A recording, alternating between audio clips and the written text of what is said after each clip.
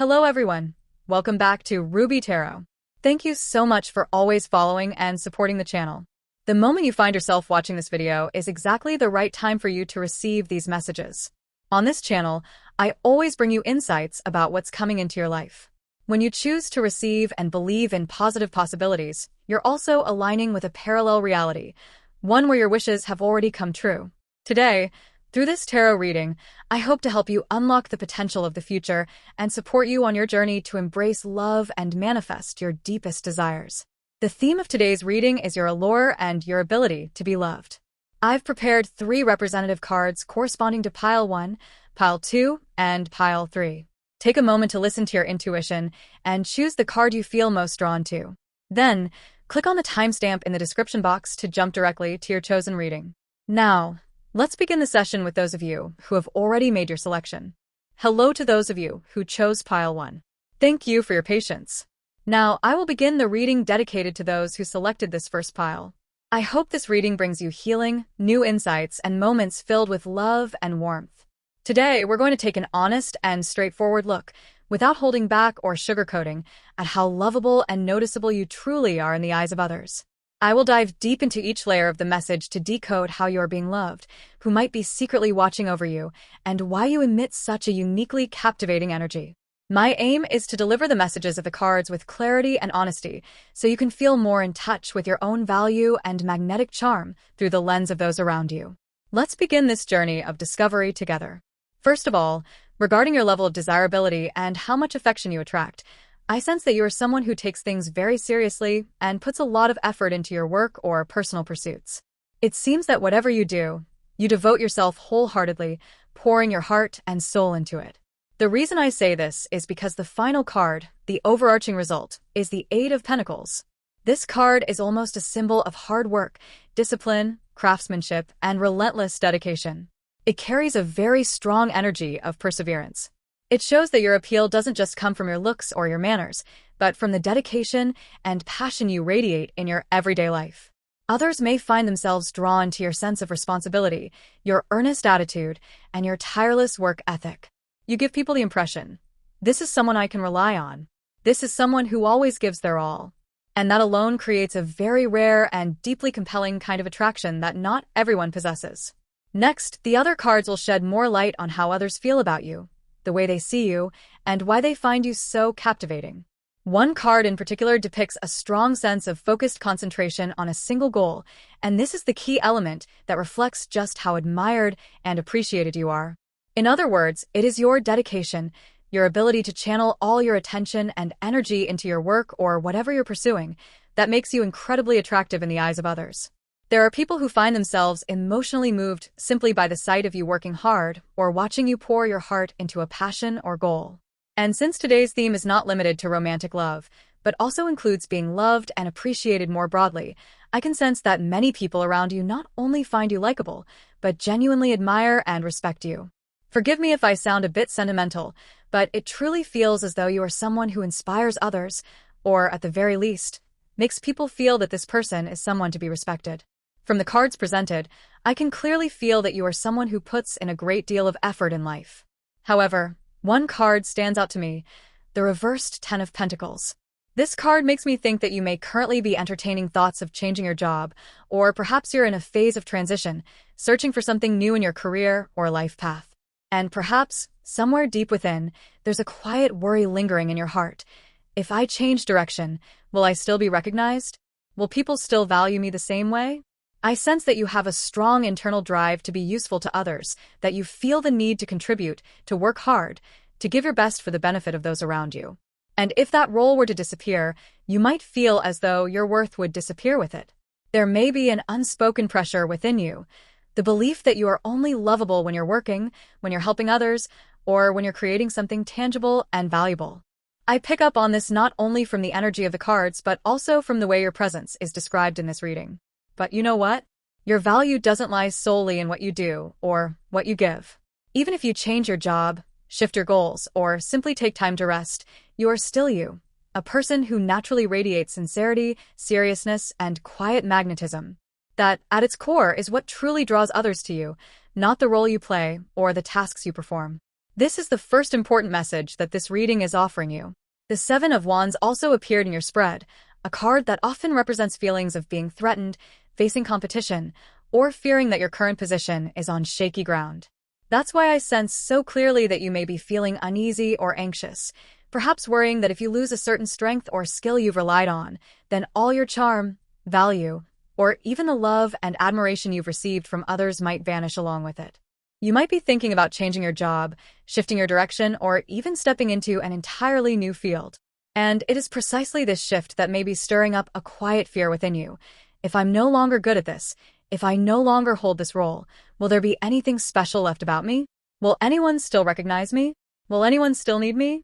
These are deeply human, deeply real concerns, and this reading reflects them with striking clarity. Alongside that, the Two of Cups appeared in a prominent position, a card often associated with soul connections, emotional resonance, and mutual understanding.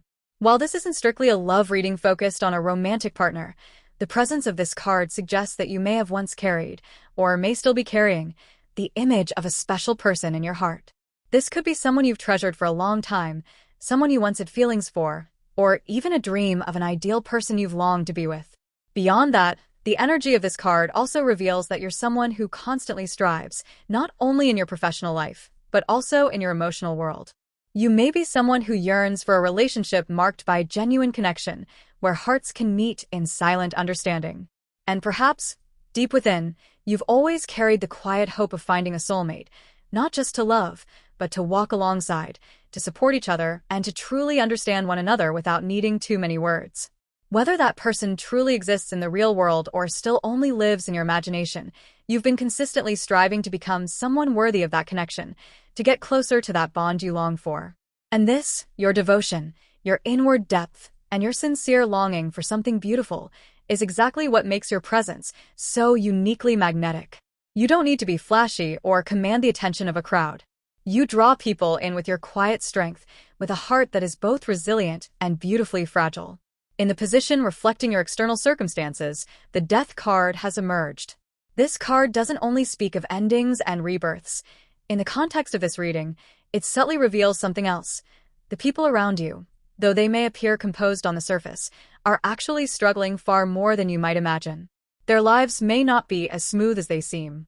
There may be hidden battles, unresolved pain, and emotional storms beneath the calm exterior that you're unaware of. Why does this matter? Because perhaps you've been feeling like you're the only one holding everything together. You might find yourself wondering, why does it feel like I'm the only one who's always stretched thin, lacking time, energy, and peace? Even if what you're working hard for right now isn't related to romance, perhaps it's your career, your path in life, or your personal growth, you may still be carrying a quiet loneliness within, a sense that maybe I'm the only one who's always lacking, always fighting, always trying. If you don't see yourself in this, that's completely fine. You can simply let this part pass. But if you do feel this way, if this quiet weight has been resting in your heart, then the cards here are trying to comfort you. They're saying that you are not alone. The people around you are also doing their best to keep going. They, too, are under pressure, feeling confused and overwhelmed. You're not the only one who has to fight so hard just to live. Others are also gasping for air. They're just not saying it out loud. And because of that, you don't need to be afraid. You don't need to force yourself to always be in your best form just to be seen, to be loved. You don't have to pretend to be strong or flawless in order to prove your worth. You are not alone, and you don't have to carry all the burdens by yourself. Returning to the final message of today's reading, the extent to which you are loved and cherished, it's clear that the core reason people find you so lovable is because of the image you embody. Someone who always gives their best, who works hard, who never stops trying. That image touches the hearts of many. You don't need to try to be charming. You already shine naturally through your quiet sincerity and persistent efforts. However, the reading also reveals a deeper theme you may need to face. The fear that if I'm not competent, not useful, not producing value, then I won't be loved. This belief is likely the root of many of the exhaustion and anxieties you've been experiencing. The cards are gently inviting you to re-examine that belief. You have the right to exist and to be loved, even when you're doing nothing at all. Simply being you, a human being with a sincere heart, is already more than enough for others to love you. This is the central theme that the reading wants to emphasize for you. I will continue to explore more deeply the ways in which you are loved and appreciated, but I truly believe that before moving into the next part, acknowledging and healing this fear within you is the first essential step to truly receiving the love and connection the world is offering you. The Five of Swords has appeared in the present position, reflecting something very profound within your inner world. It suggests that even when you receive compliments, recognition, or kind words from others, there may still be a part of you that doubts or struggles to fully accept them. When someone says something kind to you, like you did a great job or you're truly amazing, instead of embracing those words fully and letting them settle gently into your heart, you may find yourself thinking, do they really mean that? Do I truly deserve that praise? What exactly did I do to make them say that? You might still respond with a polite thank you, but inside, the compliment doesn't quite reach your heart. It lingers on the outside, where you question it, analyze it, and, often unconsciously, create a distance between yourself and the love or recognition being offered to you.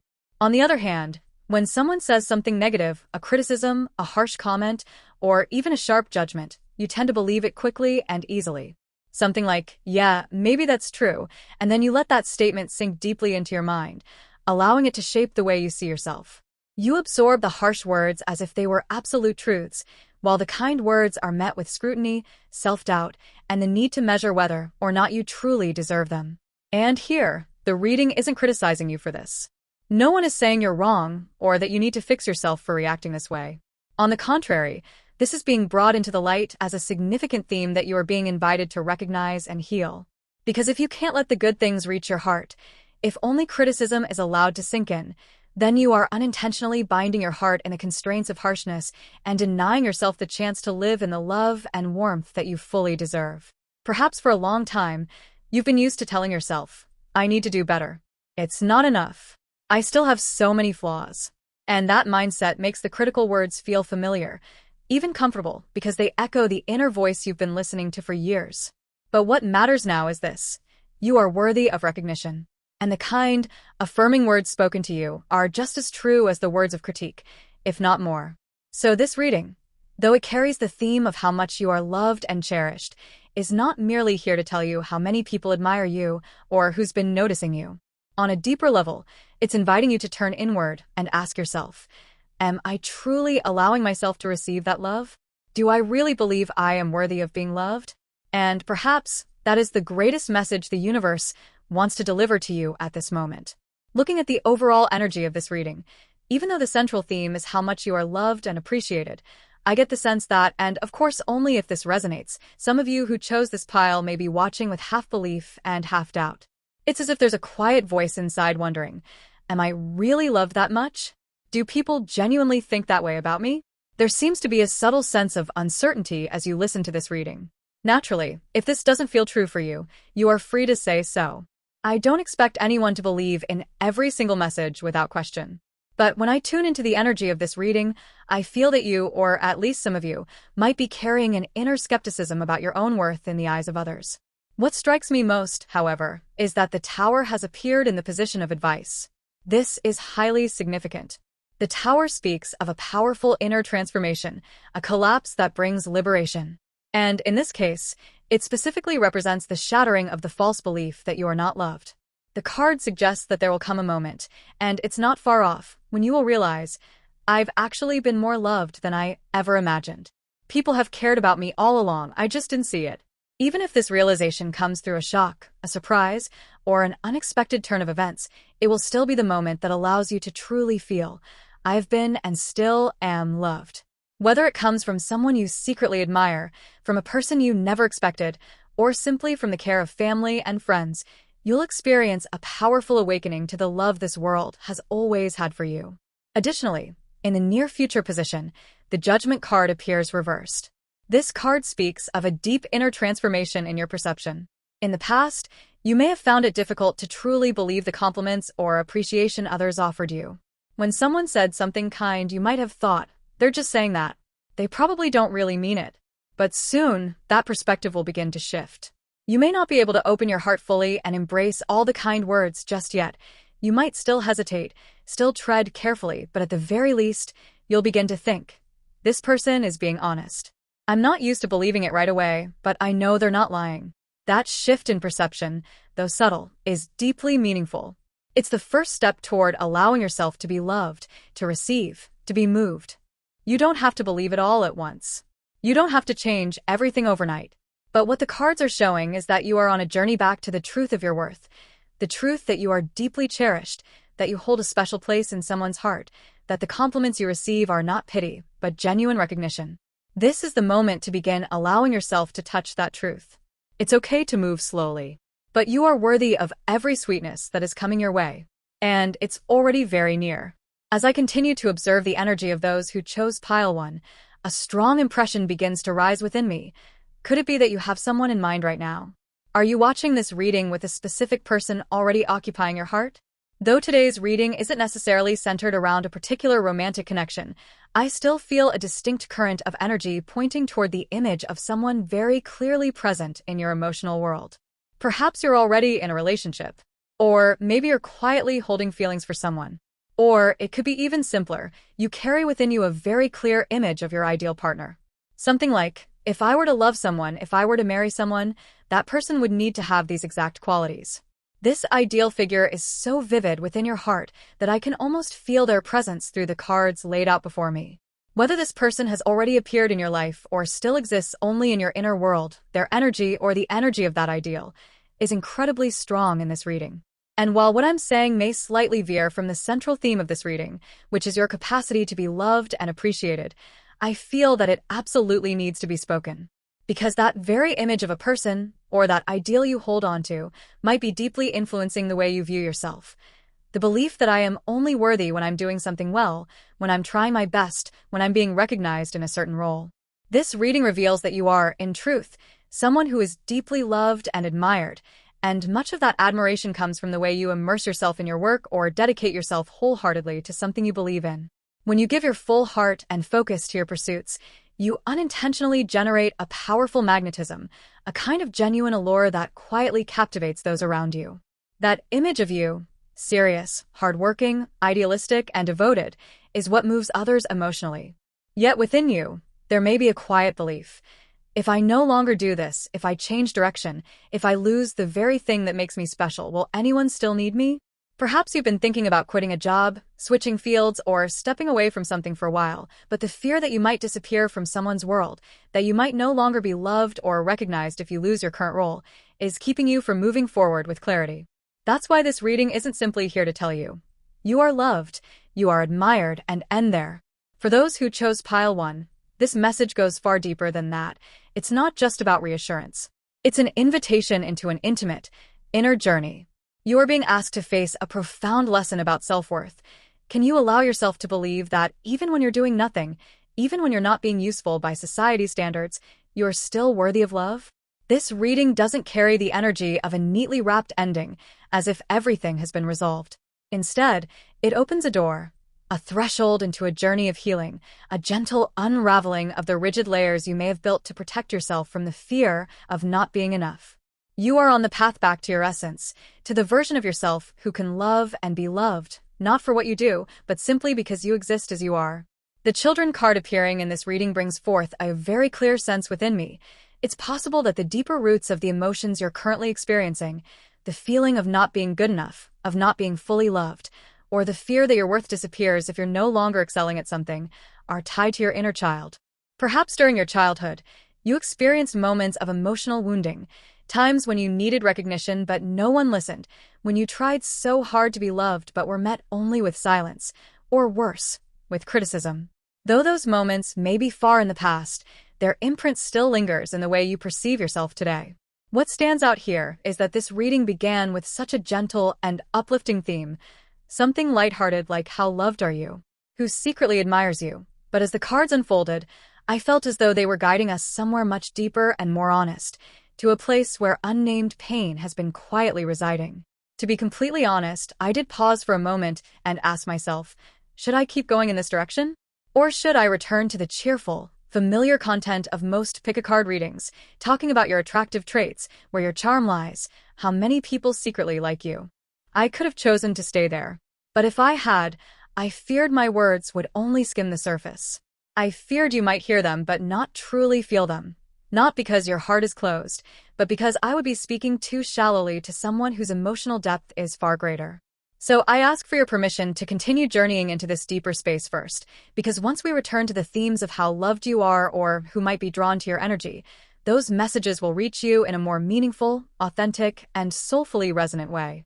I understand that the way I'm reading the cards today may feel quite different from what some of you might have initially expected. And if it doesn't feel aligned for you, you are absolutely free to choose another pile, because the energy I'm receiving from this one is truly unique. It leans more toward healing than excitement. I don't want to force myself to speak in flowery language when what needs to be acknowledged are the quiet, aching emotions that have not yet been soothed.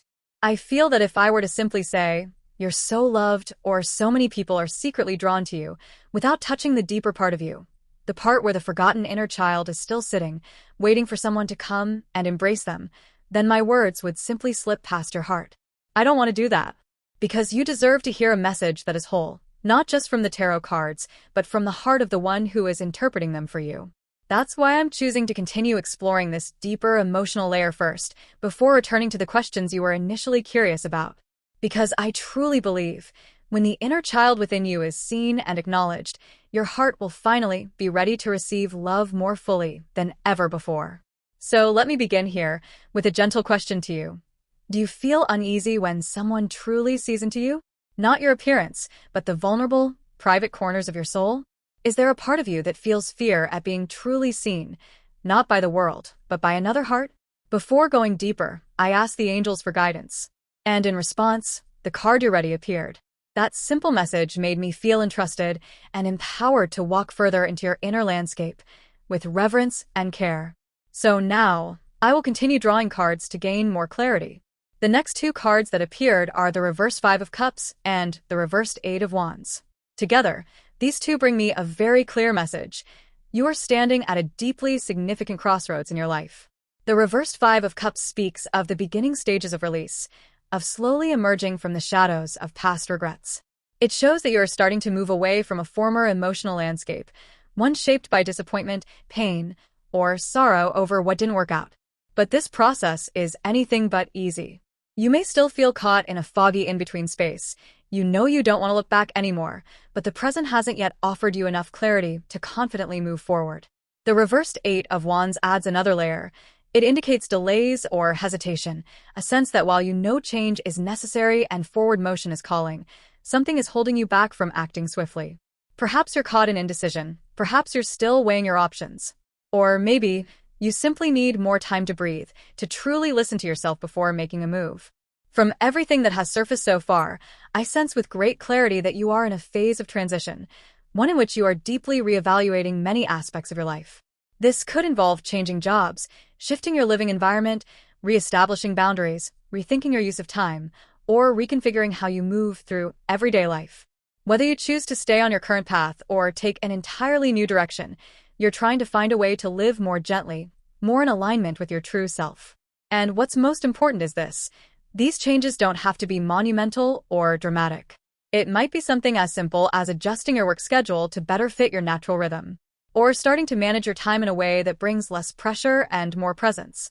These small shifts are not insignificant. They are the first steps in returning ownership of your life back to yourself. This reading does not ask you to change immediately. It's simply whispering that the time has come to truly listen to your inner voice. And you are not alone on this journey. Every change, whether subtle or profound, is gently guiding you closer to your true self, a self that is worthy of love even in imperfection, even while taking slow and careful steps toward healing. For those of you who chose this pile, I can genuinely sense that many of you have recently gone through a significant shift, particularly in your work or daily rhythm. It feels as though the flow of your life has suddenly changed direction, like one door has just closed while another is quietly beginning to open. And whether you've realized it yet or not, the cards are telling us that you are entering a positive phase of transformation, a turning point that will lead your life in a better direction. Perhaps you've just changed jobs, relocated to a new environment, or simply adjusted how you approach your everyday life. And yet, you might still not feel any improvement. Some of you may even be thinking, nothing has gotten better yet. That's completely natural, because the cards reveal that this is a process unfolding on a deeper level, a current of energy moving quietly beneath the surface, invisible to the eye but already flowing, and it will only grow stronger with time. Especially with the appearance of the Tower card, which emphasizes that after collapse and initial upheaval comes rebirth and a new beginning. Whether you've already begun to change, are standing on the threshold of change, or have made changes without yet seeing clear results, the cards all affirm one thing: you are at a fated crossroads in your life. And no, you're not moving backward. You are on the right path. It's just that this road needs more time before it reveals its full and radiant rewards. Now, here is the most important message I want to highlight regarding today's theme: your ability to be loved and cherished. Even if you've changed your job, shifted roles, or altered your life direction entirely, none of that diminishes your charm, your individuality, or your value. On the contrary, in a new place, a new environment, or a new role, you can still shine, still be admired, and still form deep, meaningful connections with those who are right for you. You are not defined or limited by your current job or role.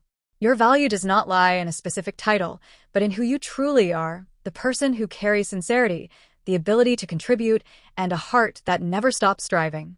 And for that very reason, no matter what path you choose going forward, whether you continue in your current field or take a bold step in a new direction, you will still be loved, still be magnetic, and still be yourself, a version of you that is continuously evolving and radiating your own unique light.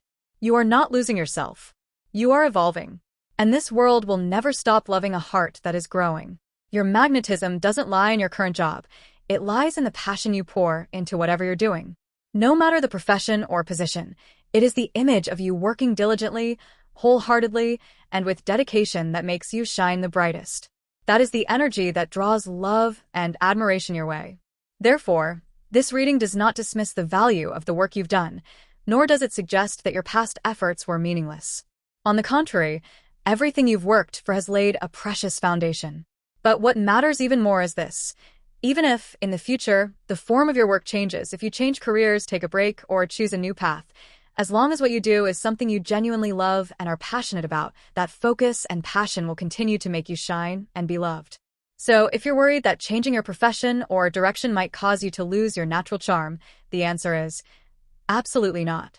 In fact, you will shine even brighter when you are truly living in alignment with your authentic self. This reading affirms: whatever you do, as long as it comes from a place of genuine love, you will always be magnetic. You don't need to force yourself to cling to a role out of fear that you'll lose your worth if you let it go. Even if you retire, leave your job, or venture into a completely new field, it is your true self, living with passion and intention, that makes you lovable and unforgettable. Today's message doesn't just say that you are loved. It wants to remind you that no matter who you are or what you're doing, as long as you're living truthfully and authentically, you will always be attractive to others, and more importantly, you'll be able to love yourself even more deeply. Because true radiance always comes from within. Perhaps right now you're holding on to a fear. If I let go of what I'm doing, my job, my appearance, my youth, my skills, my social status, will I still be me? You may fear that if you lose the qualities that once made you stand out, you'll no longer be appealing, no longer be loved. But the answer from the cards is no, absolutely not. You are not loved simply because you hold a particular role. You are not attractive just because you excel at one specific thing. You are loved, and will always be loved, for who you are, for the heart and dedication you bring to what you do, for the energy you radiate when you pour yourself fully into something. That is what creates true magnetism. That is what makes people cherish you and want to be near you. Even if you change jobs, step away from an old position, or start doing something entirely different, even if you no longer have the same appearance as before, or you've entered a stage where society no longer labels you as exceptional, you are still you. You are still the person who is trying every day, living sincerely from the heart. And that, in itself, remains a beautiful reason for others to love you. This is the core message of today's reading. It's not about counting how many people are interested in you, or identifying exactly what makes you attractive. It's about reminding you that your true allure lies in the way you live wholeheartedly, in your caring spirit, and in your unwavering determination to grow. It doesn't depend on your profession, your skill set, or whether you're currently at your peak. So, if you're wondering, if I let go of a role I've held for so long, will anyone still need me? The answer is yes. And more than that, you will shine in a new way, one that is truer to who you are. Now, before we dive deeper into your future, Because this reading has revealed the reverse judgment card, the Tower, and several cards rooted in subconscious energy, I will continue the spread to explore what lies ahead for you and how your next chapter will unfold. Let's uncover this next part together. Whether you are currently in a relationship or not, and whether you're watching this reading for romantic reasons or not, we'll now take a look at how your future is likely to unfold. I began by asking the angels, and the card I received was Gather Information. This clearly indicates one thing. Many of you are at the threshold of change, or in the midst of realigning your life. It could be a career shift, a change in living environment, a new personal goal, or perhaps you're entering a new journey such as seeking a meaningful relationship or moving into a new phase of a current connection. For those of you considering a career change or a new direction in life, the energy of this reading shows that you are entering a phase of exploration, gathering information, reflecting, and starting to plan. You may have begun researching a new job, exploring a field you're curious about, or simply allowing yourself to think in new ways. This is a clear sign that movement has begun, even if the pace still feels gentle. For those of you who are in the process of seeking a serious relationship, perhaps thinking about marriage or preparing to engage in activities that involve meeting and connecting with others, the card is telling you this. You are currently in a phase of gathering information, gaining deeper clarity about what you truly want, and this is an essential step that will guide you towards something more aligned with your heart. Next, I pulled another card from the New Gate Oracle deck. The message I received was especially meaningful. Imperfection is perfection. This card reminds us that even if you feel something is missing right now, a clear plan, concrete information, or a sense of certainty, that doesn't mean anything is wrong. There is no need to rush. You don't have to wait until everything is perfectly in place before moving forward. The very fact that something feels incomplete, that you don't yet feel fully ready, is part of the beauty this journey offers. For instance, maybe you're unsure about the next step. Maybe you've only gathered a few fragments of insight. Maybe your plans are still unfinished or unclear. That's perfectly okay. You are exactly where you need to be. The imperfections of this moment are not obstacles. They are the raw materials for building something new, something more authentic and more aligned with who you truly are. The message is crystal clear. You don't need to know everything before you begin. Just begin, and in doing so, the pieces will begin to fall into place. So whether you're standing at the edge of a career transition, navigating the path of a relationship, or simply wondering, what does my future hold? The cards are saying this to you. You are moving in the right direction, even if you can't yet see the full map. You are enough, even if you are not perfect, and you will find what is meant for you, as long as you continue to live truthfully and walk forward with the sincerity that already exists within you. The message from the cards makes it clear. Feeling uncertain, incomplete, or unclear at this stage of your journey is not a weakness. On the contrary, it is through gradually filling in those gaps, through seeking your own answers, that you will begin to grow into your fullest self, naturally, in your own unique way. What's especially meaningful here is that this is not the kind of reading that tells you what you should do, or insists you must act in a certain way. Not at all. The cards are not issuing commands. They're simply showing that you will do it. Naturally, you will be the one to seek, to begin the journey, and to move forward. You are standing in the middle of a powerful moment, the moment when you begin to explore, to inquire, to feel your way forward, to truly listen to yourself, and from that place, take action. Not out of impulse, but from a deeper kind of intuition. And you are already beginning to move, not loudly or dramatically, but with depth and authenticity. Although today's reading carries the theme of attraction and how deeply you are loved, the energy of the pile you chose suggests that many of you are connecting with this reading not solely through the lens of romance, but through a much broader perspective, the story of your life's journey itself.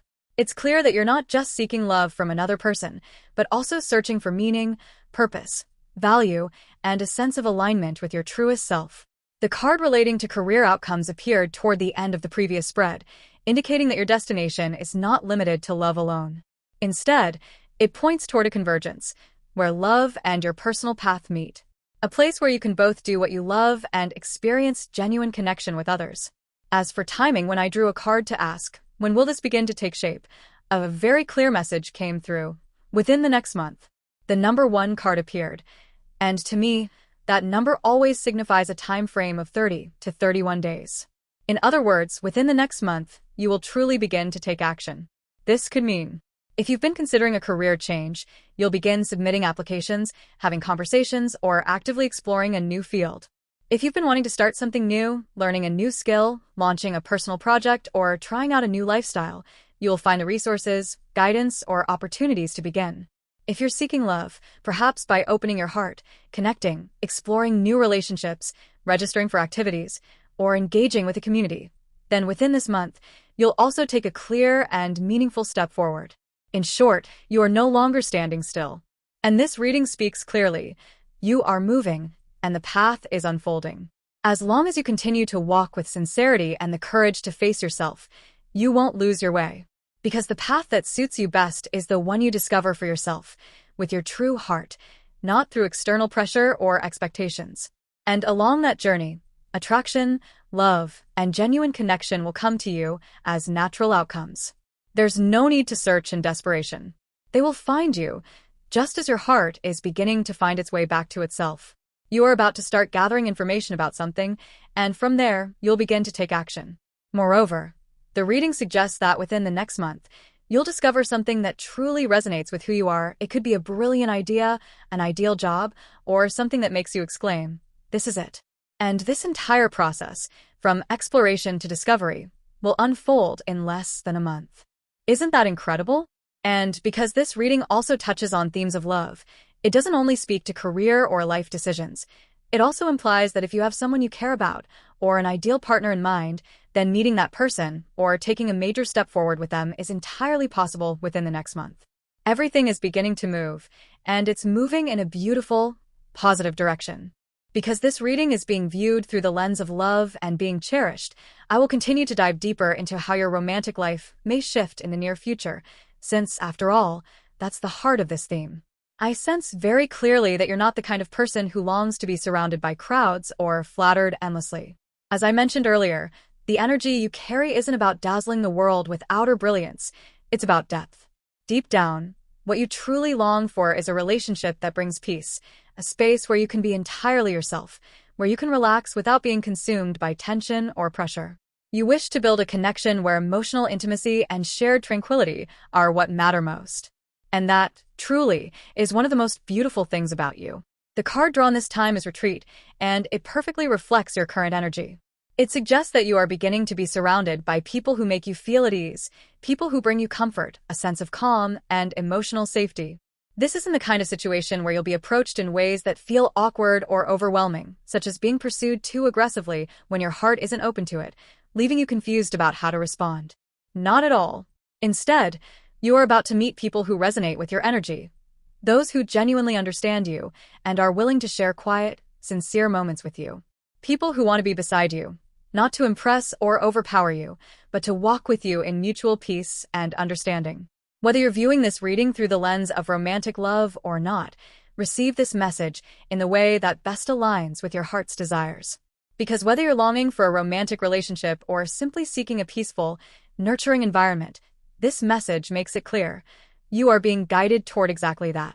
You'll be surrounded by people who offer you calm, not conflict, who will not wound you or bring chaos into your life.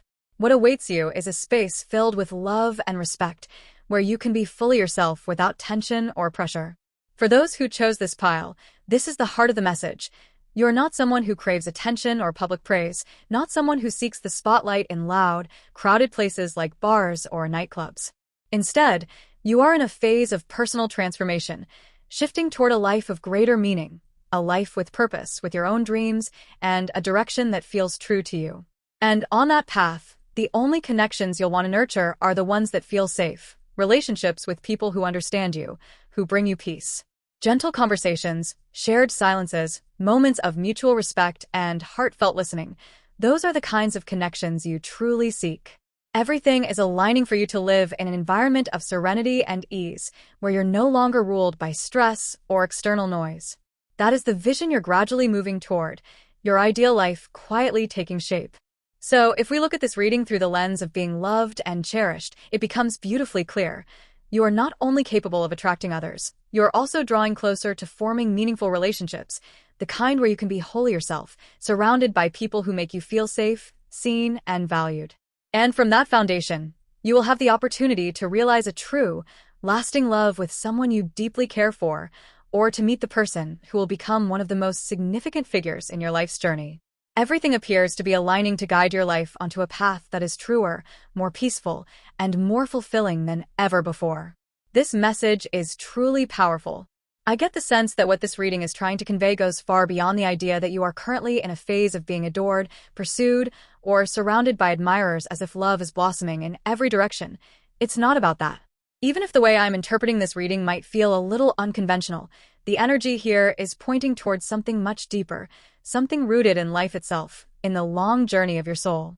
I feel that for those who chose this pile, you may be carrying someone very special in your heart, perhaps someone you are in love with, someone you deeply cherish, or perhaps you're still on the journey of seeking that one person you can truly trust and walk beside for the rest of your life. You're not longing for excitement or a whirlwind of romantic entanglements with 5 or 6 people at once. Absolutely not. This message is in no way judging or dismissing the desires of anyone who may be exploring love in more open or experimental ways, but for you, the energy you carry suggests that you have been taking your life seriously. You've been looking your dreams in the eye.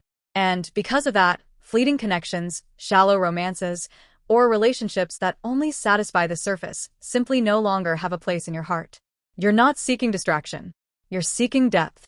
If you already have someone special in your life, if you're in a relationship, or if your heart is quietly drawn towards someone you truly cherish, you may be hoping that this connection will grow into something enduring and meaningful. You might be thinking how wonderful it would be if we could build a beautiful future together, walking side by side, growing not only in love but also in life. Or perhaps you're wishing to meet someone like that, a person who won't just share a romantic bond with you, but will also accompany you on a deeper, more meaningful life journey.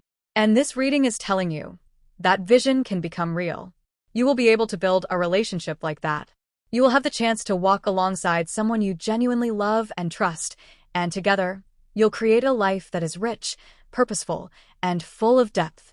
And because this message is being delivered to you now, I believe it may be speaking directly to something you've been quietly yearning for deep within, a wish not for loud declarations or fleeting excitement, but for something deeply honest and enduring. If what I'm sensing doesn't resonate with you, please feel free to reflect or respond in your own way, but this is the energy I feel coming through the cards and from you at this moment. In this reading, I feel as though the messages coming through are reaching far beyond the initial theme we thought we'd explore.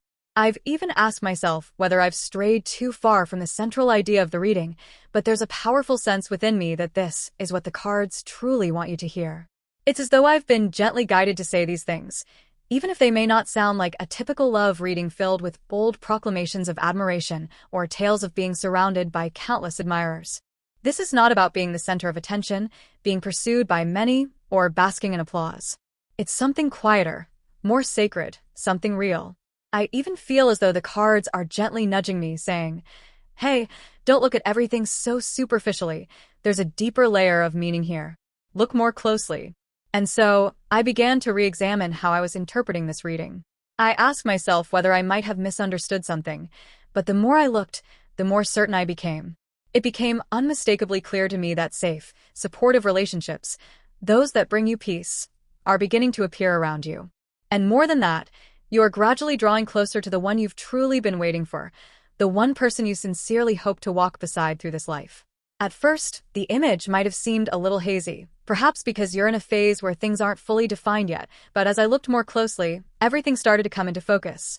I saw you at the center. You are the heart of your own journey, and around you are people who are quietly supporting you, uplifting you, standing beside you. Whether in love, in family, or in your social environment, the core message remains the same. You are not alone. You will be surrounded by kind, genuine souls, people who will help you stay true to yourself and with whom you can build something lasting and meaningful. I also asked your guardian angels for confirmation, as a way of anchoring what I was sensing, and the answer I received was, you're not wrong. Trust what you feel. And so, I can now affirm with peace in my heart, yes, this is the deeper message that this reading has been trying to deliver all along. It's truly remarkable. Since we're exploring the theme of how loved and magnetic you are, I'd also like to go a little deeper and be more specific, such as, what exactly is it about you, about what you're doing and giving, that makes you so naturally captivating and well-loved? Earlier, I mentioned that your sincere effort in something you're doing plays a big part in your magnetism. But now, I've drawn an additional card to explore this in more depth. The card that appeared is the King of Wands in reverse. And what I'm sensing is this: you're the kind of person who, whether in work or in any other role, never does things half-heartedly. You're not someone who simply gets things done just to check a box, or who does the bare minimum to get by or impress others on the surface. On the contrary, you bring your whole heart, your full presence, and your genuine care to what you do. Take your work, for example. You're not just there to fulfill a task. You truly care about helping your clients, partners, or those you serve achieve the best possible outcomes. If someone is uncertain or struggling, you don't hesitate to reflect, to offer suggestions, to think things through and say things like, "What if we try this instead? Do you think that other method might work better?" You're open to listening, you welcome input, and you never overlook the little things that could make a meaningful difference for someone else. Because of that, the people around you see you as someone incredibly trustworthy. Your sincerity, your devotion, your way of giving your best without needing to be asked, those are the things that make others feel safe with you. They sense that you're the kind of person they can turn to for support, for guidance, or simply to be heard. You may not realize it, but there are people who feel, as long as this person is here, I can relax. I know I'm not alone. And perhaps you don't even see it yourself, but that quality, that calm strength you carry, is exactly what makes you so deeply attractive in the eyes of others. You are the kind of person who brings a sense of ease, no pressure, no overwhelming presence, yet you carry a steady, unwavering strength within. Without needing to show off or push yourself forward, you still make others feel protected. And that is precisely where your unique magnetism lies, a quiet kind of charm that radiates from your inner self, from your kind-hearted and deeply responsible way of living. I feel very strongly that you are someone who has been and continues to be a source of support for many people around you, even if you may not realize it yourself. Maybe you never intended to play that role, but your actions, your presence, your way of being have genuinely given others the strength to keep going. Someone has found their footing because you were there. Someone has rediscovered hope because, at one point, you simply listened, helped, or showed up with sincerity. The energy you carry is truly warm, and that's what allows others to feel healed, to feel held, and to silently thank you, even if they never find the words to say it out loud. With you, I sense something truly special. You have none of that cunning, calculating nature, none of that sharp-edged cleverness aimed at outmaneuvering others.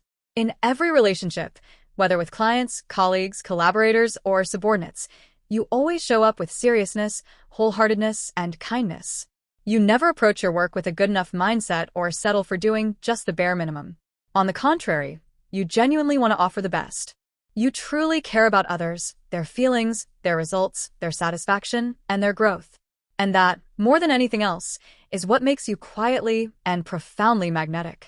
That's why, when you give your heart and soul to support someone, only to be met with indifference, disrespect, or even cruelty, it can wound you deeply.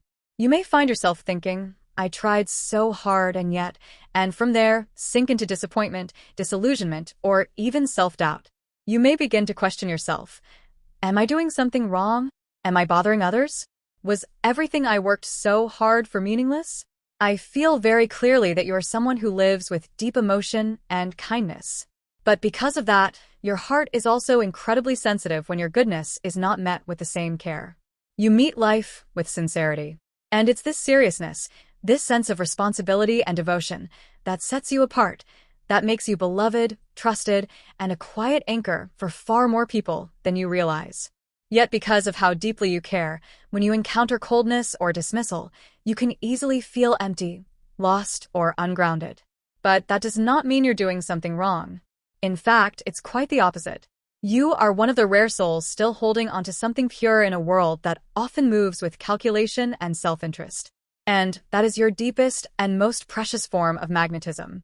I can sense very strongly that you are someone who approaches every relationship, whether it's with clients, partners, colleagues, superiors, or subordinates, with true sincerity and a profound sense of responsibility. No matter who you interact with, you meet them with honesty and care. And not only in formal or professional roles, even if you're not working outside the home, even if you're caring for loved ones, managing a household, raising children, or undergoing treatment in a hospital, that too is work in the most meaningful sense of the word. Work is not just something that generates income. It is anything into which you pour your heart, time, and commitment with love and purpose. And I believe that you are someone who is truly giving your all to whatever is right in front of you, whether it's something big or small, whether it's recognized by others or not. It's through the way you approach everything with such sincerity and care that others find themselves able to place their trust in you, to feel safe in your presence, to think, as long as this person is here, I can keep going. There are more people around you who feel this way than you realize, and chances are in the past you've already been a quiet source of strength for many. That's why, when speaking of how loved or cherished you are, I feel that the usual words like admired or pursue don't quite capture the essence of the energy you radiate. What you bring into the world isn't just surface-level charm or fleeting romantic attraction. It's the warmth, steadiness, and trustworthiness of your presence. For you, being loved isn't about outward appearance or persuasive words. It's about how you live, how you treat others, and how you give of yourself wholeheartedly, without calculating or expecting anything in return. So, if someone were to ask, does that count as being loved? I would say, absolutely, but in a very different sense. It's not the kind of love where someone immediately says, I want to date this person. It's the kind of love where someone feels, just having this person around makes life feel lighter, makes me believe in things again. It's a quiet, unspoken kind of magnetism, subtle, but incredibly powerful. And it leaves a lasting impression on everyone it touches. Allow me to speak from the heart. The kind of magnetism you possess cannot be described with a simple word like admired in the usual sense. It goes far beyond that. What you inspire in others is gratitude, trust, respect, and a deep, genuine affection for someone who lives authentically, kindly, and with unwavering devotion to life. That is the true beauty you carry within you. Your energy is not the kind that makes people squeal, so cute, when they see a plushy mascot or a sweet animated character. You are not someone who elicits lighthearted, playful reactions like that. Your energy feels more like what someone experiences when standing before a great Buddha statue or entering a Shinto shrine and offering a silent, heartfelt prayer of gratitude. And this isn't to compare one type of energy as better than another. It's simply about the direction your energy flows. The vibration that people feel from you comes from a very different, deeper frequency. In other words, when people come into contact with you, their first thought is not, this person is adorable, I want to flirt. But rather, this person makes me feel thankful. I feel healed in their presence. I feel lighter and at peace. So when I say this, I am in no way implying that you lack romantic appeal. On the contrary, you have a profound allure. It's just that the kind of feelings you evoke don't usually begin with impulsive excitement or fleeting fascination. They begin with a sense of gratitude, quiet admiration, and deep appreciation. I believe that for you, romantic relationships often begin with the other person realizing, I'm so grateful for this person. They've been so good to me. I want to be around them more. I trust them. And it is from that feeling of gratitude that love begins to bloom. That's the path your relationships often follow. Not the lightning strike of instant passion, but a gentle unfolding that starts with admiration, trust, and a growing affection rooted in appreciation. And this, relationships that begin with gratitude and trust and then gradually blossom into love, is one of the most beautiful and solid foundations for a lasting connection. People often say that the key to enduring love is respect. And you, from the very beginning, already carry that within your nature. You don't need to try to impress anyone. You don't rely on tricks or calculated charm. Your foundation is sincerity and inner worth, and that's what gives your presence such lasting power and unforgettable depth. In fact, if you truly wanted to, you could easily win someone over. I mean that wholeheartedly. If you chose to focus your energy on seduction, you could absolutely capture someone's heart right from the start. But you don't choose that path, because you know where your real value lies. And it's precisely that calm, grounded, and soulful presence that makes you utterly unique in the eyes of those around you. If deep down you feel ready to begin a romantic relationship with someone, you absolutely can. There is nothing standing in your way. Your energy is more than strong and magnetic enough to create a deep, meaningful connection, if that's what you truly want. The real question is, do you want it right now? You don't strike me as someone who craves being surrounded by admirers, or who seeks attention just to enjoy the feeling of being desired or lifted up in love. You don't place love on a pedestal like it's a marketplace, nor do you treat relationships like an emotional game. On the contrary, you're living your life with seriousness and sincerity. You're focused on your dreams, walking your own path, or perhaps holding space in your heart for someone who truly matters. And because of that, when you're not in the mood to be pursued or simply not interested in fleeting romantic distractions, people around you, whether they realize it or not, pick up on that energy. They intuitively sense the boundary. They step back softly, without intrusion, without disruption. Even if someone admires you, they may choose to quietly observe from afar, seeing you as a source of inspiration rather than pushing into your space. You don't need to be flashy, you don't send out signals to attract attention, and you don't play the game of romantic teasing. But if one day you decide you're ready for love, ready to open your heart, to flip the switch and step into a relationship, trust me, you'll be able to do it effortlessly. Because the truth is, you already possess that inner allure, that emotional maturity, and that quiet, unwavering energy. You've had it all along. You simply haven't turned the switch on yet. And when you do, if you choose to, you'll be able to enter that new chapter of love with intention, confidence, and quiet strength. What I feel the deck is trying to tell you is this: you are not lacking in magnetism, you are not alone, and you have not been forgotten. You are simply choosing to live in alignment with your own rhythm, and when you are ready to open your heart, everything around you will begin to shift naturally in response. Your allure doesn't come from putting yourself on display. It comes from your stillness, your depth, and your deliberate choices. And that is exactly what makes you so precious, so distinctive in the eyes of those around you. The appearance of the retreat card in this reading, to me, reinforces everything that has already been said. You are not someone who is seeking noise, nor are you looking to be pursued by many just to bask in fleeting emotions. On the contrary, you are someone who longs to build a serious, meaningful relationship with one person, a person you can truly trust, grow with, and build love alongside, while still nurturing your own personal growth and richness of life. You want love without losing yourself.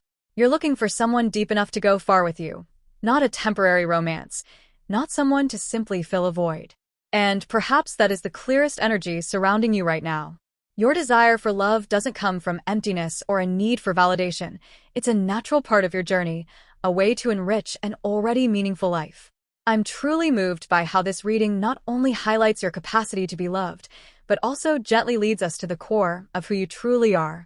This has been a profoundly insightful reading, and I believe the cards themselves are offering you a kind of quiet praise. You have been living in deep alignment with your true self. Now, if you're considering opening yourself up to new connections, or want to move closer to someone you already have feelings for, or simply wish to amplify your natural magnetism and love, is there anything you should be mindful of? Anything you could do to support that intention further? You're already wonderful as you are, but I drew an additional card to receive more specific guidance on how you might strengthen your emotional presence and radiant charm. The card that appeared is Erase. The first and clearest message from this card is: release as much stress and tension from your life as possible. Especially if you're currently in a toxic work environment, such as a black company where you're overworked, underappreciated, or emotionally drained, then although walking away may never feel easy, the cards are saying, the time for change has come. And if you've already been hoping to leave that space, this message is a powerful confirmation. It's time to act. Moreover, the ideal window for this transformation is within the next month. You don't need to overhaul everything at once, but you absolutely can begin taking steps toward that shift. Whether it's creating a plan, researching new opportunities, or simply starting to draw boundaries, anything that helps you reclaim your peace will simultaneously enhance your emotional presence and open the door for deeper, healthier connections. Because the truth is, your natural magnetism shines brightest when you are at ease, when you are surrounded by environments that honor your energy rather than deplete it. The more you let go of what weighs you down, the more your authentic, grounded light can radiate, and the easier it becomes for the right people to find and truly see you. Even if you're not currently in a toxic work environment, the message remains the same. Start eliminating whatever is draining you, mentally, emotionally, or physically. For example, if your body has been showing signs of imbalance, make it a priority to get a checkup, seek therapy, or adjust your daily routine to restore your well-being. If social media has been making you feel pressured, compare yourself to others, or feel unsettled, give yourself permission to step away, unfollow, mute, or limit your screen time. If there's someone or something that constantly makes you feel uneasy, take a step back to protect your personal space and energy. The Erase card carries the number 33, which, in the Lenormand system, corresponds to the key card. And that's deeply meaningful. This card is telling you that removing what no longer serves you is the key to resolving your current struggles. When you clear away the fatigue, confusion, silent worries, and hidden energy drains, you don't just reignite your natural magnetism. Your emotions, mindset, and sense of direction in love also become lighter and more illuminated. In short, the most practical advice for you right now is this: Have the courage to let go of anything that's been quietly wearing you down day by day. Don't mistake this as selfish or petty, because this is exactly what will allow you to return to the brightest, most radiant, lovable, and cherished version of yourself. And when you are in that state, love, the right kind, from the right person, will find its way to you effortlessly as a well-deserved reward. It's truly remarkable how everything in this reading connects in such a seamless and profound way.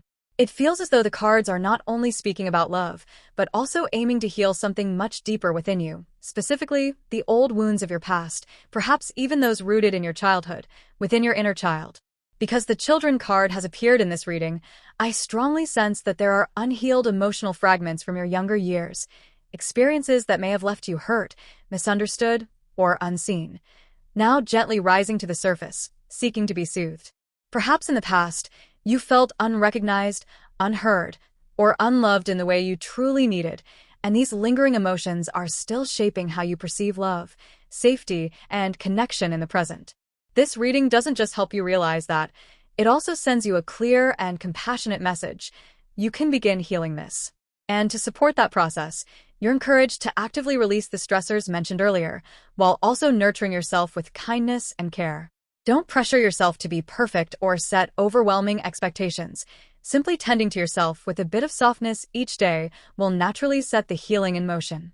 Whether you're seeking a new relationship or already have someone in your heart, the appearance of the Retreat card signifies that you are entering a phase of emotional peace. This is the kind of love that makes you feel safe, unjudged, and free from pressure. A relationship where you can truly be yourself, accepted, embraced, and surrounded by sincerity. Previously, I pulled cards to explore how the people around you might be influencing your love life. And now, I'm drawing one more card to look more closely at the person currently on your mind, or at a potential romantic connection you may soon experience, even if you're still waiting for the chance to meet someone new. The result is genuinely uplifting. Everything is shifting in a more stable and comforting direction than before. If you already have someone you love but haven't had many chances to be together due to work or personal circumstances, this message indicates that in the near future, even amidst busy schedules, you and your person will begin to find more opportunities to reconnect. Encounters will increase. Moments shared just between the two of you, however brief, will become deeply treasured and emotionally nourishing. There's no need to worry. Things are gradually falling into a smoother, more positive rhythm. This is a very encouraging sign of progress. The card drawn this time continues to offer a bright message. If you're currently searching for a new relationship, it suggests that you will have the chance to meet someone who genuinely cares about you, listens attentively, and respects the pace of your life. This will be a meaningful and healthy connection with someone who doesn't just show up out of fleeting emotion, but who brings maturity, thoughtfulness, and the potential to journey alongside you in an equal and kind-hearted way. Moreover, as hinted at earlier, this card also suggests that this connection, or a significant development in your love life, could occur within the next month. This means that if you've been thinking about doing something, trying something new, attending an event, or simply exploring an interest that draws your attention, now is the time to begin. Whether it's related to love or any other area of your life, your willingness to explore, to seek knowledge, and to open yourself to new experiences will unlock the doorway to positive transformation. I sense that the cards are saying, you are ready. Not just ready to love, but ready to step into a new chapter of your life. A chapter where you are loved in the right way, where you live in alignment with your true self, and where you connect with people who genuinely resonate with you. This is a phase of emotional maturity and profound transformation. To gain further clarity on the specific timing, I continued drawing from the Miraculous Trump deck. The first card that appeared was the Seven of Wands. Interestingly, this card aligns perfectly with the energy that has already shown up before, an energy of resilience, standing firm through challenges, and an inner momentum, as if you're pushing through a doorway to emerge on the other side. But what truly surprised me was the next card, the Rider. This is one of the swiftest cards in the Lenormand deck. It often signals sudden news, quick encounters, or the beginning of something that unfolds much sooner than expected. With the appearance of the Rider, the message becomes clear. For some of you reading this, the moment you came across this reading, the wheel has already started turning. Within just a week, unexpected developments may occur, perhaps a message, an invitation, a meeting, or a situation that brings you closer to someone you care about, or leads you to a meaningful new connection. In summary, this is a truly promising and exciting period to look forward to. And the most important thing is, you don't need to force anything or rush. You simply need to be open just as you already are and allow things to unfold gently. This is not mere coincidence, but a resonance between your energy and the natural flow of the universe. And everything is already beginning to move swiftly. For those of you who feel that such quick developments seem unrealistic given your current circumstances, the cards also offer a broader time frame of about 1 month. In particular, if you're watching this reading close to its release time, meaning in real time, then a more likely window might fall around the beginning of June, such as June 1st or sometime during the first week of June. The cards carry a youthful and light energy, which often points to events occurring sooner rather than later. However, we also can't rule out the possibility that some of you may sense a significant shift within just the next 7 days, especially with the presence of the Rider card, which symbolizes speed and swift movement. Coupled with the symbolic number 7, it clearly suggests that a 7-day time frame is very plausible. You're encouraged to receive the message in whatever way feels most aligned with your own situation.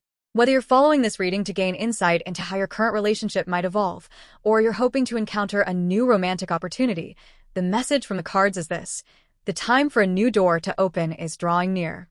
And not only is it approaching, it may arrive even sooner than you expect. And that's exactly why I found myself asking, why is everything happening so quickly? What is causing these swift changes? So, I drew another card to explore the reason behind this unexpected pace. The card that appeared was the Two of Wands. This card delivers a very clear message. Things are moving fast because you have begun to define your direction. You've started to clarify what it is you truly want, and the universe is responding immediately to that clarity. Whether you're fully aware of it or not, a major shift has occurred within you, a deeper understanding of your emotions, your desires, and your intentions. And when a person becomes clear from within, the outside world begins to change in direct response. So for those of you who feel that you're not entirely clear yet, don't be too quick to dismiss yourselves. The cards are not saying that you're unready for this message. On the contrary, the very fact that you're here, drawn to this reading, shows that you're already stepping into a clearer, stronger version of yourself, even if you haven't fully seen it yet. And once you admit what you truly desire, change will come at a pace that may astonish you. In essence, what's driving this acceleration is your willingness to be honest with yourself. And that honesty is creating a powerful wave of opportunity, especially in love and in meaningful connections. The appearance of the Two of Wands in an upright position further affirms what the previous cards have been pointing to. You are entering a time when your inner compass is becoming more defined.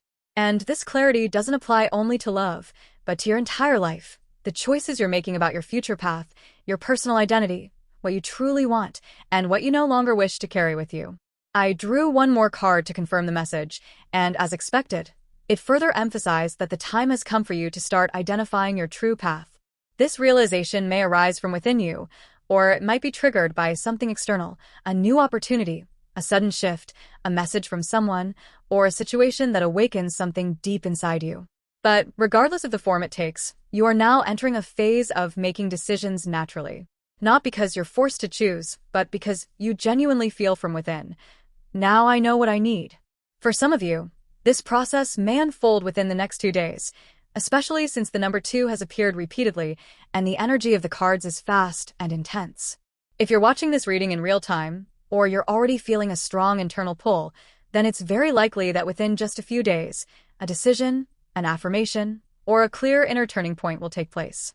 For others who are looking at a slightly longer time frame, perhaps toward the beginning of next month, around early June, the cards suggest that this internal shift and clarified sense of direction could emerge within the next 2 weeks.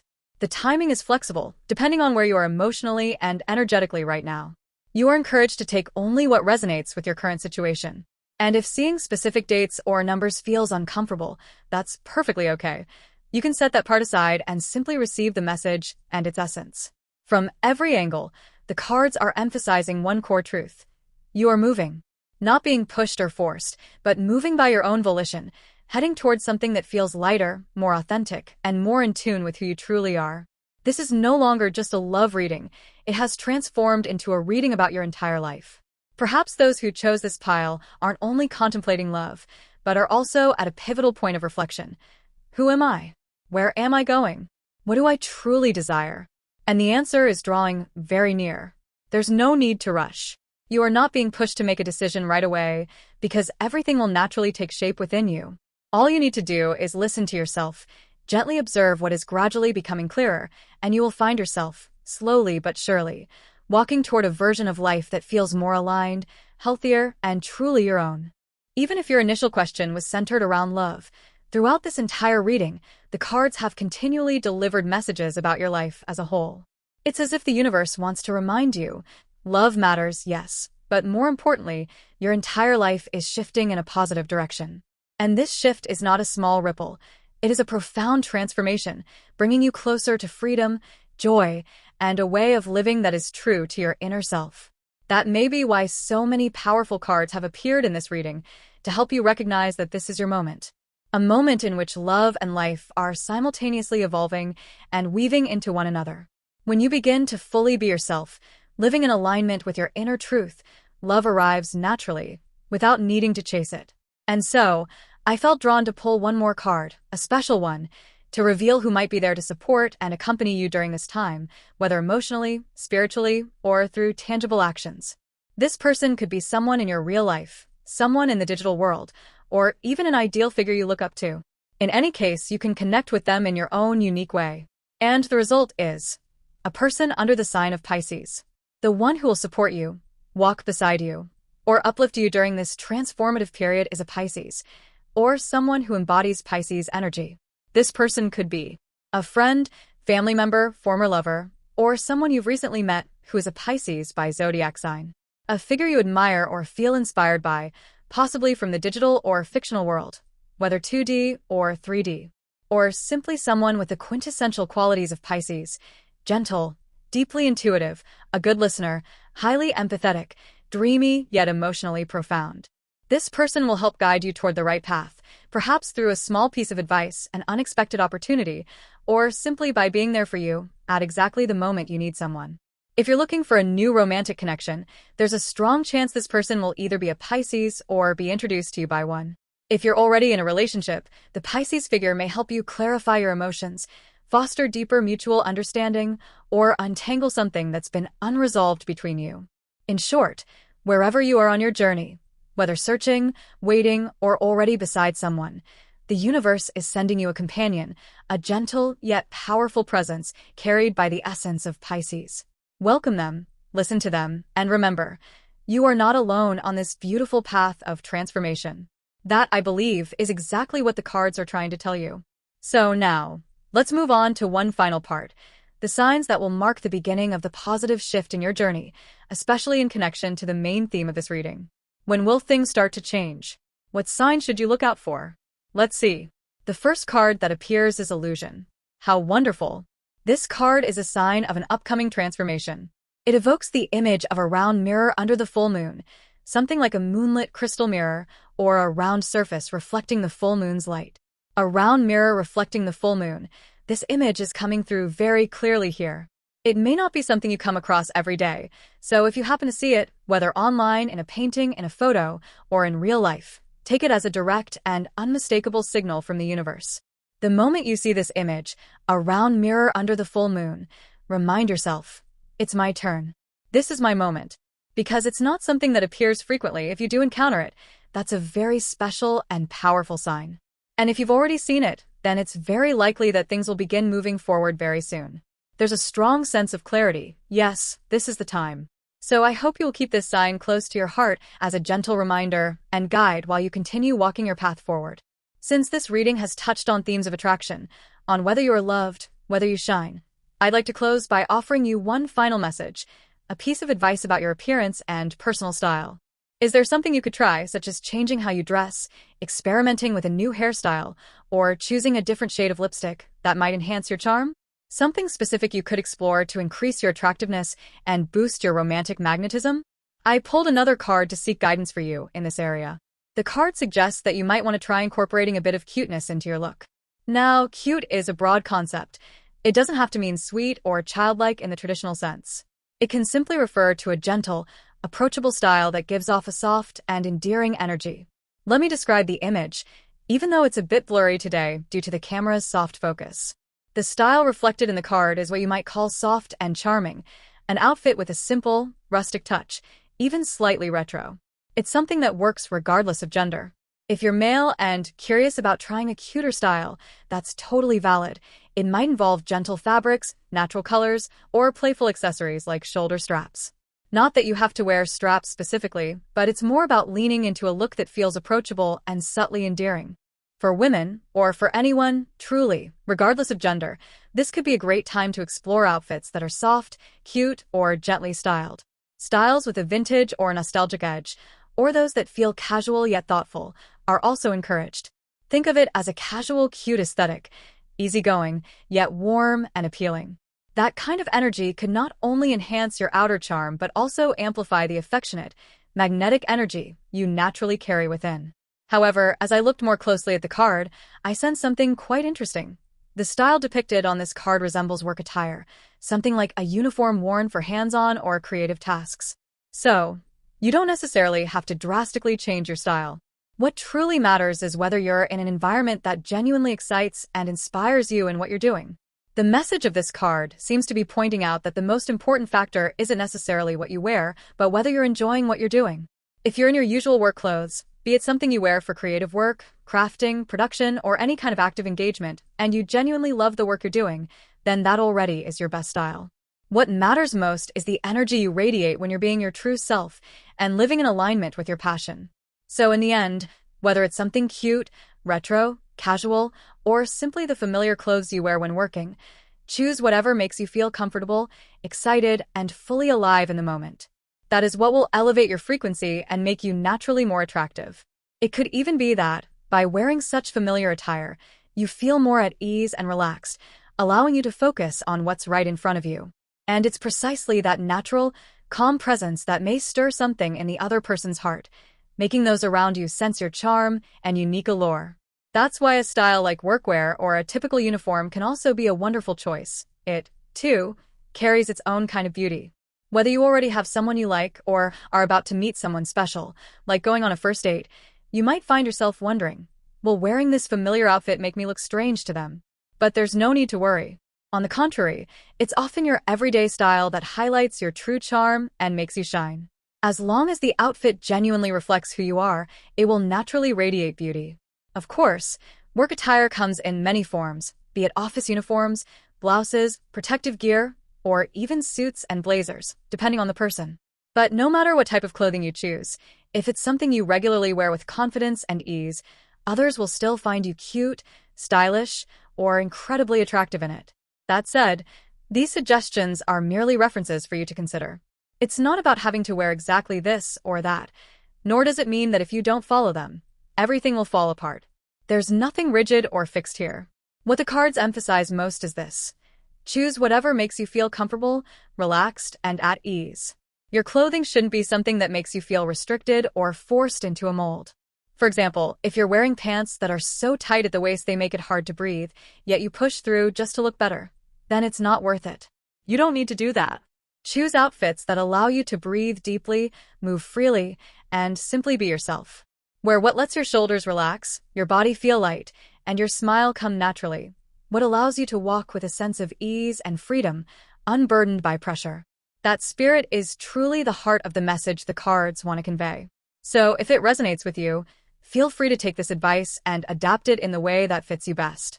And now, at last, allow me to draw a final message from the cards, just for you.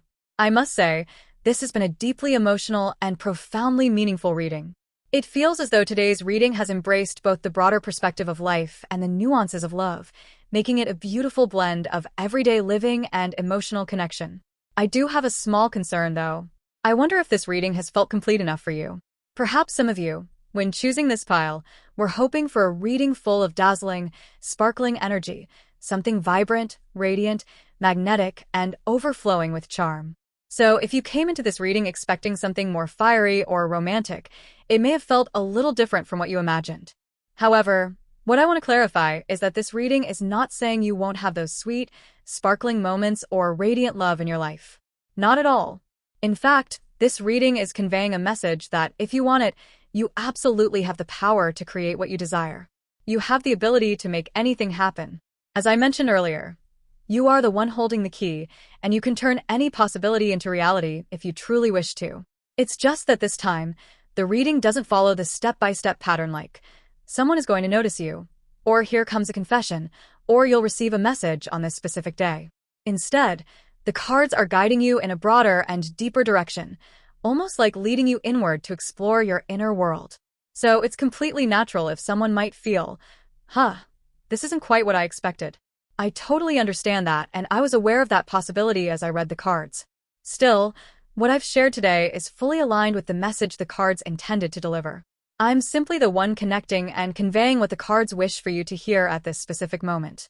If there's any part of the reading that feels slightly off from your hopes, or if you were expecting a different type of message, please feel free to share that with me. I'm always open to listening. Because to me, the most important thing is you, the one who is watching and receiving this reading, being heard in the way you truly wish to be. So if at any point you feel that something in today's message is incomplete or not fully aligned with what you were hoping for, please don't hesitate to speak up. I genuinely value your feedback. Now, let's draw the final card just for you. Oh, how wonderful! The card that has appeared is the Two of Pentacles. This card suggests that you're experiencing joy in a natural and flexible way. Earlier, I had drawn the Eight of Pentacles, a card that carries the energy of intense focus, like you're pouring your heart and soul into something, moving forward with unwavering dedication, blocking out all distractions. But the Two of Pentacles holds a completely different energy. It shows that you're not only focused, but also delighting in the process of what you're doing. It's as if you're skillfully juggling and harmonizing love with work or passion with relationships. It could be romance and a hobby and a career, or any combination that excites you. And you're handling it all with such grace, not through pressure or force, but with genuine joy and wholehearted initiative. The appearance of the Two of Pentacles suggests that you are fully capable of entering such a state, a space of flexibility and enjoyment, where you can balance different aspects of your life without losing yourself in the process. That's why the theme of this reading, centered around attraction and how lovable you are, actually touches on something much deeper, whether or not you are living in alignment with what you truly desire. On one hand, it's possible that right now you're doing something that you don't genuinely want to do. You might be thinking, I don't enjoy this, but it has value, so I have to keep going. However, this reading brings a message that mirrors the wisdom of that little uncle in your heart, the voice that says even if you say no to what you don't want, your natural attractiveness doesn't disappear. You don't have to overextend yourself or sacrifice your true self to be valuable. Your real value is already within you. And for those who are choosing to stay on their current path or in their present job, the cards also offer reassurance. You can approach it in a different way, more gently, with less pressure, and without having to push yourself to the point of exhaustion. You have the right to choose a way of living and working that doesn't drain you.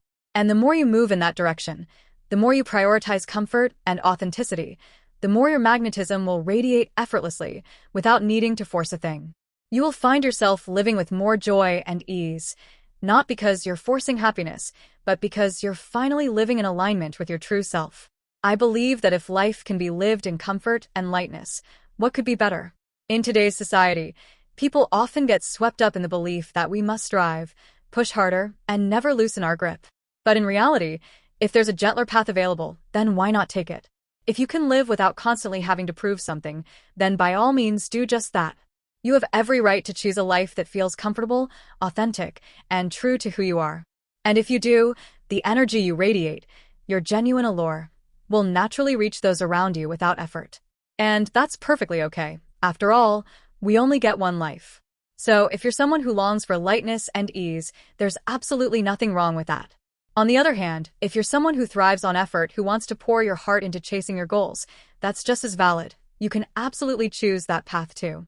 What matters most, the core message from the cards in this first pile, is this: you have the right to choose what you truly want.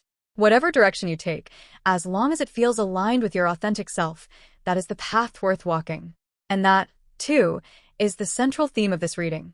Let your true desires be the core, the axis around which all your decisions revolve. This is the clear message the cards are sending you, that you don't need to live according to what others say is right.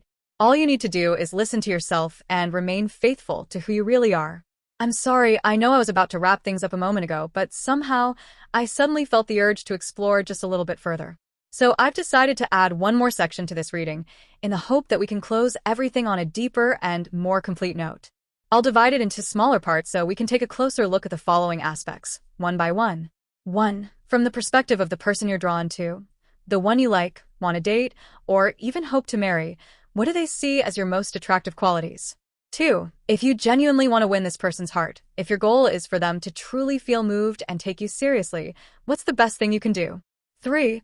And finally, we'll take an overall look at your likability index, your current level of being loved, cherished, and appreciated by those around you. How strong is it at this moment? I truly apologize if you had already prepared yourself for the video to end, only for me to open yet another door. But I felt that this was something necessary, and I hope you'll be glad that we continued a little longer. Thank you so much for staying with me all the way to this part. I deeply appreciate it. Let's begin with the first part. From the perspective of the person you secretly like, or the one you wish to build a romantic connection with, how attractive are you in their eyes? The first impression is strikingly clear. You are someone with a strong, unwavering inner compass. That means you're not easily swayed by other people's opinions or trends just because they're considered popular or good. If there's something you don't agree with, you may not always speak out forcefully or challenge it directly, but you always have a way, whether subtly or more clearly, to express that you have your own way of thinking. Whether you voice it or not, that energy, your self-respect and steadiness, radiates outward. And that, in itself, becomes a uniquely magnetic quality in the eyes of the person you're drawn to. It's the kind of attraction that doesn't rely on flashiness, but holds a quiet, compelling strength. To them, you're not the type to chase trends or jump on every popular bandwagon. You'll only show interest in something if it genuinely sparks your curiosity, if it truly resonates with you, or if you feel it holds real value. You have the ability to step back, observe the bigger picture, and assess things objectively before deciding whether they're worth embracing. It's precisely the way you don't get swept up in the crowd, the way you stay centered and untouched by the noise around you, all while maintaining a sharp, independent, and clear perspective that is deeply alluring in the eyes of the opposite sex. It's a sign of emotional maturity and inner self-mastery, something not everyone possesses. This is your most outstanding charm when it comes to love. You are unapologetically yourself, naturally, yet solidly. And that energy, whether spoken or not, is something others can unmistakably sense. Next, I'll draw a card to explore your sensual or sexual magnetism, the aspect of your charm that holds a more intimate, alluring quality. This section may contain more mature or sensitive themes, so feel free to skip it if you're uncomfortable. The first impression I get is crystal clear. You possess a surprisingly captivating contrast between your everyday appearance and the deeper aura you exude in moments of intimacy. This contrast, often referred to as an unexpected hidden layer, is one of your most unique forms of allure. For example, if you usually carry a strong, decisive, independent presence, an energy that feels dominant, then when the other person suddenly discovers a softer, more tender, even slightly shy or bashful side of you in intimate moments, it completely captures their heart. On the other hand, if your usual image is soft, sweet, approachable, perhaps even someone who often gets playfully teased, carrying a more receptive, gentle energy, then when the moment of intimacy arrives and you unexpectedly reveal a sense of initiative, subtlety, and magnetic charm, it will catch your person completely off guard in the best way. That contrast between your outward demeanor and your inner presence in private moments becomes one of your most powerful assets. Your allure doesn't stem from overt displays or conventional attempts at being seductive. It lies in the element of surprise, in the intriguing contrast that makes someone's heart race the moment they realize you're far more complex and captivating than they initially assumed. That blend of mystery and subtle playfulness makes those who have feelings for you fall even harder. I have to laugh and swoon a little myself just saying all this. It's genuinely charming and irresistibly attractive. No matter which energy you naturally lean toward, whether it's bold and assertive or tender and receptive, it's the graceful, unexpected transformation between those two sides that makes people unable to take their eyes off you. And when the moment of true intimacy arrives, there's a very high chance your partner will be delightfully surprised, thinking, "Oh wow, I never imagined they would be like this." And that, truly, is one of your greatest strengths when it comes to love and connection. Now, if you currently have someone you're interested in, or if you're about to meet that person in the near future, let's take a closer look. When it comes to intimacy and physical chemistry between you and them, is there anything particularly intriguing? The answer is, there's a very strong possibility that you'll get to experience exactly what you truly desire. If you tend to take the lead, you may find someone who is open, receptive, and fully willing to enjoy that dynamic with you. If what you long for is to be cherished and adored, then there's a high chance you'll meet someone who is ready to care for you tenderly and indulge you in every intimate moment. In short, regardless of which type you are, the person coming into your life will likely know how to respond and harmonize with you in precisely the way you crave. This makes the connection not only compatible but also emotionally rich and physically intense. Your attractiveness, therefore, isn't just about appearance or aura. It lies in your ability to offer an experience that is surprising, elevating, and unforgettable in your own unique way. Conversely, if you carry more of the receptive energy, someone who enjoys being led, someone who yearns to be loved and pampered, there's a high chance you'll meet someone with a dominant energy, someone assertive and strong enough to make you feel guided, protected, and embraced exactly as you wish. This means you'll be able to enjoy the connection in the emotional and physical role that feels most natural to you, without needing to force yourself to become someone else. And this message doesn't only apply to the person you're currently thinking of, it also includes someone new who may soon enter your life. This reading clearly indicates that you'll be able to savor the relationship fully and completely, in the exact emotional space you've longed for. Isn't that wonderful? And now, let's move on to the next part. If you truly want to make someone fall head over heels for you, if you want them to be swept up in their feelings and unable to let you go, whether it's someone you're currently interested in or someone you'll meet in the future, what should you do to create that deep, lasting effect? I just pulled 2 cards from the message deck. And the first one says, open the door to your heart. This means that if you genuinely like this person, if you want them to be unable to stop thinking about you, the very first step is to start showing them your true inner world. Opening your heart doesn't mean revealing everything at once. It means being willing to let them see the real you, even just a little, even slowly and gently. You don't have to share all your secrets. You don't need to come across as flawless, and you certainly don't need to try hard to impress. All it takes is sincerity. Whether it's the way you listen, the way you share something small, or simply a soft, open glance, they will feel it. And from that moment, they'll want to step deeper into your inner world. This also implies that you don't need to resort to tricks or tactics to draw them in. Your greatest power lies in your authenticity, your original essence, and the warmth that naturally flows from you when you truly care for someone. When you allow them to feel the gentle glow from within your heart, they'll naturally want to enter, to stay, and to discover more. And that is how someone falls deeply for you, not through grand displays, but through sincere, gentle energy that touches the heart. This is an incredibly deep and lasting kind of allure, and you are the one who holds that power. And there's one more thing. The message is very clear on this too. If you want to send a message, then go ahead and send it. If you feel like reaching out, then do it, guided by your genuine emotions. The cards are encouraging you to act from a place of sincerity. Don't hold back too much. If you feel something, express it. If you have something to say, find a way to share it. Because sincerity is the very key that draws the other person toward you. You may be someone who immerses deeply in what you love, whether it's your work, your hobbies, or a particular passion, and that focus is part of what makes you captivating. But beyond that, it's your honest, uncalculated way of feeling and acting that truly pulls the other person in, often without them even realizing it. So, if you want to attract them in a natural and profound way, don't rely on tactics or strategies like, I have to do this so they'll like me.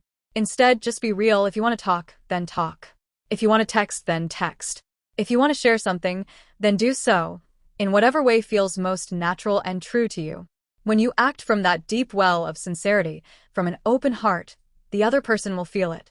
And they'll be drawn to you because of that clarity, that emotional transparency, that openness. Something rare and precious in a world where most people are guarded. So if you truly feel something stirring inside, an urge to let them know something, to send a kind wish, or simply to check in on them, then go ahead and do it if you feel ready. Because it's not just an action, it's a wave of genuine emotion that will ripple outward and touch their heart. And now, we've come to the true final part. I've drawn a card to reflect your current level of being loved and cherished. And the card that came through is the High Priestess. How beautiful. This card carries a profoundly meaningful message. The degree to which you are loved, the way you shine in the eyes of others, all of it depends on how willing you are to let people see into your inner world. This isn't to say that if you can't open up, you won't be loved. Not at all.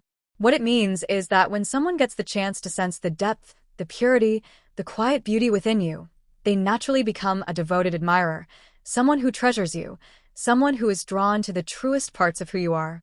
Those who are lucky enough to glimpse that essence, your inner core, will recognize your value clearly, and once they do, they won't be able to walk away. You carry a truly special energy, mysterious, profound, and gentle all at once.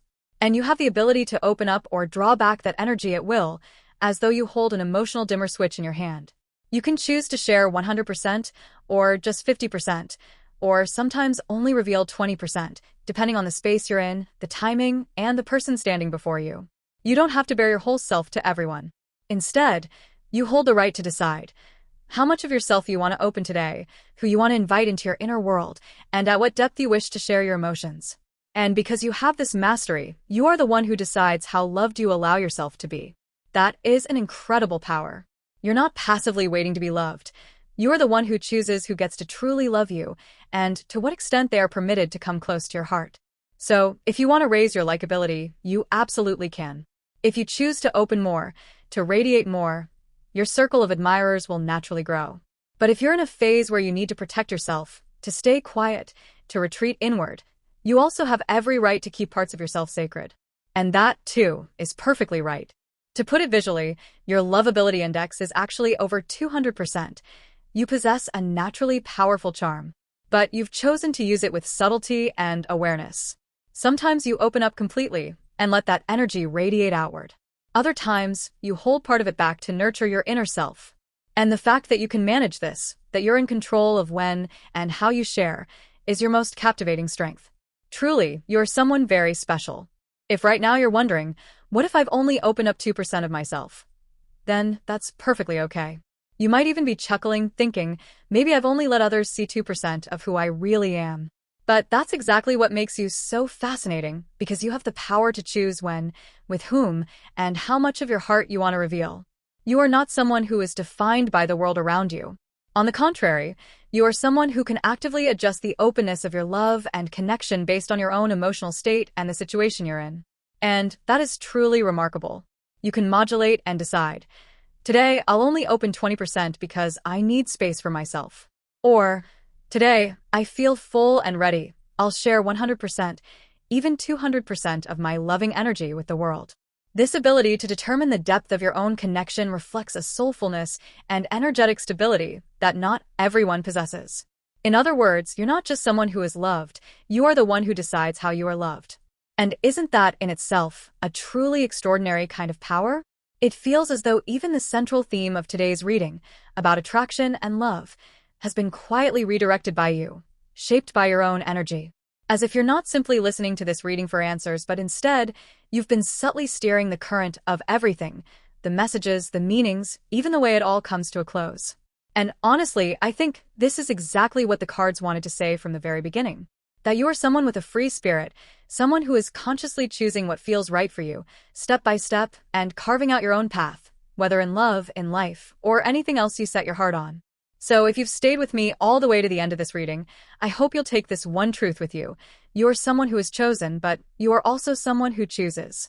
And right now, every choice you make is being supported by the universe. At the end of this reading, the cards offer a striking image. The Two of Pentacles, the Two of Cups, the Two of Wands, the number 2 appearing again and again, like a special sign. It symbolizes choice, connection, duality, and resonance. It carries the energy of you standing at the threshold, ready to step into something shaped by your own decision. So if what you're yearning for is more freedom, then send a heart or choose symbols that represent freedom to you. 2 birds, 2 leaves, 2 wind-blown wings. If you're hoping for love or emotional blossoming, you might choose 2 hearts, or any symbol that reflects your deepest desires. You don't have to choose between one or the other. What matters is that you choose in the direction you truly want to walk from this moment onward. You're not at a crossroads.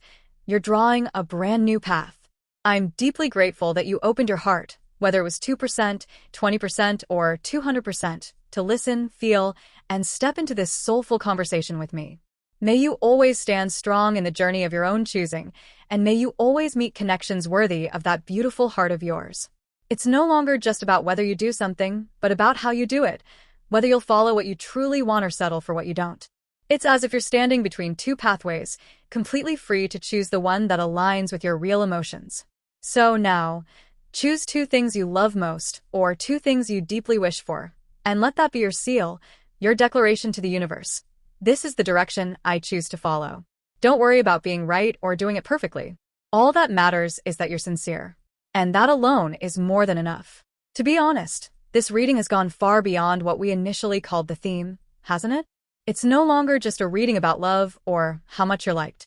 It has touched the very core of a much deeper question. Whose life am I truly living? And where do I want to go from here? There are no doctrines here, no imposed templates. You are completely free to choose and to take only what feels right for you. Whatever doesn't resonate, you're free to let it go. As long as you hold on to what warms your heart, what opens something within you, that alone is more than enough. I'll wrap up the reading for those of you who chose pile 1 here. If you enjoyed this content, don't forget to subscribe to the channel and support by hitting the like button. Your encouragement is a tremendous source of motivation for me to continue creating new content. If this reading brought you even the smallest spark of reflection, a fresh perspective, a glimmer of insight, or simply a moment of comfort, I'd love for you to leave a comment or even just a small symbol to let me know the message has reached you. I always look forward to reading your thoughts, so don't hesitate to share. Thank you for staying with me until the very end. I'll see you again in the next reading. Hello to those who chose pile 2. Thank you for waiting. Now I will begin the reading for those of you who selected this group. I hope this reading brings you healing, new insights, and moments filled with love. The theme this time is about your level of attractiveness and how lovable you are. An honest and unfiltered look, with no sugarcoating or flattery. That's why today, I will share everything sincerely and as clearly as possible. The card that appears in the final outcome position is the reversed King of Wands. The first thing that comes through most strongly is this: you possess an incredibly powerful allure. Those who chose this pile have a magnetic charm that feels almost maxed out, as if you've reached the peak of attractiveness, and I truly mean that. The King of Wands is already a passionate, charismatic figure by nature, but when he shows up in reverse in this particular spread, I sense a very special nuance. Not a negative one at all, but rather an indication that your level of magnetism is so intense that it can feel overwhelming to others. They see you as a radiant, noble flower, vibrant and majestic, but not easily reachable. There's a sense that you belong to another realm, something beyond their grasp, not something just anyone can casually approach. Indeed, many people around you feel that you are not someone they can easily approach. They sense that you're not the kind of person they can casually walk up to or joke around with. Instead, they feel the need to be serious, cautious, and maintain a respectful distance. It's as if there's an aura surrounding you, one that commands admiration and reverence. The reversed Page of Wands reinforces this impression. Traditionally, the Page of Wands represents a messenger, a desire for communication, connection, and the eagerness to reach out. But in its reverse position, it reveals hesitation, a sense of being held back by fear or self-doubt. There are people who want to talk to you, who wish to get closer, but they're afraid they're not on your level or simply not worthy. The mix of admiration and cautious distance is strongly evident. When we consider the dynamic between the King of Wands and the Page of Wands, it's clear that the King, you, holds the higher position. This clearly indicates that many people silently believe you are out of their league, that you exist on a plane far above theirs. Even when we look into the past, as shown by the Ten of Cups in the past position, it's apparent that there were people who once longed to grow closer to you, to build a meaningful bond, and some even dreamed of having an ideal relationship with you. And this wasn't limited to romantic feelings. Since today's reading focuses on your overall likability, this includes friendships, acquaintances, colleagues, and others. Among them, there have been quite a few who wish to become closer to you, but for various reasons, be it differences in social standing, personal insecurity, or the radiant energy you emit, they chose to keep those feelings quietly to themselves. That sense is undeniably strong.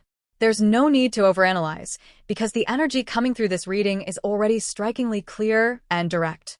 Now, turning to your energy as reflected in the spread, the card that shows up is the Ace of Cups. And what I feel very strongly from you is this: you are someone deeply immersed in the act of giving love. What I'm about to say next may go beyond the bounds of a typical reading, but I hope you'll receive it with an open heart. You seem to carry a sacred mission within you, as someone who is born to love and to offer that love to the world. This is something expressed with incredible clarity throughout the reading. You possess a limitless reservoir of loving energy, and your soul's task in this lifetime may be to spread that love as widely as possible. It's not merely love in the narrow or romantic sense, but a profound, expansive, and healing kind of love. You hold this love as if it were a never-ending spring, and you are being guided to deliver that flow to those who need it. Your role is not to keep love confined for yourself, but to give, to connect, to share, to serve as a messenger of love. In your current position, the Queen of Pentacles appears, a symbol of a nurturing, grounded, and compassionate woman. However, in this reading, I don't just see the traditional image of that woman. What I feel is that someone is watching you from afar, perhaps one person or maybe several, silently observing you with admiration and warmth. It seems there are quite a few people quietly following your presence, holding affectionate and respectful feelings toward you. This isn't limited to romantic interest. It also reflects a desire for friendship, for closeness and connection. If you're engaged in work that involves interacting with many people, such as being active on social media, working in creative fields, the arts, education, caregiving, or any profession that allows for public engagement, then this is even more understandable. You are visible to many, and therefore, the affection you receive flows in from many directions and social circles. A lot of people perceive something special in you and genuinely wish to get closer. And even if you're not in those kinds of roles, it's still highly likely that you possess a naturally captivating presence. In one way or another, your energy draws others in without effort. You might simply be somewhere and people will notice. Some may feel curious about you, wish to approach, to speak with you, but in the end, they hold back, either because they sense you're too extraordinary or they lack the confidence to reach out. Truly, the message coming through is crystal clear.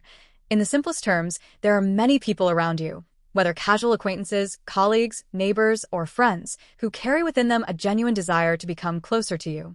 They sincerely want to connect, to understand you better, and to share more with you. However, the appearance of the Nine of Wands in the advice position brings an interesting insight. This card portrays someone who is putting up a defensive wall, a symbolic barrier. It suggests that you may be unconsciously creating an invisible shield around yourself. This energy makes others perceive you as someone difficult to approach or someone who shouldn't be approached lightly. The impression others receive might be something like, I shouldn't get too familiar with this person, or this isn't someone I can casually joke around with.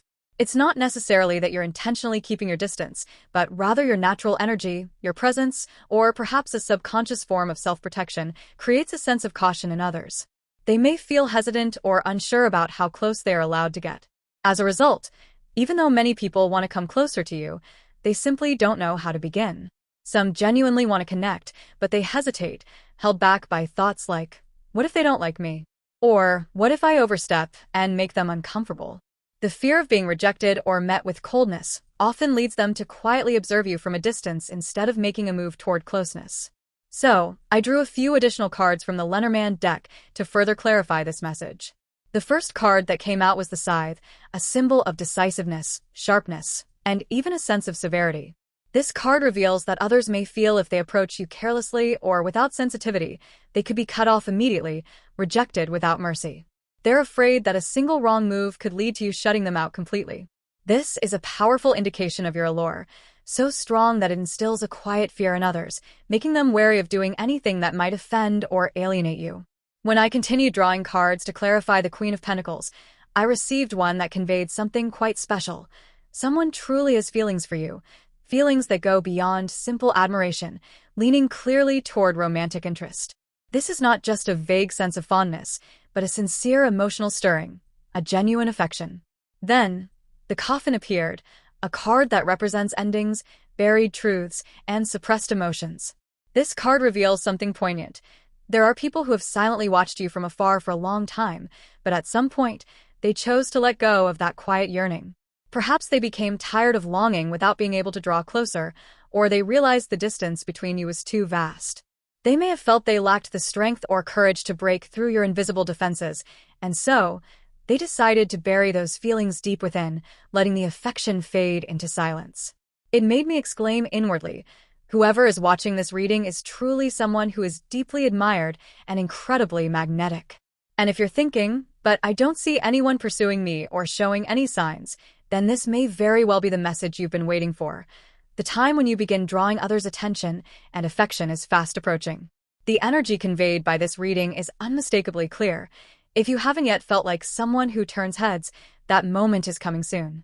You're entering a phase where your light will naturally draw the gaze and interest of many people, not just in love, but in other close, meaningful relationships as well. At this point, I felt it was only right to draw one more card to further clarify the previously mentioned reversed King of Wands. And when I did, my goodness, the card that appeared was the Sun. I'm not exaggerating. It truly was the Sun. One of the brightest, most vibrant, and powerful cards in the entire deck came out to reinforce the King of Wands. I genuinely gasped and thought, what is happening here? Whoever is receiving this reading is undoubtedly someone with immense charm and radiant appeal. The energy you give off is absolutely magnetic. Truly, I can't help but feel that you possess a kind of star quality, a rock star-like aura, unique, captivating, and unmistakably your own. You shine in a way that others can't ignore. Regardless of your gender, the feeling this reading conveys is undeniable. You are the kind of person others find absolutely captivating.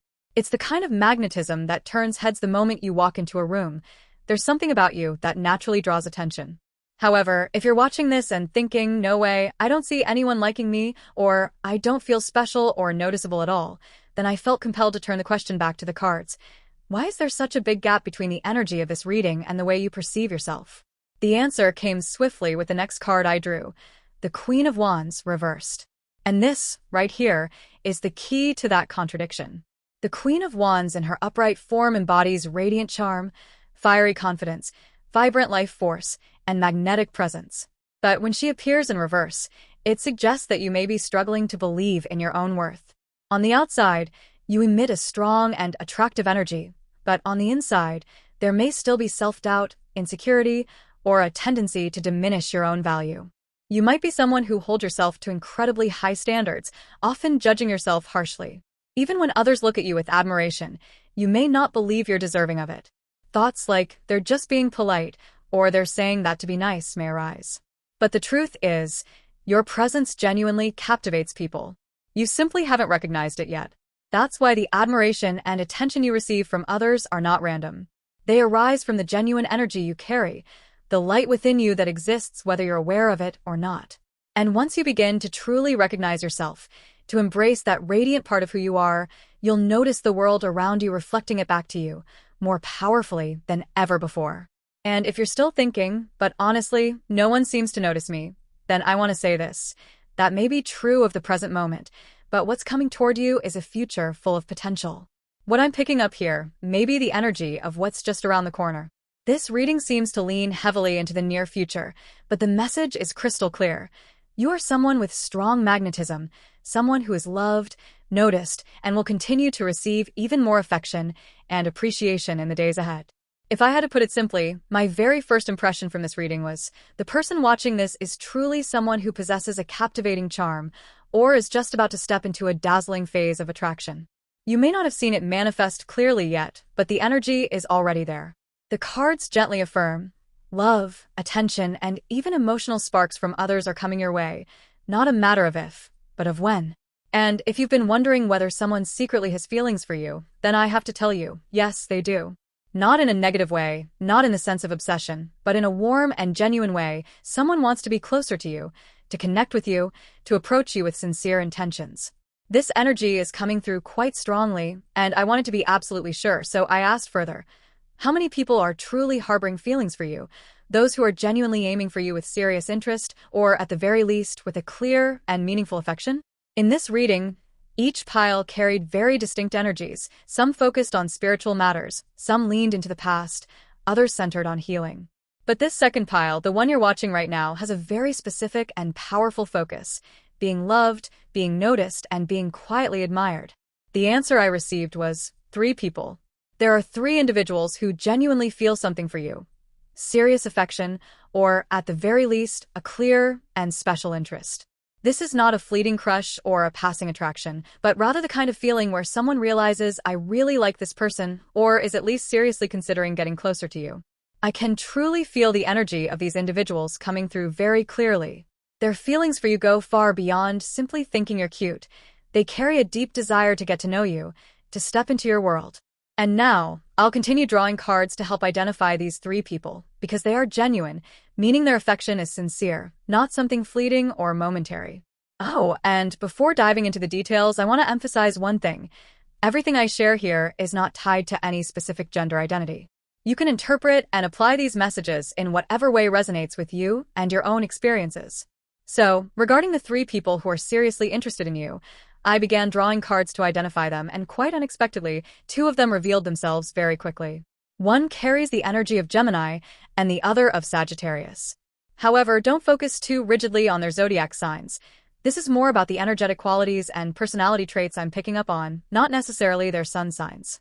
What matters more is the feeling they evoke and the way they show up in your life. So I'll continue to analyze and describe their personalities and recognizable traits in more detail. And yes, the feeling is incredibly strong. These are three people who are genuinely serious. This isn't about fleeting crushes or mild admiration. Their emotions carry depth and a true desire to connect. It makes me feel, quite powerfully, that you are being cherished in a very special way. To gain clearer insight into each of them, I pulled additional cards from the tarot deck. The first person appeared with the World card. My goodness, the World is one of the most profound cards in the deck, symbolizing fulfillment, wholeness, and deep emotional completion. To put it plainly, this is the kind of love that feels like, if we could be together, my life would feel complete. It's a love that borders on idealization, seeing you as someone who could make their world whole. This is not just serious love, it's love at the highest, most complete level. Next came the Eight of Wands, a card that speaks of speed, momentum, and a desire to move forward. With this card, I sense that one of the three people is feeling an urgent push to act. They want to approach you, they're eager to connect, and they may already be planning or taking steps to do so. It could be something like starting a conversation, asking you a small favor, joining an activity you're involved in, or casually messaging you just to check in. They're actively looking for ways to create a moment of closeness. Now, I'll describe the characteristics of each person based on the energy conveyed through the cards. The first individual is someone who loves you deeply, so much so that it borders on idolization. Their feelings are serious, profound, and carry a sense of idealization.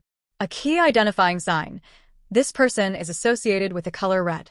It could be that they often wear red clothing, use red accessories, have a name that includes the word red or a similar sounding syllable, or that their job or hobbies involve the color red in some way.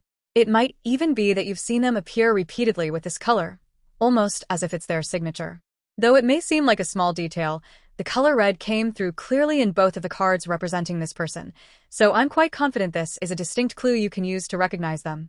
You might already sense someone in your life who fits this description. I'll continue exploring the traits of the other two individuals shortly, but even now, it's clear, you truly have at least three people who harbor sincere and heartfelt affection for you. This isn't a fleeting crush or passing fancy.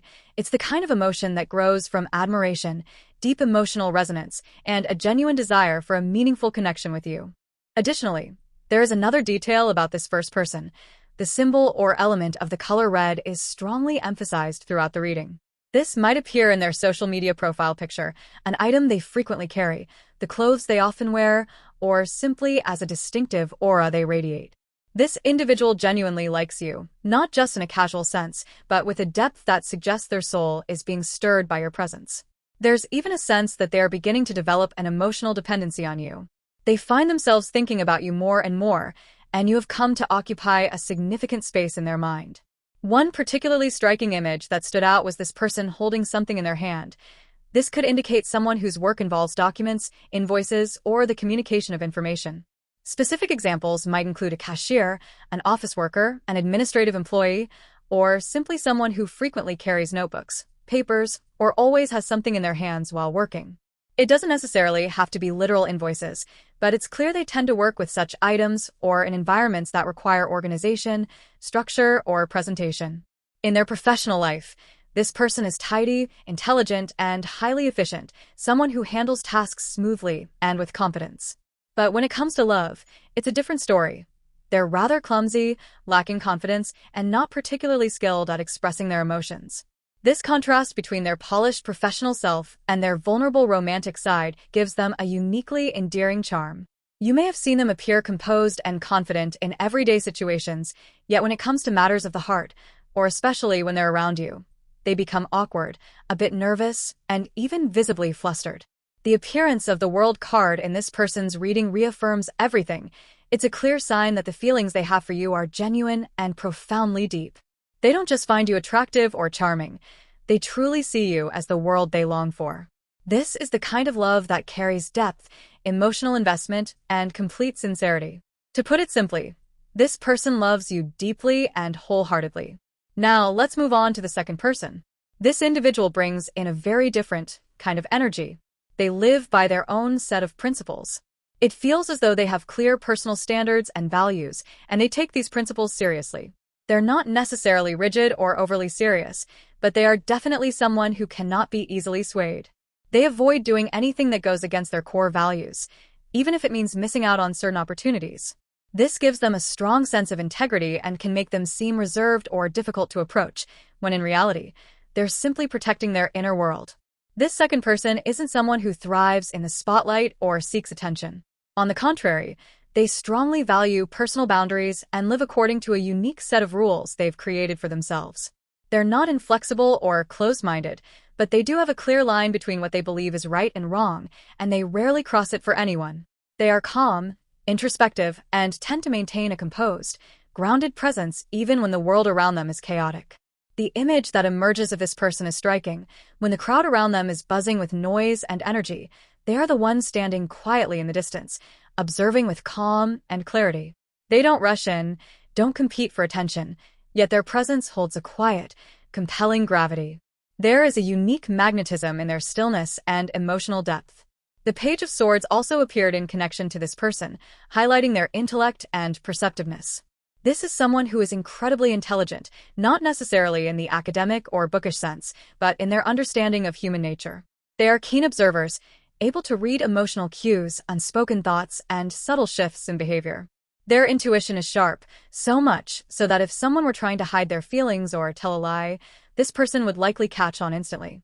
They often touch on the sensitive points in others, not to cause harm, but simply because they perceive and process so much with depth and precision.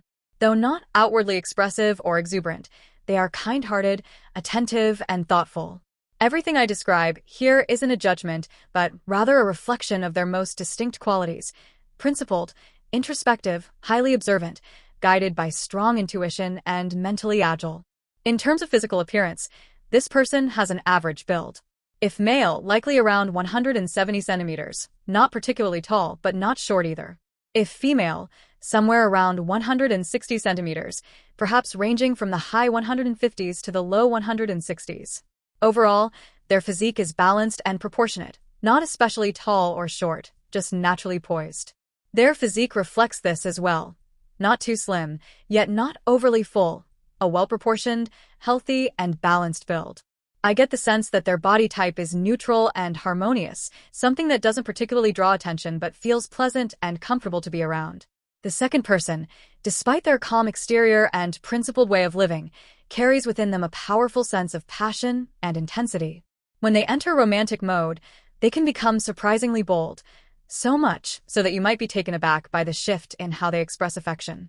Precisely because they seem so composed in daily life, their emotional expressions, when they do surface, have an even greater impact, carrying a directness and sincerity that feels deeply moving, unembellished but strikingly clear.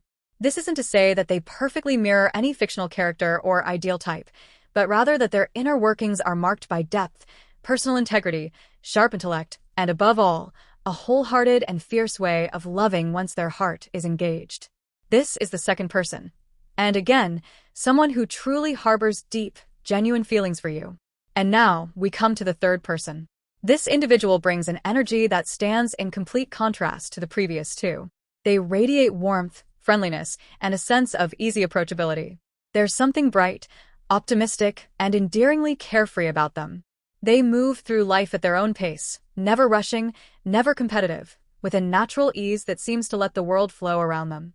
You'd likely find it very easy to start a conversation with this person, and if romantic feelings were ever to blossom between you, it would probably begin with friendship and grow naturally from there.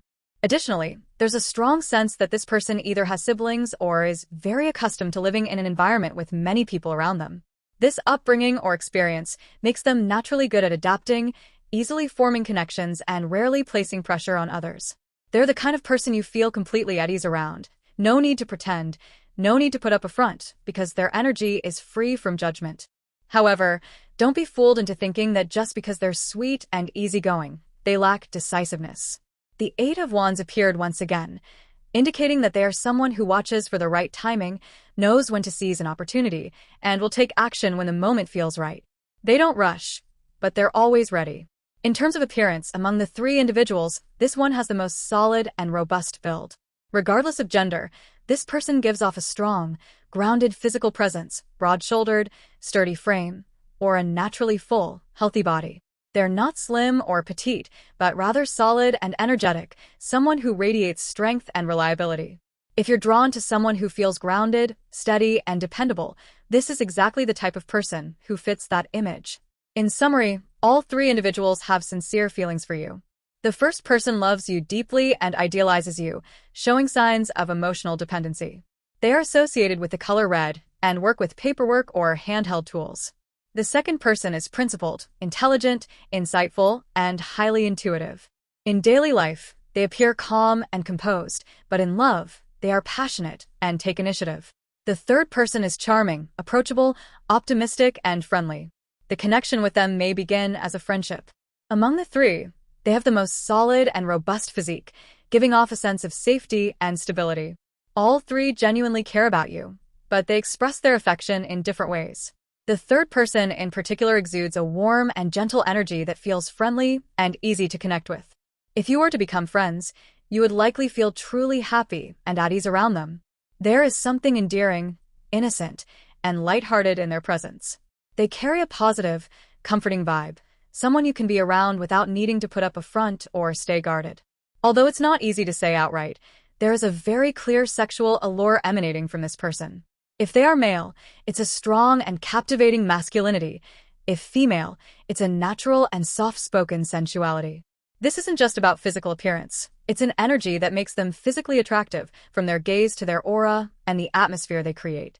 To give you a more vivid picture, this third person might be the type who wears outfits that lean toward being sensual without ever coming across as inappropriate. It's simply because that style suits them, and the energy they radiate makes it naturally attractive. Even when they're not trying to show anything off, people are still drawn to them, captivated by their aura and their innate, effortless allure.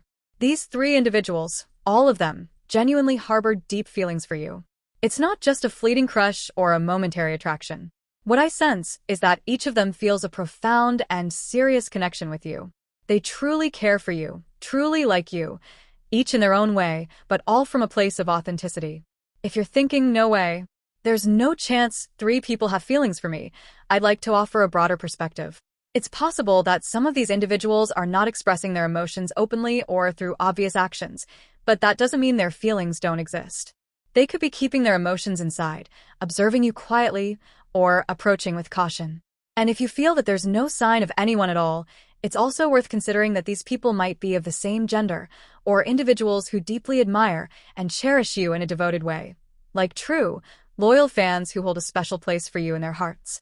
As for me, during the reading, I clearly sensed that these are genuine emotional stirrings with the flavor of love.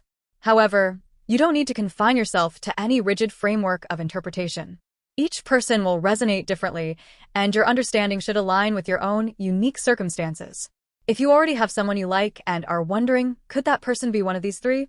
I asked that very question during the reading, and the answer was very clear. No, keep them separate. This means the person you're currently thinking about may not be one of the three described, and there's no need to feel worried or disheartened by that. It doesn't mean that the person you like doesn't have feelings for you. It simply indicates that the message regarding these three individuals is a different stream of energy, distinct and separate. You can continue to trust in the feelings you're nurturing. Don't rush to bundle everything into one conclusion. Instead, receive each message in the spirit and context in which it is given. The reading emphasizes strongly that you shouldn't assume, since the one I like isn't among these three, that must mean they don't like me. That's not the case at all. Today's reading is not meant to decode the feelings of the specific person you're secretly in love with, but rather to shed light on how much you are admired, how magnetic and attractive your energy appears to others. So, if the person you like wasn't reflected in the description of the three, that doesn't mean they don't have feelings for you. There's no reason to feel anxious or disappointed. The message here is simply that there are others, apart from the one you're currently focused on, who also genuinely care about you. If you like, you can consider these three as people who may develop feelings for you in the near future. And of course, you're free to interpret things in your own flexible way. If you feel that the one you're interested in shares traits with any of the three, you can absolutely choose to associate them with that energy. There's no problem with that at all. At the same time, the reading also offers a gentle reminder. If you try to mix these two energies, by combining the three individuals mentioned with your personal story about the one you currently like, it could easily lead to misinterpretation or confusion. That's because today's message isn't about a specific romantic relationship, but rather an overarching view of how attractive, cherished, and quietly admired you are. If you wish to understand your dynamic with a particular person, it would be more appropriate to do a separate reading focused on that theme. That way, the connection and interpretation will be much clearer. So rest assured, no one is saying the person you like doesn't have feelings for you. It's just that this particular reading isn't designed to explore that topic. Remain calm and open-hearted, and receive today's message as a standalone insight, like looking at a general map of your overall magnetism and how others perceive you. One more small point to clarify. Earlier, I mentioned zodiac signs like Gemini or Sagittarius, but those references were used more as archetypes, character descriptions, to help you visualize personalities more easily. It doesn't necessarily mean the people involved belong to those signs. If you recognize someone who matches the traits described, even if their zodiac sign is different, you can still apply the message to them. And if you don't see a match, that's completely fine too. Don't exclude someone you suspect may secretly have feelings for you just because their sign doesn't align with the one mentioned. In summary, see today's reading as a portrait of the magnetic charm you radiate, and believe that your heart is currently being seen and loved by many admiring eyes. Now that we've taken a clear look at the three individuals who genuinely have feelings for you, I'll pause here and refrain from expanding the list any further. Honestly speaking, if we kept pulling cards to identify every single admirer, the number could reach 20 or 30, and at that point, the reading would last 8 hours. So, in the spirit of today's focus, let's stay with the number 3, as it's already more than enough to reflect how much love, attention, and emotional attraction you are currently receiving. And now, let's move on to another equally intriguing part of this journey. Let's explore what makes you attractive and alluring in the eyes of someone you're secretly drawn to, or in the eyes of someone you may meet in the future. In other words, from the perspective of a potential partner or someone you long to be loved by, what kind of energy do you radiate? What qualities of yours stand out as truly captivating?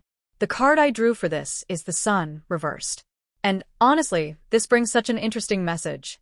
While your charm is undeniably radiant and powerful, in the eyes of this person, you shine in a way that feels mysterious. You're not the kind of light that blazes openly and warmly right from the start. Instead, they perceive you as a lamp glowing behind a veil of mist, emitting a clear light, drawing them in, yet never fully revealing everything. There's an enigmatic allure to you, a soft magnetism that makes them want to look closer, to understand more, to gently unravel the layers you keep hidden.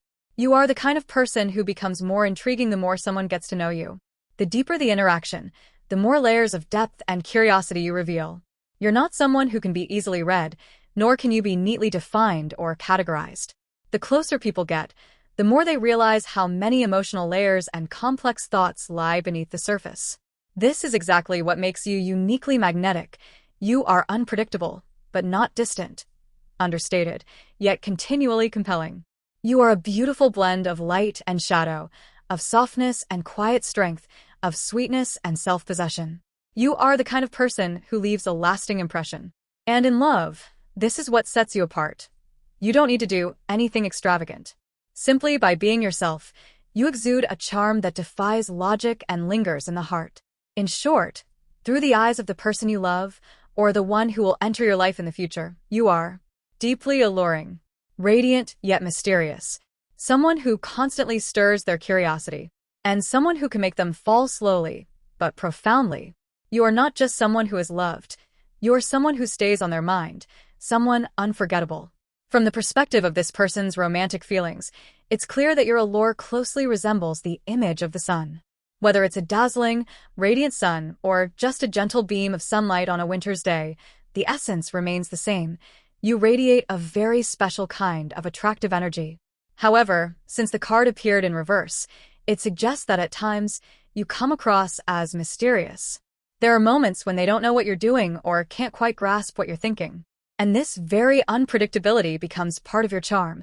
It draws them in deeper, as if the enigma only makes them more captivated by you. I then pulled another card, and as I had anticipated, because we're speaking of the sun, alongside that mystery is a profound sense of comfort and stability that you bring. A feeling of ease, warmth, and serenity. Being near you feels like being in a space where they can exhale, where their heart feels safe. And yet, even in that tranquility, there are moments when you remain unreadable. It's this blend, the warmth and steadiness paired with the enticing mystery, that pulls them in further, making them feel like they're sinking deeper into something they can't and don't want to escape. It's a kind of emotional quicksand, and truly, who wouldn't be drawn in? Now, I'd like to go a bit deeper into the nature of the sensual energy you radiate in their eyes. This next part leans into the more intimate, magnetic aspect of your presence, so feel free to skip it if you're not comfortable. Now I'm drawing a card to see how your sensual appeal reveals itself. And indeed, there's a very clear hue of seduction that comes through. But what makes it truly special is this. Regardless of your gender, the allure you carry doesn't come from anything you consciously try to display. It's something that exists within you naturally. For example, you don't need to wear revealing outfits, apply elaborate makeup, or try to be provocative.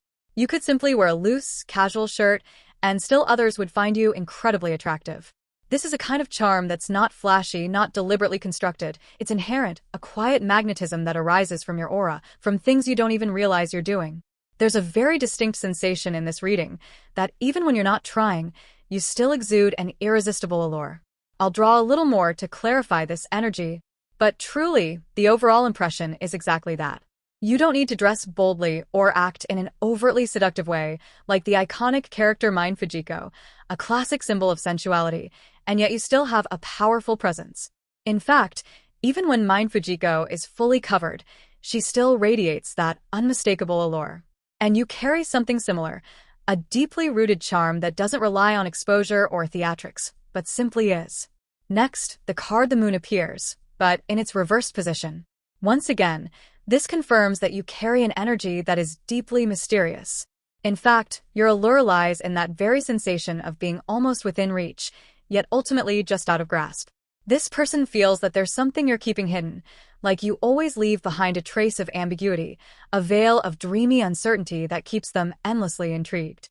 What's particularly striking here is that in this reading, both the sun and the moon have appeared, two powerful archetypes. One symbolizes warmth and clarity, while the other represents mystery and secrecy. The presence of both cards suggests that you offer a soothing, gentle, and safe presence, while simultaneously remaining elusive and unfathomable. It's not that you're intentionally hiding anything. Rather, there's something inherently layered within you that makes others want to look deeper, to peel back what lies beneath. You don't flaunt your sensuality, nor do you overtly try to present yourself as desirable, and yet, that's precisely what creates such intense magnetism. This person feels that they cannot predict how you would behave in moments of intimacy, cannot quite imagine what you would be like in a close, vulnerable relationship, and it is that very mystery, that space left to the imagination, that draws them in ever more. The more they wonder, the more they want to get closer, to understand, to uncover. Even when you present a soft, warm, kind, and endearing image, or even when your appearance is strong, composed, and slightly distant, this person still finds themselves wondering, what are you like at night?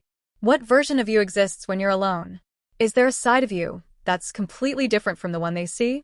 It's precisely this contrast between your calm, gentle exterior and the sense that there's an entire hidden world within that creates a kind of allure that's difficult to describe, impossible to name, yet powerful enough to keep their imagination constantly stirred and their desire to uncover more endlessly alive. That's exactly why, when they try to picture you in more private, intimate scenarios, they find it nearly impossible to imagine anything clearly. And the less they can visualize, the further their imagination runs. The inability to fully grasp what lies beneath only deepens their curiosity. They find themselves caught in thoughts like, what could be hidden behind that surface? What kind of world exists beneath that reserved, composed outer shell? As a result, it doesn't matter whether you're wearing pants or a dress, whether you're dressed in oversized clothes, or even just covered in a raincoat, none of it dims your appeal in their eyes. Because your allure doesn't come from any specific outfit or visible detail. It comes from the compelling sense that there's something waiting to be discovered behind a door that has never been fully opened. People around you can't help but be curious. They can't help but want to step into that hidden world and explore the depths of who you truly are. I have to say, your energy is truly astonishing. As I continued drawing cards and reading through the spread, I began to feel like a nosy neighbor, the kind who presses their ear to the wall to eavesdrop. That sensation kept creeping in, making me think, wait, what's going on here? What does that mean? I really want to know more. As if I were right there with the person who's drawn to you, equally curious and captivated. It felt like I was standing beside them, echoing their thoughts. This is seriously fascinating. Yes, that really does pull you in. So, with all of that in mind, I pulled one more card to ask. If you have feelings for someone, or if you enter a new relationship in the future and want to completely enchant your partner, what should you do to make them fall even more deeply for you? This also applies to those who are already in a relationship. And if you're currently single, consider this your secret weapon for future encounters, a way to become truly unforgettable. As soon as I asked that question, the card that appeared was the Tower. And the message from this card couldn't be clearer. You don't need to do anything. Why? Because once again, the energy of this reading reinforces what's been present from the very beginning. You already possess a natural magnetism powerful enough to pull others into emotional quicksand, without needing any tricks or tactics. You don't need to act seductive, behave provocatively, or try to stand out in any particular way. Simply by being yourself, you create that push and pull tension, an irresistible combination of curiosity, closeness, and mystery that makes people want to come closer, only to realize they can't quite grasp you, and in doing so, they fall deeper and deeper under your spell. Your presence, the way you shine in a quiet, understated manner, and the subtle mist that seems to veil your inner world, all of these elements combine to create an invisible force of attraction, one that is nearly impossible to escape once someone steps into it. The contrast within you alone is enough to make those around you fall for you without even realizing it. You likely possess a striking difference between your everyday persona, the image you show to the world, and who you truly are in private. And it's precisely this gap that generates such a powerful allure. That's why the key doesn't lie in trying to impress anyone. It's much simpler than that. Just allow them a glimpse of who you are beneath the surface. It doesn't have to involve physical intimacy or seductive gestures like those previously mentioned. What matters more is revealing the most natural, unguarded version of yourself. That alone can draw someone in deeper. For instance, casually sharing things like, "At home I usually wear simple lounge clothes," or "When I have free time, I love curling up to watch movies," or "I tend to sleep really early or really late." These small, seemingly insignificant details, once revealed, can pull someone right into your world. You don't need to unveil everything. Just a part of it. Whatever feels comfortable for you is already enough to leave them spellbound, wanting more, falling deeper into your orbit. You don't need to craft any elaborate plans, use clever flirting tactics, or create seductive situations to manipulate someone's emotions. Because your true self, marked by the contrast between your outward appearance and your inner world, is already an invisible strategy that keeps others entranced and unable to walk away. This is further reinforced by the appearance of cards like the Sun in reverse and the Moon, symbols of duality, of light and shadow, of clarity and mystery, essentially, the dance between day and night. Within you, there is something that belongs to the night, not necessarily in a sensual sense, but in a way that evokes depth, silence, and imagination when you step away from the spotlight. And yet, there is nothing crude or vulgar in your appeal. On the contrary, your presence exudes a clean, pure kind of charm, like the gentle warmth of sunlight in the late afternoon. The sun within you makes your allure feel beautiful, refined, and impossible to look away from. That's why you don't need to force anything. You don't have to strain yourself to leave an impression. You, just as you are more than enough to captivate another person's heart. And once they sense that duality in you, the blend of light and darkness, of comfort and mystery, they will willingly let themselves drown in that emotional quicksand that bears your name. I truly feel that just by revealing a glimpse of your everyday, personal self, or by allowing someone to see who you really are beyond your usual exterior, that alone is enough to draw them in even deeper. As long as you become slightly more aware of sharing those ordinary aspects of yourself, your natural charm will radiate effortlessly, and people will gradually find themselves becoming addicted to you. Now, let's go a little deeper. The card representing the near future that has just been drawn is the Ten of Swords, reversed. I'll use this card as a foundation to explore how your romantic life might shift from this moment onward, whether you're in love with someone, seeking a connection, or simply opening your heart more fully to life. In line with today's reading, I want to dive into the question, how might you transform or grow internally after recognizing what makes you so uniquely attractive? And will the near future bring any special opportunities? To find out, I've drawn an additional card from the Romance Angels deck, and something unexpected has occurred. The card that appeared is Wedding. Oh my, what is happening here? Honestly, with the wedding card showing up now, the energy is loud and clear. A deeply bonded, long-term, and committed relationship, even leading to marriage, is beginning to take shape in your near future. This could be with someone you're currently getting to know, someone you already love, or even someone completely new who arrives with genuine seriousness and heartfelt intention. It truly feels like I'm reading for the main character of a beautiful romantic film, and honestly, I just want to sit back as an audience member and cheer you on. It's absolutely wonderful. The wedding card isn't one that shows up often, and yet you managed to draw it. That in itself is something very special. It made me pause and wonder, are you doing something extraordinary right now? Or perhaps you're someone with an open heart, someone kind, someone who genuinely wants to bring joy to others. Maybe you have a natural charm that simply makes people feel at ease in your presence. You might not even be fully aware of it, but the energy you emit is so uplifting that it reaches even me, the one reading the cards, and I feel like I'm the one being gifted here. Honestly, I feel incredibly grateful that you were the one to draw such a beautiful card during the very first time I used this Japanese edition of the Romance Angels deck. You've made today's reading feel like a truly joyful experience. But let's put aside the question of what you've done or not done, because even if you haven't made any deliberate effort, that only goes to show one thing. You genuinely have the potential to bring lasting happiness into a relationship. And that's exactly what the wedding card wants to emphasize. And to be completely honest, up to this very moment, I can't interpret this card in any way other than this one clear truth. Everything is already in your hands. Not in a material or possessive sense, but in terms of energy. The person you love, the one you long to deeply connect with, already belongs to your energetic field. Whether you're currently holding someone in your heart, hoping to rekindle a past connection, or simply opening yourself up to something new, regardless of your situation, that person is drawing closer to you, and a relationship carrying the essence of marriage is approaching fast. This card makes it unmistakably clear. You're in a position of power. The person you love is gradually being swept into your emotional orbit, not because of any strategy or manipulation, but because of the sincerity, gentleness, and natural magnetism that radiates from you. If you haven't met them yet, the universe is sending you a message. Someone who is truly suited to be your life partner will soon appear. You can choose them. You can choose this complete, wholehearted love. That choice is entirely yours. There is no need for struggle, no need to force anything. It is your path to walk, freely and fully. And because this energy feels so powerful, I couldn't help but ask the next question, when? When will this unfold? Honestly, I found myself needing to take a breath and stay grounded because the reading was starting to feel too overwhelmingly beautiful for me to sit still. Now, I'll draw 7 upright cards to ask about the timing, when this relationship or significant romantic opportunity will begin to blossom. This is one of those rare readings where even the reader has to pause and compose themselves because the outcome is just that moving, that breathtaking.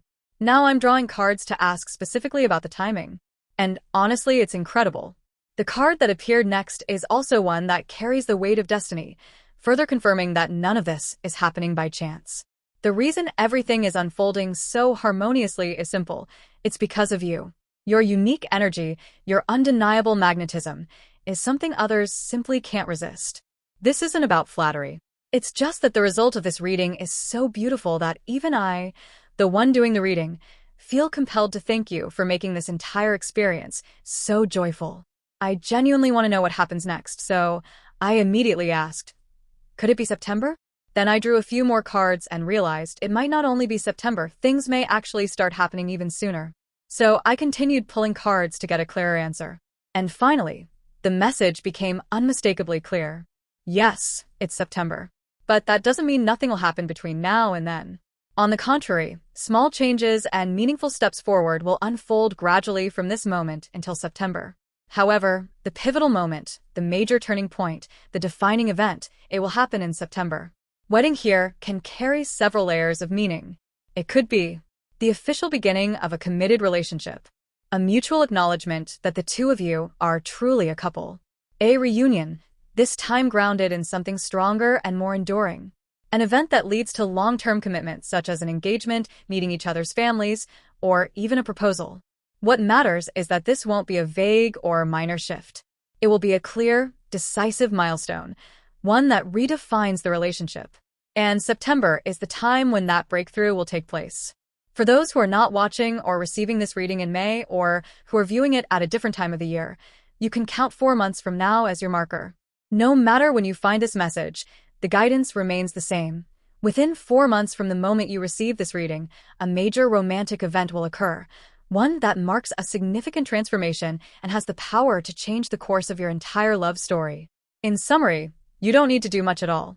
Just continue holding your energy, remain the person you already are, the one whose gentleness, subtlety, and natural charm stirs hearts in the most profound way.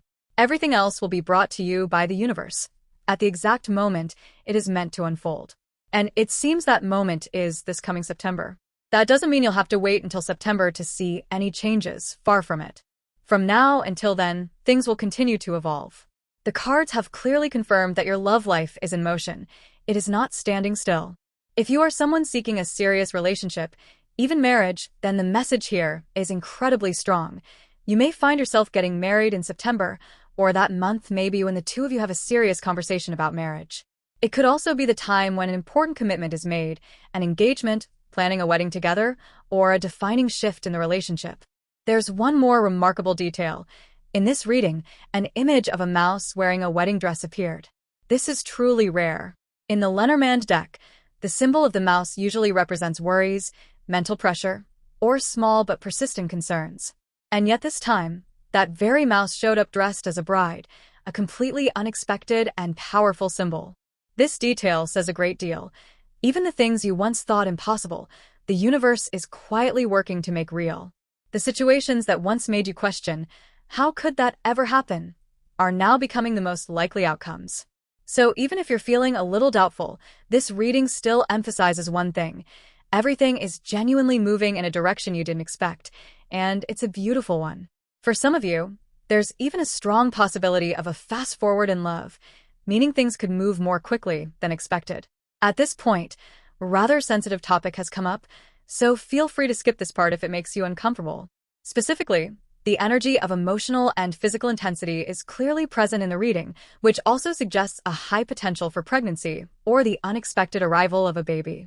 For those who have been hoping for this, it may be a sign that you are entering a particularly fertile period, or that you will receive this blessing in an unexpected way. If you're not planning for that or wish to approach it more cautiously, all it takes is awareness and intentional choice. There's nothing to worry about. The reading isn't declaring that this will happen, but rather that the energy is ripe for it if you are open to receiving it. To sum up, September is a major turning point.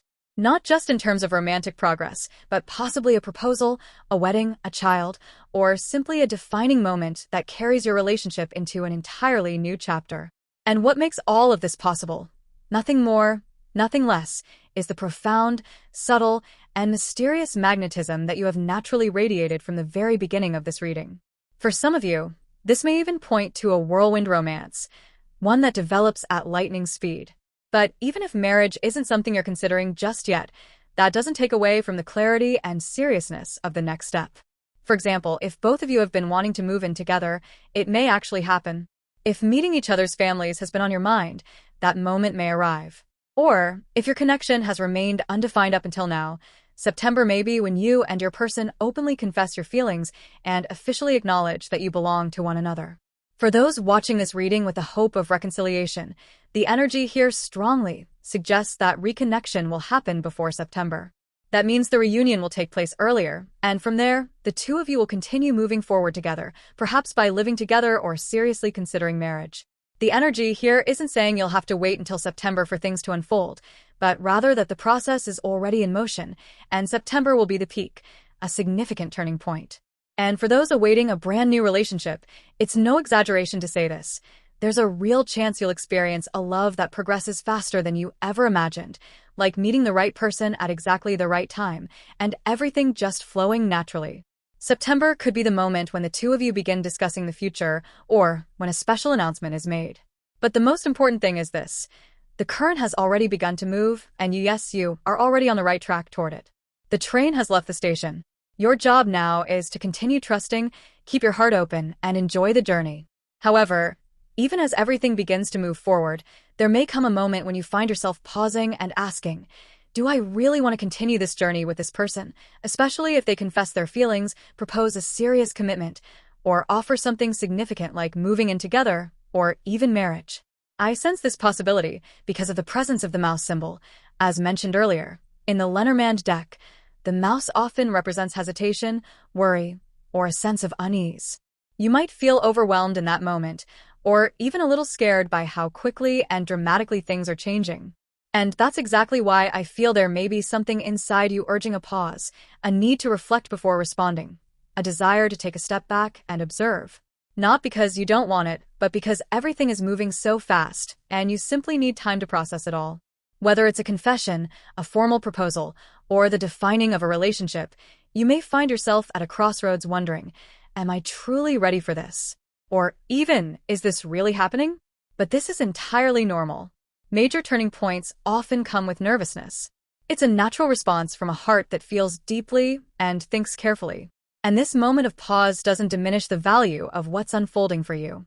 On the contrary, it shows that you are entering a stage of life that is serious and sincere, where love is not just a fleeting emotion, but a path you choose with both your heart and your mind. The reverse Knight of Swords has appeared here, and it points to something quite specific. You may feel that there are still certain things you want to focus on or complete before fully stepping into a major commitment. For example, you might find yourself thinking, I still want to concentrate on my career, or I'd prefer to feel more settled before thinking about something long-term, or even September is a beautiful time, but maybe I'll choose another moment that aligns better with my own plans and emotional readiness. Another possibility is that, when your person brings up the idea of marriage in September, you may respond by wanting to take a slight step back, just to prepare more thoroughly. You might think, yes, marriage is important to me and I want everything to be done properly. And this isn't coming from a place of rejection.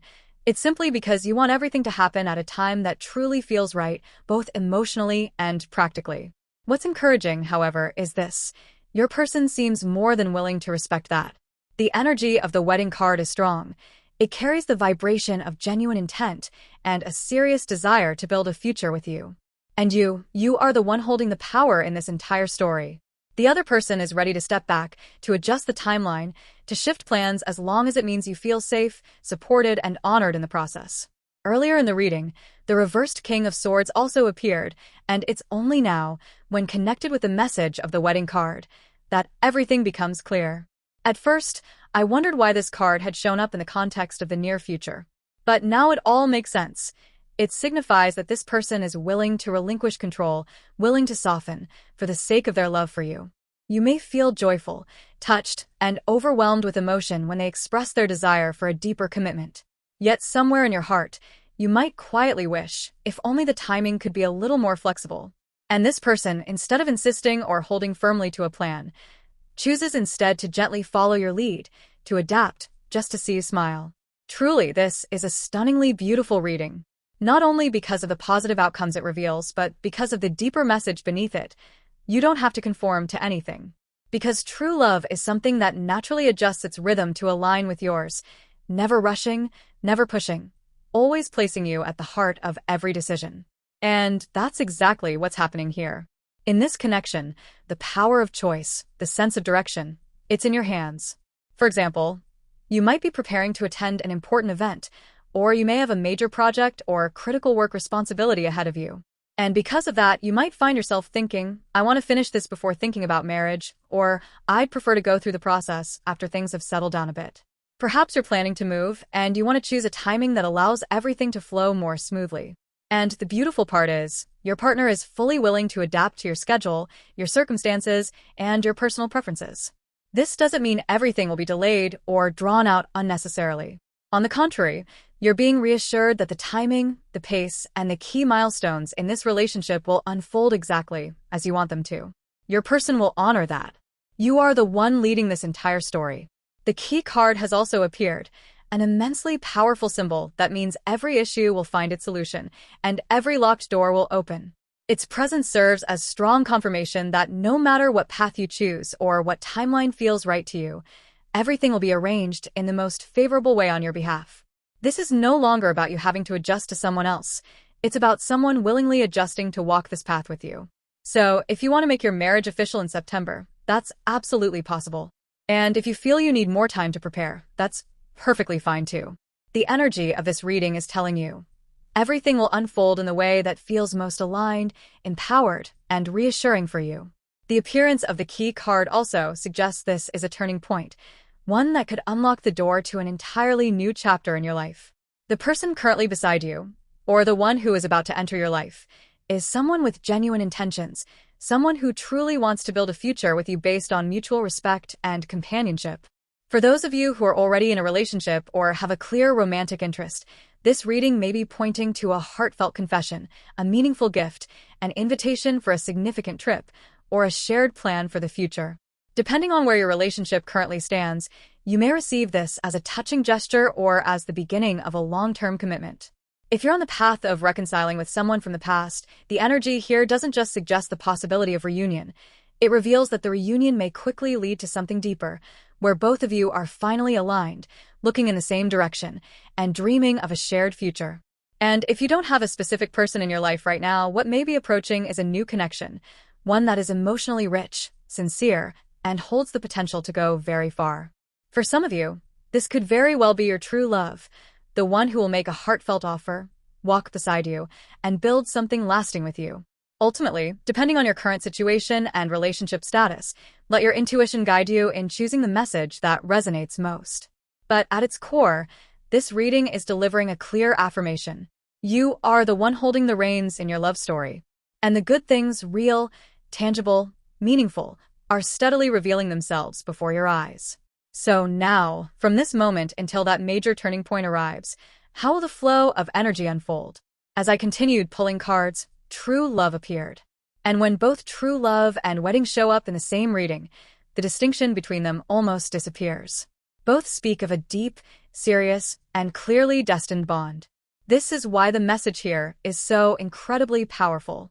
I drew another card to see what the phase leading up to that turning point might look like, and the card that appeared was chemistry. This indicates that, whether or not you already have someone in your heart, from now until the big moment arrives, a natural emotional and energetic harmony will begin to form, or deepen, between you and that person. If you already have someone specific in mind, they will increasingly gravitate toward you, paying closer attention, asking you tenderly, "Are you okay?" Or, "What can I do for you?" They'll become your companion, someone who's there when you need a shoulder to lean on or a gentle voice to reassure you. And throughout this, you continue to hold the role of emotional leadership in the relationship. If you're on the path of waiting for someone new to enter your life, then that person, right from your first meeting, will leave a strong impression.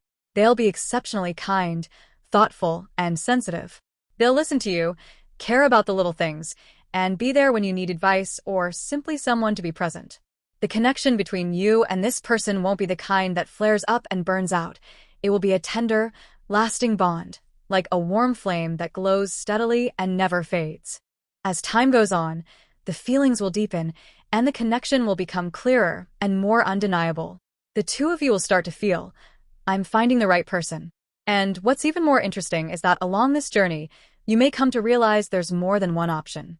As mentioned earlier, some of you may be in a phase where you're attracting a great deal of attention. You might have at least 3 people who are genuinely interested in you, or you may find yourself torn between multiple choices that all seem meaningful. However, the reading shows that there's no need to rush into making a decision. These people are entering your life so you can experience, feel, and truly listen to your own heart. And no matter who you choose, the one connection that is most aligned, the one your soul truly calls out for, will become increasingly clear as you approach September. In summary, the period from now until that pivotal moment will be a time for love to develop naturally, steadily, without haste or pressure. A true love is quietly taking root, with emotional harmony, mutual understanding, and a chemistry that burns gently but deeply. You are aligned with the right pace, the right role, and the right energy, and the road ahead is truly something worth anticipating. There may be a range of situations for those watching this reading, which is why I've outlined the 3 most common scenarios. However, regardless of which group you fall into, one thing remains constant. This reading is pointing to a major event in your love life, a significant turning point. This goes beyond mere attraction, affection, or having admirers. What we're talking about here is a life-defining moment, something like marriage or a long-term commitment set to unfold within the next 4 months. And this applies no matter what type of relationship you're currently in, whether you're in love, getting to know someone, single, or hoping for reconciliation. What truly piqued my curiosity was this. Why is such a major turning point arriving at this particular moment? Why not earlier? Or later? What makes this timing feel so destined? So I pulled another card to clarify this question, and the message that came through is, not yet. At first glance, this might seem to contradict everything that's just been said, that within only a few months, you'll step into one of the most significant phases of your love life. But in truth, this is not a contradiction at all. It's a gentle message reminding you that at this very moment, the time you're reading or listening to this, things may still appear to be in a holding pattern. Things might feel paused, stagnant, or undefined. Perhaps you're in a situation where your current relationship is facing challenges or not progressing clearly. The person you love hasn't shown clear intentions, leaving you confused. You haven't met anyone new yet. Or you feel as though there are no visible opportunities for love on the horizon. If any of this resonates with you, please take a deep breath and be at peace, because everything is unfolding in perfect order, even if you can't yet see it. The next card that appeared was the message. Don't overthink it. Don't try to analyze or rush to conclusions that there's no hope, because what you're seeing right now is only the prelude. This is just the warm-up phase. From here, the energy will begin to accelerate. Feelings of stagnation, disconnection, or uncertainty. These are not signs of failure. They are signals that you are standing at the threshold of transformation. And even if now doesn't feel like the right time, that doesn't mean things won't happen. On the contrary, because it's not quite time yet, what's coming will be big, clear, and undeniably different. To give you more clarity, I pulled one final card to ask, when will the first signs of movement begin? While the key turning point remains 4 months away, I wanted to see when the earliest shift might appear, so you'll recognize it when it comes. I'll now decode what emerged. Whether it's an opportunity to meet someone new, a sudden breakthrough in an existing relationship, or a chance to reconcile after a disagreement, interpret it in the way that fits your unique situation. And then the timing came through as 4. This could mean 4 o'clock, within 4 weeks, roughly 1 month from now, or even a moment tied to the number 4, a date, a time, or a symbolic reference. And just as I was absorbing that message, the sun appeared once again. This is a profoundly positive omen. The return of the sun, the card of joy, clarity, and destiny, confirms that the light is already approaching. And soon, even the smallest of shifts will begin to illuminate the path ahead. This card doesn't just speak of reconnecting after a period of silence. It also signifies the possibility of encountering someone you haven't seen in a long time. So pay attention to dates or moments associated with the number 4, or to a time frame within the next 4 weeks, that is, within the next month. Even if things feel like they're dragging out, they're likely to shift within that window. And here's what's truly remarkable. Around that time, precisely in that period, something significant may occur. Not just a small, pleasant surprise like, oh, that's nice, but a real event, something that makes you say, wow, this is huge. Why? Because the Sun card appeared, and in the Lenormand deck, it's one of the most powerful cards of all. While the imagery doesn't depict a mouse, there is still a subtle echo of the mouse card energy bringing to mind that you, yes you, might become the focal point of this event. It's as though, starting from that moment, you're stepping into a new phase, like slipping into a ball gown and getting ready for a milestone occasion in your life. This is truly a beautiful reading for those who chose this pile. The fact that wedding appeared is genuinely striking. Even for me, it was a moment of awe. It's the kind of shift where the flap of a butterfly's wings feels like it stirs the entire world. From this very moment, the energy is already flowing with immense momentum, so I sincerely hope you'll receive these messages with openness and trust. Next, I wanted to pull a card to explore this question. In terms of your overall magnetism and how loved or admired you are, what can you do to enhance that loving energy within you? Is there a key action or focus that could help you attract more love into your life? I drew from the Crystal Oracle deck because I was genuinely curious and excited to share this with you. The card that appeared was the Phoenix, a sacred creature symbolizing rebirth and power. And its message is this: everything you are currently doing, whether it's housework, caring for your children, maintaining your beauty, exercising, working on your health or fitness, or simply showing up for your daily responsibilities, if you continue to invest your heart and energy into those things, you will naturally activate and amplify the loving, radiant energy within you. This is not just another version of the common advice: take your mind off love, and it will come on its own. No, this message goes deeper than that. It's saying that when you truly pour your soul into daily life, when you live for yourself and do what feels meaningful, time begins to flow more effortlessly, your heart feels lighter, and your mind is no longer burdened or anxious about love, marriage, or what the future may bring. And that, in itself, is what makes you magnetic. That is how love finds you. Not through worry, not through waiting, but through the quiet power of someone who is fully alive, fully present, and fully in love with life.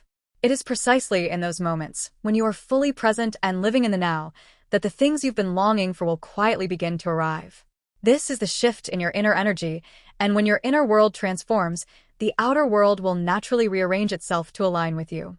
That's why this is also a beautiful time to refresh your space, both internally and externally. For example, if you've been thinking about tidying up your home, go ahead and do a bit of cleaning, even just a small corner.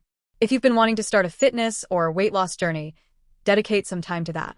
If you're currently immersed in your work, continue giving it your all with that same focus. All of these actions are supported by the universe, and they are all valuable. Of course, this doesn't mean you have to push yourself to exhaustion or be endlessly productive. If you're in a period of healing, perhaps resting in bed, then that too is perfectly valid. Simply doing small things each day to care for yourself, like gently stretching on your bed with the intention of feeling better, is also time lovingly given to yourself. Resting is just as much a part of nurturing as any other effort. You don't need to strain or stress in order to grow. Even quiet care, taken moment by moment, is powerful. As long as you gently turn your attention inward and truly give time to yourself, whether through rest, work, caring for your body, or any small, mindful action, your energy will begin to renew itself. For those of you who have already been pouring your heart into something, keep going. That continued effort is exactly what's sustaining you from within. And I want to make something very clear. There is absolutely no implication here that caring about love makes you less independent or that it means you're dependent on a relationship. Not at all. Please don't worry about that. On my channel, I will never send messages that shame anyone for valuing love. And of course, I'm not saying that those who hold such views are wrong. It's simply that my approach doesn't follow that path. If you feel, no, for me, love is the most important thing right now, I truly want to focus on it, I'm living and thinking with my relationship at the center of my world, then that is perfectly okay. There is nothing wrong with that. Love is a sacred and meaningful part of life, and if it's what your heart is fully drawn to right now, then honor that. Treasure it. Let it matter to you. And if the thing you're pouring your heart into, the thing you're devoted to right now, is love, then let that love become your life force, your driving energy for growth.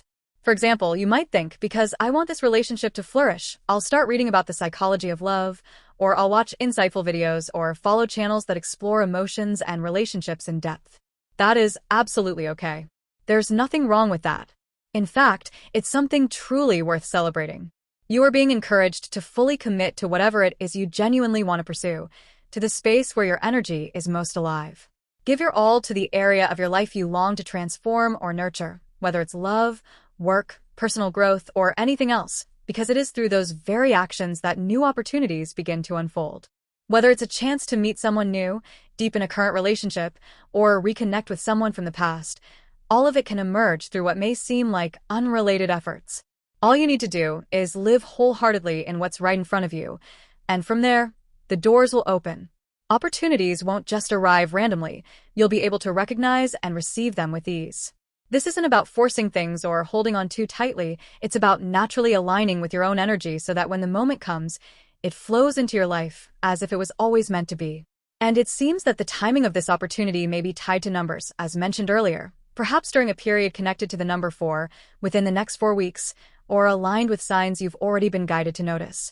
However, it's important to emphasize this. If you're someone who tends to feel anxious or overly influenced by specific timelines, don't focus too much on the numbers. What matters most is the essence of the message, the core guidance that is being shared with you. And here's another beautiful detail. The card that appeared also symbolizes a connection to the themes of marriage or long-term commitment. Whether you're currently single, seeking your other half, or already in a relationship, the path you are on, if you continue to nurture it in the right way, is gradually leading you closer to something lasting and whole. For those of you who chose this reading, I sense something very strongly. You are being gently guided toward a truly serious relationship, perhaps one that leads to marriage, or a deeply rooted, enduring bond with someone meaningful.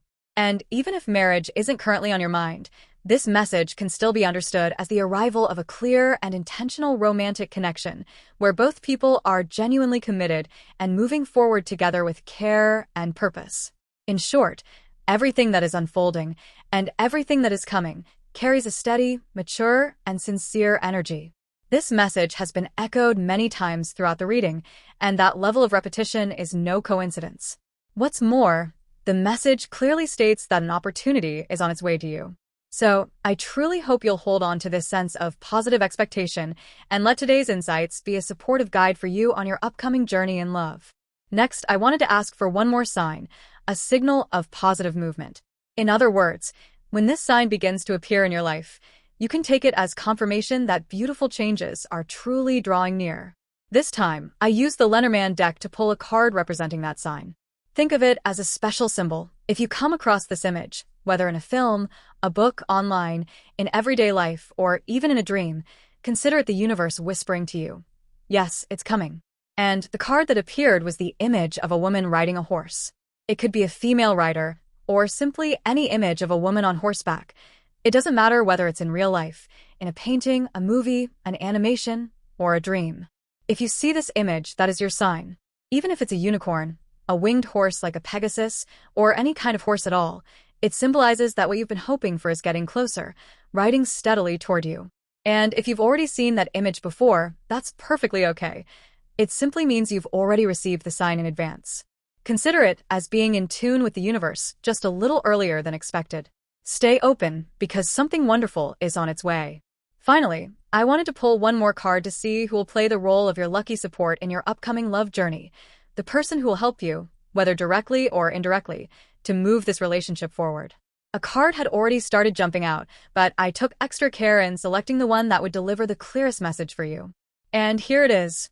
Not just one, but two figures appeared, Virgo and Scorpio. These are the two zodiac signs highlighted as particularly supportive of you during the upcoming phase. This doesn't necessarily refer to gender or physical form, just like when we speak of archetypes such as the Emperor earlier. Whether the support comes from someone in your real, physical 3D world, or from a character in a 2D fantasy, or even a presence that feels somewhere in between in the liminal space of 2.5D, it can still hold great influence in helping you. Even if you happen to watch a video by a Virgo or Scorpio content creator, or find yourself drawn to their energy in some way, that moment alone could act as a trigger that activates lucky energy for you.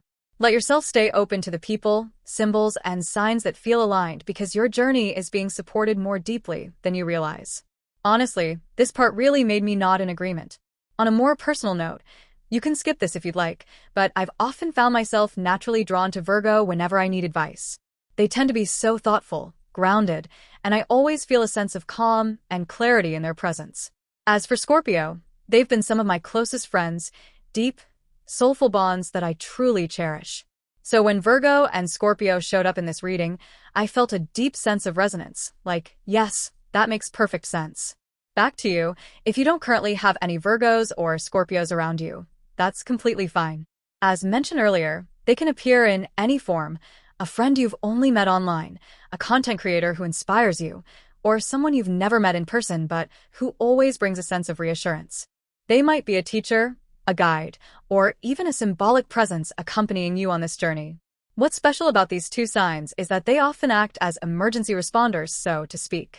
When you're confused or emotionally vulnerable, they might appear out of the blue to offer their help. Whether it's about love, opportunities for connection, or your general magnetism and how others perceive you, Virgo and Scorpio will be there as reliable sources of support. Not only do they bring emotional steadiness, but they also help elevate your attractive energy, making you more seen, more cherished, and more fully embraced by the love around you. So, if you feel that it resonates with you, feel free to take these messages to heart. And now, to wrap up today's reading, I want to send you one final message, a note meant just for you, related to the theme of attraction and being loved. For this, I'll be using the Romance Angels deck, because throughout this reading, I've strongly felt that you share a particularly powerful resonance with this deck. If you find yourself feeling curious or drawn to the Romance Angels, I think it might be worth exploring further. There's a good chance you'll discover messages that are profound and deeply aligned with your journey. And the card that has appeared is, You Deserve Love. How wonderful! For those of you who chose this pile, I can clearly sense that you are someone who naturally draws attention and affection from many people. This isn't limited to romantic connections, it extends to social relationships in general. You carry a kind of energy, a presence, that makes others want to be close to you, to walk alongside you, and to cherish your company. Even if you're not quite feeling that way right now, the message from the universe is crystal clear. There are people who are genuinely drawn to you, to your true self, to the energy you radiate, and to the sincerity you carry within. And in the time ahead, experiences like these will only become more frequent and more fulfilling. In particular, when someone approaches you, whether in the role of a friend, a work partner, or a romantic interest, they are not coming into your life with ulterior motives or hidden agendas. They come to you with sincerity, with a heartfelt desire to understand you more deeply, to be closer to you, and to build a connection that is genuine and meaningful. Therefore, whether or not you choose to welcome them into your life is entirely your decision. No one can pressure you. The choice is yours alone. But the important message here is this. Don't let fear close your heart. You don't need to be afraid, and you don't need to stay overly guarded. Whoever they are, new friends, acquaintances, professional collaborators, or potential romantic partners, if they show up and wish to come closer, it is most likely because they genuinely want to be part of your world. So, if it feels right and safe for you, you can absolutely feel at ease opening your heart. Because you are fully worthy of love, love that is wholehearted, sincere, and gentle. Even if there are moments when you find yourself wondering, is this person hiding something? Or could they have a darker side? The message remains crystal clear. You can feel safe. Of course, if there's someone you genuinely feel incompatible with, someone who feels difficult to approach or simply makes you uncomfortable, then there's no need to force any connection. That is completely valid. But if it's someone you find likable, someone who seems easygoing, someone whose vibe feels aligned with yours, and even if just for a moment you find yourself wondering, is there something about this person I should be worried about? Then I invite you to recall this reading. Because for people like that, the message I received is, you don't need to be overly fearful or suspicious.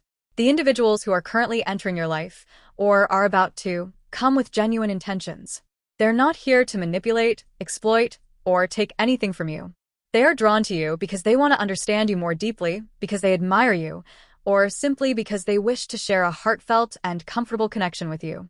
And if this is someone you already have feelings for, someone you've been quietly thinking about, or someone you're considering taking things further with, then this is your gentle confirmation. You can love this person. This is someone you can trust. There are no signs of calculation or hidden agendas in this person's energy. This came through to me very clearly throughout the reading. That's why, if there is someone who has taken up space in your heart, someone you've been thinking about, someone you're wondering if it's safe to love, the answer is yes. You can love this person. And they're someone truly worthy of being loved. I hope you can hold on to this message as a gentle reminder, like a small protective charm, so that whenever doubt begins to creep in, you can remember that everything is unfolding from a place of purity, and you are being divinely protected. Finally, thank you sincerely for staying with this reading until the very last moment. This particular reading, to be honest, carried a truly profound and expansive theme, to the point where I initially wasn't sure how to begin conveying it fully. And yet, as you've seen, the card wedding appeared. Not just once, but as a recurring thread weaving through the entire spread. That is an incredibly powerful sign. I genuinely believe that love is drawing closer to you now more than ever, and this time, it comes with a promise of lasting commitment.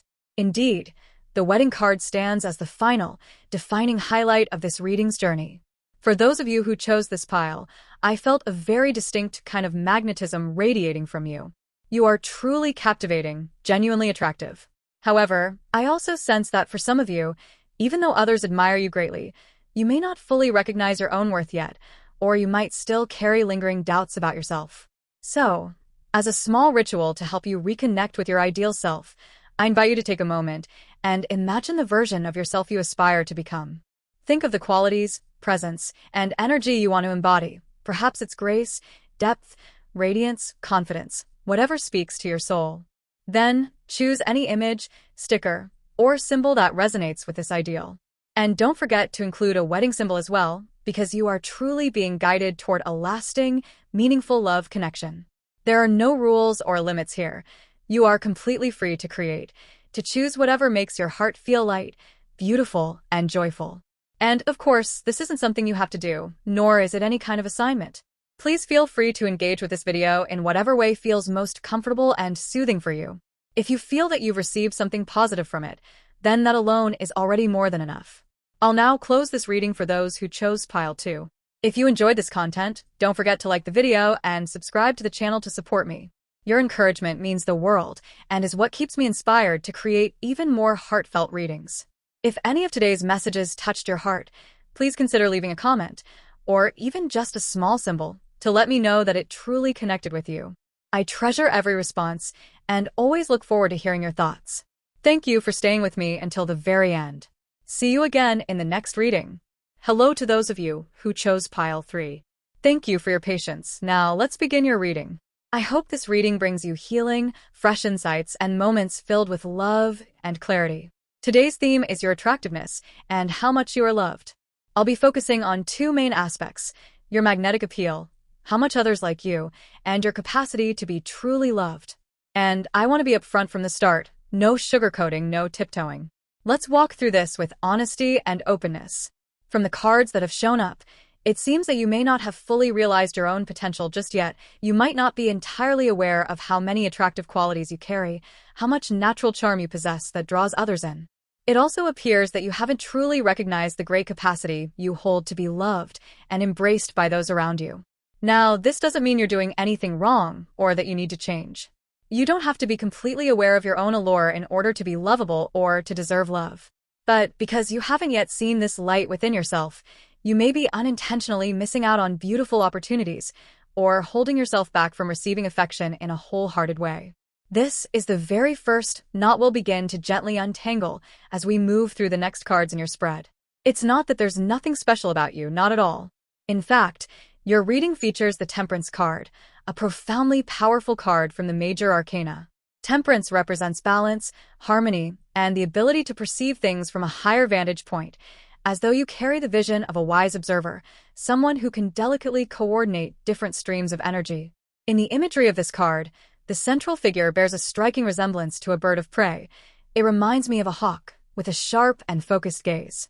This gives me the sense that when you set your sights on something, when you truly commit your energy to it, you absolutely have the ability to capture and achieve it. In other words, you have immense potential to attract others.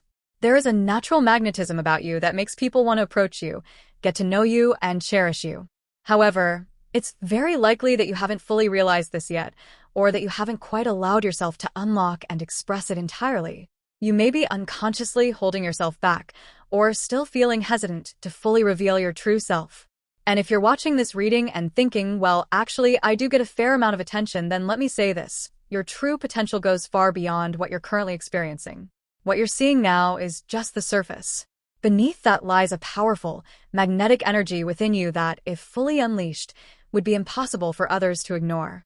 In the final outcome position, I drew the 3 of Pentacles. Traditionally, this is a card of recognition, collaboration, and being valued for your genuine contributions. However, in the context of today's reading, this card takes on a rather intriguing and slightly different layer of meaning. It suggests the potential for a love triangle. In other words, you may find yourself in a situation where 2 people are simultaneously drawn to you or have romantic feelings for you. In fact, your energy could be so compelling that it drives people to the edge, quite literally becoming captivated by you to the point of losing self-control. I wonder, have you ever found yourself in such a scenario? If not, then this card is gently hinting that you possess a natural allure so strong it could stir hearts profoundly, even from multiple directions at once. The Temperance card you received earlier also traditionally features the imagery of 2 cups, a powerful symbol of emotional exchange and balance. Interestingly, other supporting cards in your spread also showed the image of two cups, reminiscent of the Two of Cups, which symbolizes a deep emotional bond between two people. But what stands out in this reading is that behind this connection, I saw the image of a lion, a symbol of passion, intensity, and hidden strength. This suggests that any connection forming around you now, or in the near future, may carry a potent undercurrent, not just of affection, but of raw passion and unspoken emotional force. And that's exactly what I sense in you. On the surface, you exude gentleness and balance, but deep within, there is a blazing fire, an intense inner power that most people don't easily recognize, not until they've already been drawn to you, and by then, it's too late to turn away. That's why, even if you're currently close to someone or already in a clearly defined romantic relationship with a particular person, there is still someone quietly watching you from a distance, holding on to the hope that they could be the one in that position, wishing they could take your place in the heart of the one you're with. This reading suggests the presence of this subtle love triangle dynamic. It may not always manifest in obvious ways, but it lingers, quietly playing out around you. And of course, I'm not suggesting that you're intentionally causing this or manipulating anyone's emotions. Whether or not you're aware of it or involved in such situations isn't the point. What I'm highlighting here is the kind of energy you naturally radiate. You're the type of person who, even when already committed, still stirs desire in others. People find it difficult to restrain their feelings around you. You might unknowingly become the center of emotional tension within shared environments, such as your workplace, a circle of friends, or a school setting, places where multiple people may have their eyes on you, creating an undercurrent of quiet romantic rivalry. In short, you possess a kind of magnetism that can cause others to lose control. I don't see the Devil card present in this reading, yet the energy surrounding you strongly evokes that same intoxicating allure, the kind of dark, seductive pull that makes it nearly impossible for others to look away once they've seen you. This is not a judgment. Rather, it's a very unique kind of energy, a quiet, mysterious charm that feels almost like a spell, drawing others in before they even realize what's happening. And from the past, the card that appeared is Death. This card reveals that you've gone through a significant rupture in love or relationships, a deep wound that may have once left you wishing you could sever ties cleanly and walk away without looking back. It might have been a long, exhausting relationship, an irreparable fracture, or a painful goodbye to someone you loved deeply, even though your heart still held on to them. Death isn't merely about endings, it speaks to transformation. This indicates that you've emerged from a difficult, even bitter, emotional experience. But through that pain, you've evolved. A part of your old self has died, and you are now being reborn as a stronger, wiser version of yourself. And as this reading has made clear, far more magnetic than ever before. So it's possible that right now, as you hear what I've just shared, you might be thinking, really? Am I truly that attractive? Or perhaps, there's nothing that special about me to be that well-liked, or even, but I've been rejected before, or I've had arguments, breakups, I've been hurt. All these past experiences may be unconsciously acting as a filter in your mind, preventing you from seeing your true value and magnetism in the present moment. Those very memories, the scars, the separations, may have planted seeds of doubt in your heart. As a form of self-protection, they might be stopping you from fully accepting or believing any affirmation that you are genuinely captivating. It's like every time someone tells you that you're attractive, your mind reflexively pushes back with memories from the past. But I was abandoned, but I was rejected. And those thoughts could be keeping you from stepping into the powerful energy you now carry. Another significant point is that in the position representing the energy surrounding you, the card Two of Pentacles appeared. But this time, I don't sense it in its traditional meaning of balancing two jobs or making a choice between two paths. Instead, this card reflects a recurring theme throughout your reading, the presence of two forces, two options, two emotional currents. It's not just the Two of Pentacles. The Five of Cups also emphasizes this message. While often known as a card of regret and emotional pain, if you look closely, you'll see that in the image, two cups still stand upright behind the central figure, symbolizing the good things that remain, the blessings still present that you may not have noticed yet. The repeated appearance of the number two, two cups, two pentacles, keeps coming up with strong emphasis. It gives me the sense that there's not just one person around you, but more than one, quietly or openly wishing to be seen, chosen, acknowledged by you. They may not express it overtly, but deep inside, they're hoping, will this person turn toward me? Or will they choose me? Whether you're currently in a defined relationship or completely single, there is someone out there hoping for your attention. For example, if you're fully immersed in work, there may be someone silently thinking, if only they would pay more attention to me. If you're occupied with family responsibilities or personal matters, someone could still be quietly longing for a glance, a moment of connection from you. When it comes to your level of attraction or how loved you are, whether it's a compliment or a subtle warning, I'm not sure, but what this reading makes undeniably clear is this: you have a magnetic pull strong enough to disorient others. Your presence can stir up confusion, emotional entanglement, and even a loss of control in those who find themselves thinking about you. Not everyone possesses this kind of energy, and yet you carry it effortlessly, whether you're aware of it or not. To be honest, if what I'm saying here doesn't resonate with you, it could come across as a major overstep, and if that's the case, I sincerely apologize. But I can't deny one thing. Within this reading, I clearly feel a particular energy, the kind of allure that disorients people, even pushes them to the edge of control. A magnetism so potent it can stir confusion, emotional upheaval, and even obsession. I reached out to the angels for guidance, to ask whether what I'm sensing truly aligns with you. And the answer I received was this: it depends on you.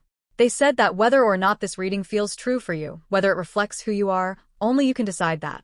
So if at this point, something doesn't feel right or aligned, you're absolutely free to choose a different pile and receive another message.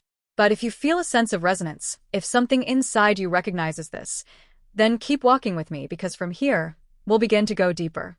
We'll explore the hidden layers of your energy and uncover the captivating qualities you carry within. The angels have also made it clear.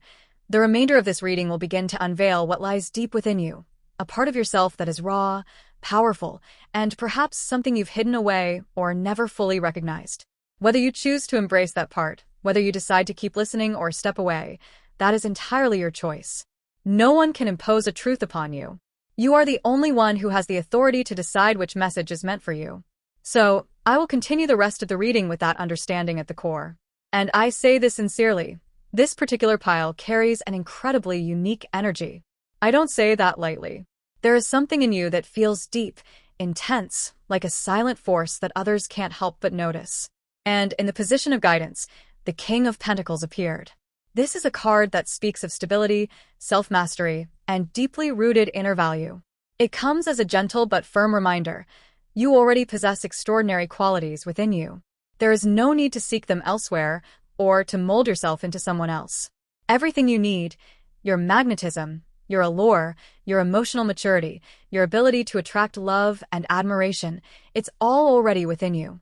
The only question is, do you trust yourself enough to truly see and receive all of that? Are you ready to live as the radiant, powerful, and magnetic version of yourself, without denying it because of old wounds? This reading doesn't give you an answer. It simply opens a door. Whether you choose to walk through it or not is entirely up to you. When I looked at the card drawn for this pile, the energy it emitted immediately brought to mind a kind of attachment-based connection, a relationship dynamic that can become so emotionally intense it borders on entanglement. Regardless of the card's traditional meanings, what stood out most clearly to me was this: if you truly wanted to pull someone into you, to make them fall deeply and irrevocably, you absolutely have that power. And this wouldn't be a fleeting spark of attraction. This would be the kind of bond where, once someone falls for you, they feel as though they can't live without you. It's the kind of energy that creates addiction, an irresistible pull that leaves others unable to escape, an obsessive connection, a haunting infatuation. So it wouldn't be surprising if, at some point, you've been described as someone who attracts emotionally unstable individuals, or perhaps you've even been labeled with names like drama magnet, emotional trap, or attachment machine. Maybe people have even compared you to a magnet for the emotionally wounded. Perhaps you've experienced situations where someone who loved you became emotionally unstable, overly jealous, or deeply consumed once they fell for you, not because you did anything intentionally, but simply because of the kind of energy you naturally carry. And now, I want to explore more deeply. Why are the cards reflecting you in this particular light? Why do you possess a kind of allure that has the power to pull others in so intensely, sometimes to the point where they lose themselves? I don't believe you've done this on purpose. It's not that you've tried to make anyone dependent, obsessed, or emotionally overwhelmed by your presence. It's not that you've played games or used manipulation to drive anyone to desperation. Perhaps you've simply been living as your authentic self, simply radiating your true energy and others fall into that emotional current willingly, as if you were a deep and mysterious body of water they can't escape. That said, we also can't deny, if someone does know exactly how to create this effect and chooses to use it with intention as a form of emotional artistry, then that person is, without a doubt, a master of love. And if you're listening to this reading as someone who is skilled in the art of seduction, then I offer you my deepest respect. If you truly are a romantic artist, then please receive this compliment with all the honor it deserves. I fully respect that. Of course, not everyone turns love into a strategy. You may simply be living true to your emotions and personality. But the cards reveal something deeper. The way you show up, the way you connect, the way you love, all carry a unique gift that not everyone possesses. A gift that doesn't just stir hearts, but pulls people in deeply. I'd like to draw a little more to understand the true nature of this gift you carry. And the message that appeared was, gift. That's right, you are the gift. You are something rare and precious, a special offering that the universe grants to others. But because you're rare, once someone has you in their life, it becomes easy for them to want to possess you, to keep you for themselves, or to feel unable to share your presence with anyone else. In short, it doesn't matter whether you're using this energy consciously or completely unconsciously, the truth remains, you possess a powerful magnetism that can shift the entire emotional landscape of anyone whose heart you touch. Let's say we view this reading through the lens of romantic love. For example, perhaps you really like someone, but you're afraid that your feelings might run too deep, that you could lose yourself if you fall too hard. So, you intentionally don't reply to their messages right away. You hold back just a little. Not because you're playing mind games or trying to manipulate them emotionally, but because you're trying to maintain balance. You think to yourself, I need to focus more on myself, I need to return to my own center, I need to keep things steady for both of us. That's how you think, and you act on it with good intentions, for yourself, for the other person, and for the relationship. Because you embody the energy of temperance, the great harmonizer, you strive to keep everything in balance, in flow, in alignment. But interestingly, the reading also features the Two of Pentacles, another card related to balance, yet with a very different tone. The Two of Pentacles here depicts a figure juggling, struggling to manage two currents, two tasks, or two emotions, often on the edge of losing balance. While it does speak to the effort of coordination, when compared to temperance, the contrast is striking. One is the graceful mastery of equilibrium, a true alchemist from the major arcana. The other is a more reactive attempt to stay afloat, a kind of improvised, surface-level balancing act. Temperance is a master of blending, with deep and far-reaching influence. Two of Pentacles is moment-to-moment adaptation, a survival-level juggle. I'm not saying the Two of Pentacles is inferior, but in terms of spiritual depth and energetic presence, it's clear that you hold a more potent kind of strength. This means that in your interactions with others, especially those who have feelings for you, no matter how many tactics they use, how many strategies they devise, how many emotional techniques they try to capture your attention, none of it truly compares to the authentic equilibrium you already embody. Your power doesn't come from games. It comes from inner depth. And what's truly remarkable is this. Precisely because you act with the intention of maintaining balance, without manipulation, without trying to gain the upper hand, you end up drawing the other person in even deeper. Because you don't force anything, yet you radiate a calm, steady, and utterly mesmerizing kind of magnetism. A quiet power that causes the other person to become completely immersed, even overwhelmed, in emotions you never consciously intended to evoke. I apologize if the word immerse sounds a bit intense, but I honestly can't find a better word to describe what the cards are showing. It's entirely possible that simply by trying to remain centered in your emotions, you've become someone the other person cannot take their eyes off, cannot stop thinking about. And it's not because you planned it that way. It's just who you are. You're the kind of person who, without saying a word, leaves others unable to walk away from your inner world once they've touched it. So if you're currently in a romantic relationship, or you have your eye on someone, or you're on a journey to find your ideal partner, then chances are that person is already, or will soon, fall deeply under your spell. This reading makes one thing very clear. If you already have someone in your life, there's a high likelihood that they're falling deeper and deeper into you. And if you haven't met them yet, the person you're about to meet is likely to become intensely drawn into the connection with you. And I don't say this in a negative or playful way at all. This is the kind of connection that can easily create emotional dependency or cause the other person to fall into a state of infatuation they can't control. What's fascinating here is that you do all of this completely unconsciously. You're not trying to manipulate anyone. You're not using tricks or playing games, and if you do attempt a bit of emotional strategy, like making someone wait for a message or pretending to be distant, you're likely the one thinking, "Oh no, I didn't pull it off. I failed." They're not reacting at all. Turns out I'm the one waiting. But in reality, the other person is experiencing the complete opposite. They're in turmoil, overwhelmed by feelings, being drawn deeper and deeper into your energy, and you have no idea. They might be losing sleep, waiting anxiously for your replies, analyzing every word or gesture from you. While you're sitting there thinking, they've probably forgotten me by now.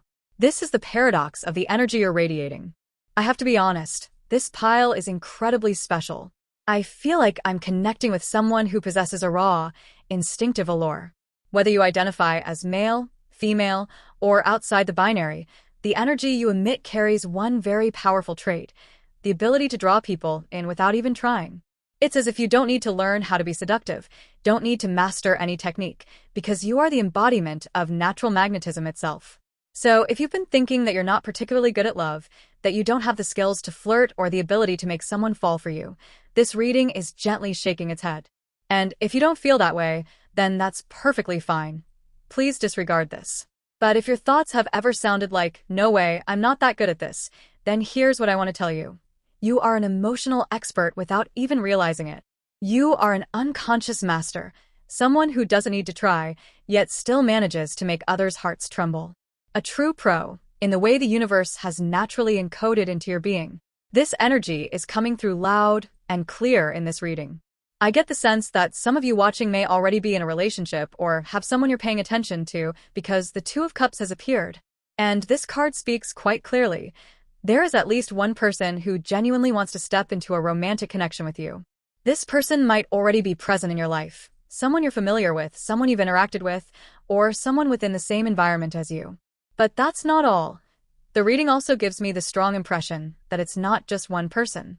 Because the Three of Pentacles showed up alongside the Two of Cups, and when these cards appear together, they create a very distinct pattern. The image of a love triangle becomes unmistakably clear. More specifically, if you are currently in a relationship or are close with someone in particular, there is still someone on the outside watching that connection with a sense of envy or a deep desire to take that place. They may be thinking, "If only I were the one by their side," or "Why isn't it me?" On another note, within a shared circle, perhaps a friend group, a workplace, a school environment, or a community where you're regularly active, there is someone harboring feelings for you. And it's not limited to just one person. It could be two or even more people who have feelings for you, who like you, who quietly hope for your attention, and who may be subtly competing with one another.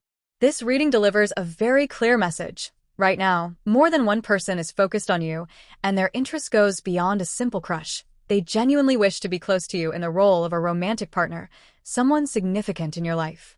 With that foundation in place, let's now move deeper to explore more about your magnetism and your capacity to be loved. First, let's look at this question from the perspective of the person you like, or the one you're currently drawn to. How attractive are you in their eyes? What is it that they see in you that feels so special? I just pulled two more cards and they came out together, so I'll be reading them as a direct message from the universe, reflecting how that person, the one you love or the one who loves you, perceives your romantic magnetism. I'll interpret them in full detail to give you the clearest picture of how you appear through their eyes. Oh, absolutely stunning. The first card that appeared is the Empress. And honestly, I have to say, this is top-tier energy. I can't help but exclaim, because the energy of this pile is incredibly aligned with that of the Empress. It's unmistakable. And let me affirm this right now. I mean this as a genuine, wholehearted compliment. In fact, if the person watching this reading happens to be a professional tarot reader, I hope this praise doesn't feel excessive, because using the Empress to describe someone who embodies such energy truly isn't an overstatement. What I feel is strength, presence, and a radiant aura, the essence of someone who carries soft power, natural allure, and an undeniable ability to draw attention without effort. But that's not all. Alongside the Empress, the second card that appeared is the High Priestess. This combination is incredibly powerful. These are two of the most commanding archetypes in the major arcana, one representing sensuality, feminine grace, nurturing energy, and desirability, the Empress, and the other representing wisdom, inner depth, intuitive clarity, and quiet authority, the High Priestess. You don't need to be female for this to resonate. Whether you're male, non-binary, or identify outside the gender binary, the energy you carry holds the full embodiment of someone who is intelligent, captivating, profound, and effortlessly attractive. The kind of person that makes others whisper behind your back, "Oh my God, they're both adorable and intimidating."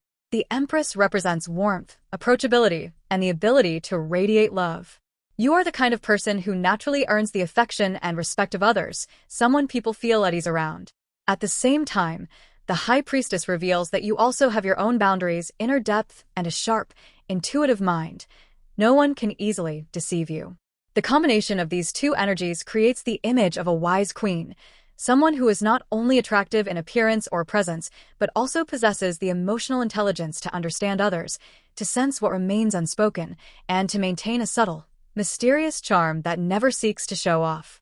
This reading emphasizes that, in the eyes of the person you like, or someone who has feelings for you, you are seen as more than just sweet or charming. You are perceived as someone refined, insightful, and capable of reading situations with clarity. It doesn't necessarily mean you're great at math or hold a high academic degree, but rather, you have a deep sense of perception and a strong analytical mind. You know when to advance, when to retreat, and always leave the impression that there's something truly unique about you. In other words, in their eyes, you are both endearing and admirable, a rare blend of sweetness and sharpness. And that, once again, makes it even harder for them to resist your captivating presence. Truly magnificent. The appearance of both the Empress and the High Priestess in this reading is an incredibly powerful sign. Let me reaffirm this.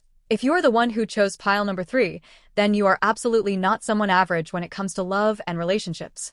You carry the energy of someone deeply magnetic, and beyond that, your allure is something that grows stronger with time. In other words, if it hasn't fully manifested yet, it soon will. Your unique charm will become more and more apparent as the days go by. There's an interesting detail I noticed. Both cards representing you in this reading feature the image of birds. And not just you. Even the cards representing the people around you, or the person you're thinking of, also include birds. But what's striking here is this unmistakable sense, a complete difference in caliber. You are someone gentle, with a warm heart and an open, kind nature that makes others feel at ease. Because you're so approachable, the people around you, especially those who have feelings for you, might assume that they're on the same frequency, same level, same essence as you. They might think, we must be a good match, we're probably equals.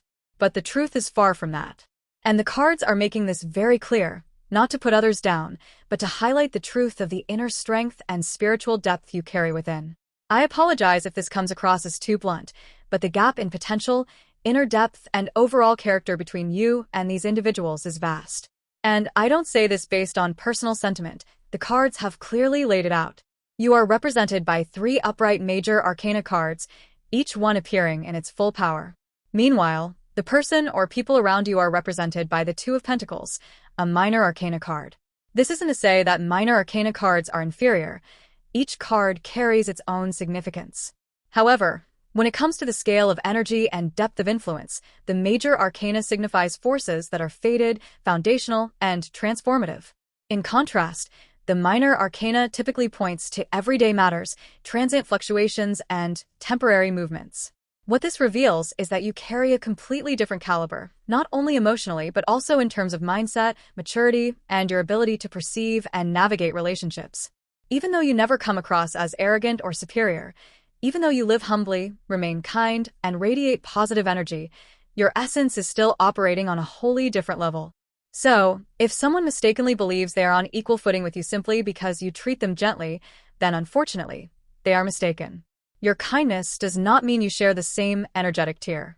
This reading makes it abundantly clear. Your soul, your character, your potential, all of it surpasses what others may currently perceive or imagine. The cards are revealing something with striking clarity. When someone is in your presence, it's easy for them to fall into the illusion that they are on the same level as you, or that they've been invited into a different world altogether, one filled with light, gentleness, and a sense of being loved and acknowledged. It's natural for them to assume, this person treats me so kindly, they must really value me. I must be someone special to them. And for them, that brings a feeling of joy, fulfillment, even pride. But the truth is, you are far more complex than that. You are someone who observes keenly from a distance, always placing yourself in a position where you can see the bigger picture. You perceive what others often miss, And though you appear outwardly warm, approachable, and full of goodwill, on the inside, you are constantly watching, assessing, and discerning. You silently ask yourself, does this person have a tendency to speak ill of others? Are they revealing their true nature? Is there something here I should be cautious about? You are always quietly evaluating, never flaunting that you are doing so. That's precisely why, when you maintain a gentle, friendly demeanor on the outside while concealing your sharp inner analysis, the other person can easily misinterpret. Forgive me for being direct, but there's a degree of delusion involved. They may start to believe, amazing, this person must really like me. And from there, they become overly confident, basking in the sense of being favored simply by being near you. That sense of elevation draws them in deeper, leading to emotional dependence, as they begin to invest all their feelings into you, completely unaware that you, on the other hand, remain calm and rational behind the scenes. You're not doing this with ill intent. You are simply being yourself, someone warm, yet aware of boundaries, kind, yet not indulgent, compassionate, yet not easily taken advantage of. But it is precisely this quiet ambiguity that causes others to spiral into self-made illusions, trapping themselves in emotional whirlpools that you never intended to create. And then, when they start to rely on you emotionally, if you pull back and say, I'm sorry, but I may not be who you thought I was, they may feel like the ground has vanished beneath them. They might become emotionally disoriented, confused, unable to grasp what just happened, and this can lead to states of dependency, sorrow, or hypersensitivity. At times, you may even find yourself thinking, why do I feel like I'm unintentionally producing emotionally unstable people, even though you never meant for any of this to happen? I want to emphasize this clearly. This reading is not blaming you, nor is it saying that you're at fault for others' misunderstandings. This is simply how your energy operates, a kind of powerful inner magnetism that draws people in while simultaneously making it easy for them to go overboard. And not everyone possesses this. You carry a very rare type of energy, one that heals, yet also becomes addictive to others without any intention on your part. This isn't limited to romantic relationships. I sense that this energy flows through your friendships, your work life, and all your social interactions. Whether it's friends or colleagues, many of those who have come into contact with you have likely been subtly captivated by your presence without you even realizing it. I sense that quite a few people have felt chosen by you, recognized by you, and that recognition sparked in them a greater expectation for the relationship. But just like the imagery of the Tower card, some of these individuals may have become overly convinced that they held a special place in your life, that they were someone truly important to you, and then, suddenly, lightning strikes. Maybe you simply replied, "Oh, I was busy that day," or responded in a neutral, well-meaning way, with no ill will. Yet to them, it felt as if their world collapsed. In that moment, they're struck with a painful realization. Wait, was I just imagining everything? And from there, they fall into a state of emotional hurt, confusion, and vulnerability. Some even begin to lose their emotional balance, becoming a more unstable version of themselves, and you never intended for any of this to happen. And the core reason lies in this. You treat people with kindness, calmness, friendliness, and genuine attentiveness, yet you remain incredibly rational and firm in maintaining your internal boundaries. You can observe situations from a higher vantage point, analyze them with sharp clarity, but you don't reveal any of that on the surface. You still speak gently, smile kindly, and make others feel cared for, and it's precisely this warmth that so often leads to misunderstanding. You've done nothing wrong, but it seems that many people, the moment they are treated kindly by you, immediately assume that they must be someone truly special in your eyes. They dive headfirst into their emotions, while you, upon sensing that the situation no longer feels aligned, simply take a step back, and that's when the other person starts falling into emotional turmoil. And this isn't just about current relationships. Even in the future, if you're looking to connect with someone new, the reading strongly suggests that there's a high chance the new person will quickly become deeply drawn to you. You possess a very distinct energy, an allure that pulls others in completely, even though you're not intentionally trying to do so. And sometimes, people fall into states of dependency, heartbreak, or emotional intensity simply because you didn't respond in the way they had hoped. Forgive me for the bluntness, but the reading truly indicates that you have a tendency to become what could be called a creator of emotionally unstable people, not in a manipulative or harmful way, but in the sense that your presence alone makes people emotionally disoriented, enchanted, and dependent, even though you never intended for that to happen. And let me emphasize this once more. This is your natural power. A subtle, yet profound force. It is a gift and also a challenge on your journey of connecting with others. You don't need to change yourself or behave differently. But understanding the energy you carry will help you choose the right people, the right timing, and maintain balance in the relationships you truly value. Really? Some of you watching this reading might still be skeptical, wondering, is that really true? In that case, I'll draw one more card to clarify. And once again, the card drawn delivers the exact same message, the image of two people standing close, side by side, evoking a sense of intimacy, a special bond. This reading is reaffirming that you truly possess a kind of energy that makes others easily fall into emotional dependence or become deeply immersed in their feelings for you. I wonder, haven't you ever experienced this?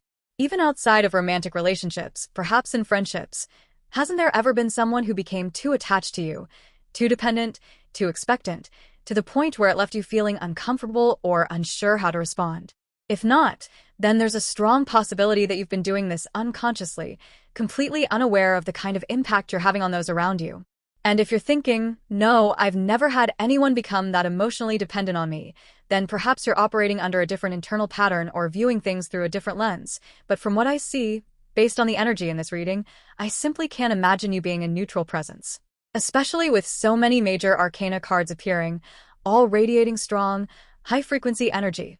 It speaks clearly of the profound influence and impact you have within your relationships. The card representing those around you shows the image of a circus performer balancing atop an egg, spinning endlessly. On the surface, it may look like they are in control, but in truth, they are spinning in the palm of your hand without even realizing it. What I see is that you are the one holding the center. You are the axis, the observer, calm and steady, while others spin wildly, strain themselves, try desperately to maintain their balance, all just to catch your attention or to keep you close. If someone listening to this reading feels that the message is harsh, allow me to clarify. This is not a criticism of you. But I must speak honestly, because the energy you hold is undeniably powerful. And I believe that from the perspective of the other person, they may indeed feel wounded, because they are burning with passion, while you remain composed and emotionally detached, quietly observing from afar. They love intensely, and you don't respond the way they hoped you would. In fact, some might even call you a creator of emotional chaos, someone who drives others mad with love, but you're not doing any of this intentionally. Everything stems from your natural magnetism and the stark difference in perception and emotional depth that you inherently carry.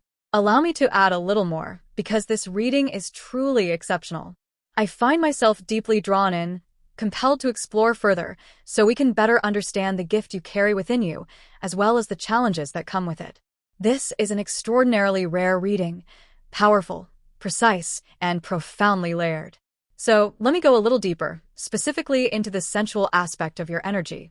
In truth, just looking at the previous spread already reveals this clearly, but I still felt the urge to draw a few more cards from a different tarot deck to explore this dimension in greater depth. And the card I pulled was the Fool in reverse. In this context, the Fool reversed carries no negative connotation. On the contrary, it illuminates a particularly striking aspect of your energy, and that is, your sensuality does not come from overt seduction or deliberate expression. It comes from your calm composure, your unwavering stance, and the quiet depth within you that others cannot easily reach. What I sense clearly is that there is a part of you that always remains alert and rational, no matter how cheerful, relaxed, or open you appear on the outside. Even in moments of lightheartedness or closeness, you hold an internal pause point, a silent boundary, a layer of awareness that never fully lets go. And it is precisely that, this hidden clarity amidst a pleasant exterior, that makes you appear so mysteriously and irresistibly sensual in the eyes of others. The imagery in the card evokes a scene of two people, one laughing freely, full of excitement, while the other, representing you, remains silent, observant, composed, seemingly untouched by the whirlwind around them. The contrast is striking. One side is emotionally explosive, while you stand there, pleasant, but not swept away, lighthearted, yet preserving your own quiet space. And because of this, you are not the type of person who is easily read or easily reached. You don't reveal too much, yet you are not cold. You don't chase anyone, yet you don't reject connection either. You are like still water, calm, but deep. And people, by nature, are often captivated by what is deep and hard to grasp, aren't they? You don't need to try to be seductive in any conventional way. You don't need to wear a mask of mystery. You already carry that naturally within you. Your allure comes from your lack of excessive emotional reaction, from the way you always keep part of yourself untouched, from your emotional independence. And that is exactly why others so easily fall for you, but never quite know how to hold on to you, never know whether they're enough to truly stand beside you. Simply put, it is your lack of attachment, your refusal to cling or depend, that makes others unable to walk away from you. It is a quiet kind of allure, but one with undeniable power. And you possess it in the most natural, profound way. Yes, it is precisely in that space, where you don't flaunt anything, where there is no effort to impress, that your true magnetism resides. When someone you're getting to know begins to feel unsure or anxious, questioning whether you're truly okay or emotionally present, that's when all you do is offer a gentle smile, warm, soft, but saying very little. And it is that exact moment that they find themselves unable to let you go. Your sensuality doesn't stem from overt expressions of desire or provocative gestures. On the contrary, it comes from your elusiveness, from the feeling that just when someone thinks they understand you, they realize they don't know you at all. It comes from the silences you keep, the emotions you reserve for yourself, the thoughts you don't share, the way you look, and the way you stay silent. And all of that weaves together into a deep, irresistible kind of attraction. So now, let me ask this. If there's someone you truly wish to make unforgettable, or in the future, when you meet someone who awakens that desire to leave a mark, what kind of attitude should you hold to make them fall even deeper into your spell? I drew another card, and the one that appeared was the Magician in reverse. This card brings a message that is both unexpected and incredibly sharp. You don't need to do anything at all. In fact, the more uncertainty the other person feels, the deeper they fall for you. To be honest, this might sound a bit cruel to those on the receiving end of such a dynamic, but this is the truth the card reveals. You don't need to devise strategies or try to capture anyone's attention. All you need to do is remain exactly as you are, calm, slightly ambiguous, and just distant enough, and they will be pulled in more and more. The more confused they are, the more unsure they feel, the more they wonder whether your smile was meant for them or just a gesture of politeness, the more they won't be able to stop thinking about you. The more they question, do they really like me? The more powerfully you occupy their mind. And you're not doing any of this on purpose. You can still be kind, thoughtful, and warm, but as long as you don't clearly affirm anything, as long as you don't give them complete certainty, their heart will do the rest on its own. This reading is practically declaring that you are a natural genius when it comes to making others fall, without even trying. And I apologize if this sounds overly dramatic, but it's true. The more uncertain someone feels around you, the more deeply they fall in love. And once someone has fallen for you, then perhaps there's no turning back. All you have to do is stand there, smile, and the world revolves around you. Is that all right? I hesitated quite a bit before saying this, because I know some people may not resonate with messages like this. It might come across as manipulative or overly strategic.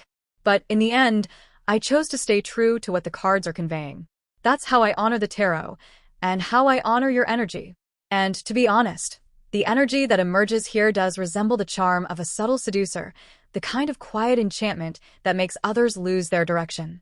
But the most important thing is this: you're not doing it with the intention of hurting anyone. You're not deliberately trying to make others anxious, insecure, or doubtful of themselves. Still, the cards make it very clear. The more uncertain someone feels around you, the more deeply they fall into you. What's truly remarkable is that you do all of this completely naturally. It isn't a tactic. It's your innate energy. And this perfectly aligns with what has already appeared in the reading. You are someone with extraordinary perception, able to see through situations with calm precision, yet outwardly, you present only a gentle, warm smile filled with goodwill. The image I see so clearly is this: the other person is in a state of excitement, overflowing with emotion. They're talking a lot, laughing brightly, completely immersed in the moment. And you're there, standing quietly, smiling as you watch them. But inside, you're analyzing. You're thinking, what are they really thinking? What are they hoping for with that gesture? Is there meaning behind that laugh? Are they trying to test something? And right in that moment, when you're silent, contemplative, simply watching, the other person begins to panic just a little. They think, wait, was I too much? Did I just do something wrong? Why aren't they saying anything? What are they thinking? And just as they start spiraling into uncertainty, you offer a soft smile and say gently, it's okay, really. Just a small sentence like that, and they become even more confused, even more captivated, even more unable to walk away. Here, the energy of the High Priestess comes through powerfully once again. That cool, enigmatic sensuality, the silent wisdom, the subtle grace that doesn't need words, this is the core of the irresistible pull you carry within. When you say nothing, when you don't overreact, they cannot stop thinking about you. When you simply observe, they pour more and more of their emotions onto you. And when you offer just the slightest smile, it seals everything. They fall even deeper. And so, they continue to spiral through their own whirlwind of emotions, completely unaware that you remain calm, fully composed, never swept away. This reading keeps repeating one core message: your stillness is your most devastatingly seductive trait. So if you've ever had someone become emotionally dependent, overly attached, or if someone once said you drove them crazy, this reading is the clearest explanation. You did nothing wrong. You are simply radiating an energy so powerful that others cannot resist it. That's why, even though you're not doing it on purpose, the truth is, you're doing it incredibly well. The reading clearly shows that in those moments when you're lost in thought, silently analyzing something in your mind without even realizing it, that very energy sends emotional shockwaves through the person across from you. And all of this happens naturally. You don't need to adjust yourself or consciously make an effort. However, if you're watching this reading and thinking, I want to understand this more deeply so I can consciously tap into this energy when needed, then here is your guidance. Think in front of them. It might sound simple, but the effect is profound. Not by intentionally hurting someone, not by playing games, like pulling away, sending cold messages, or using silence as emotional manipulation. None of that is necessary. You just need to sit there, thinking about something completely ordinary, like, wait, who was the killer in that movie I watched? Or where did I put that thing? Or simply mulling over some quiet thought in your head. And if you do this in front of them, just falling into a moment of silence, your eyes slightly pensive, your mind visibly elsewhere for a few seconds, that very moment becomes the spark of emotional turbulence. The other person will start wondering, what are they thinking about? Are they upset with me? Did I say something wrong? Why did they suddenly go quiet?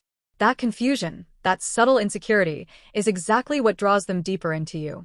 And as this reading has emphasized over and over, you don't need to do anything but be yourself, fully aware of the magnetic energy you carry, and that alone is enough. And if you're thinking, well, this does feel a bit devilishly charming, you're not wrong. It does have a touch of mystique to it, like adding a hidden spice to an already delicious dish. But let's be clear, this isn't about manipulating anyone. It's about recognizing that you possess an invisible gift, a rare ability, and learning how to use it with grace and intention. And if you choose not to do anything more, then that's perfectly fine too. Because the truth is, you've already been doing it without realizing. You've already made people feel something just by being still, by observing, by holding that emotional depth in your gaze. But if one day you meet someone who makes you want to let them taste just a hint of true infatuation, then try simply thinking about something silently in their presence. Just a brief moment is enough to make them unable to stop thinking about you. Truly, this is one of the most striking readings I've ever done. Your energy pile number 3 is truly extraordinary. An energy that is both soft and strong, gentle and dangerous, like a cool mist and a hypnotic abyss at once. And all of it is radiating from you, unconsciously, yet with undeniable power. So then, what lies ahead in the near future?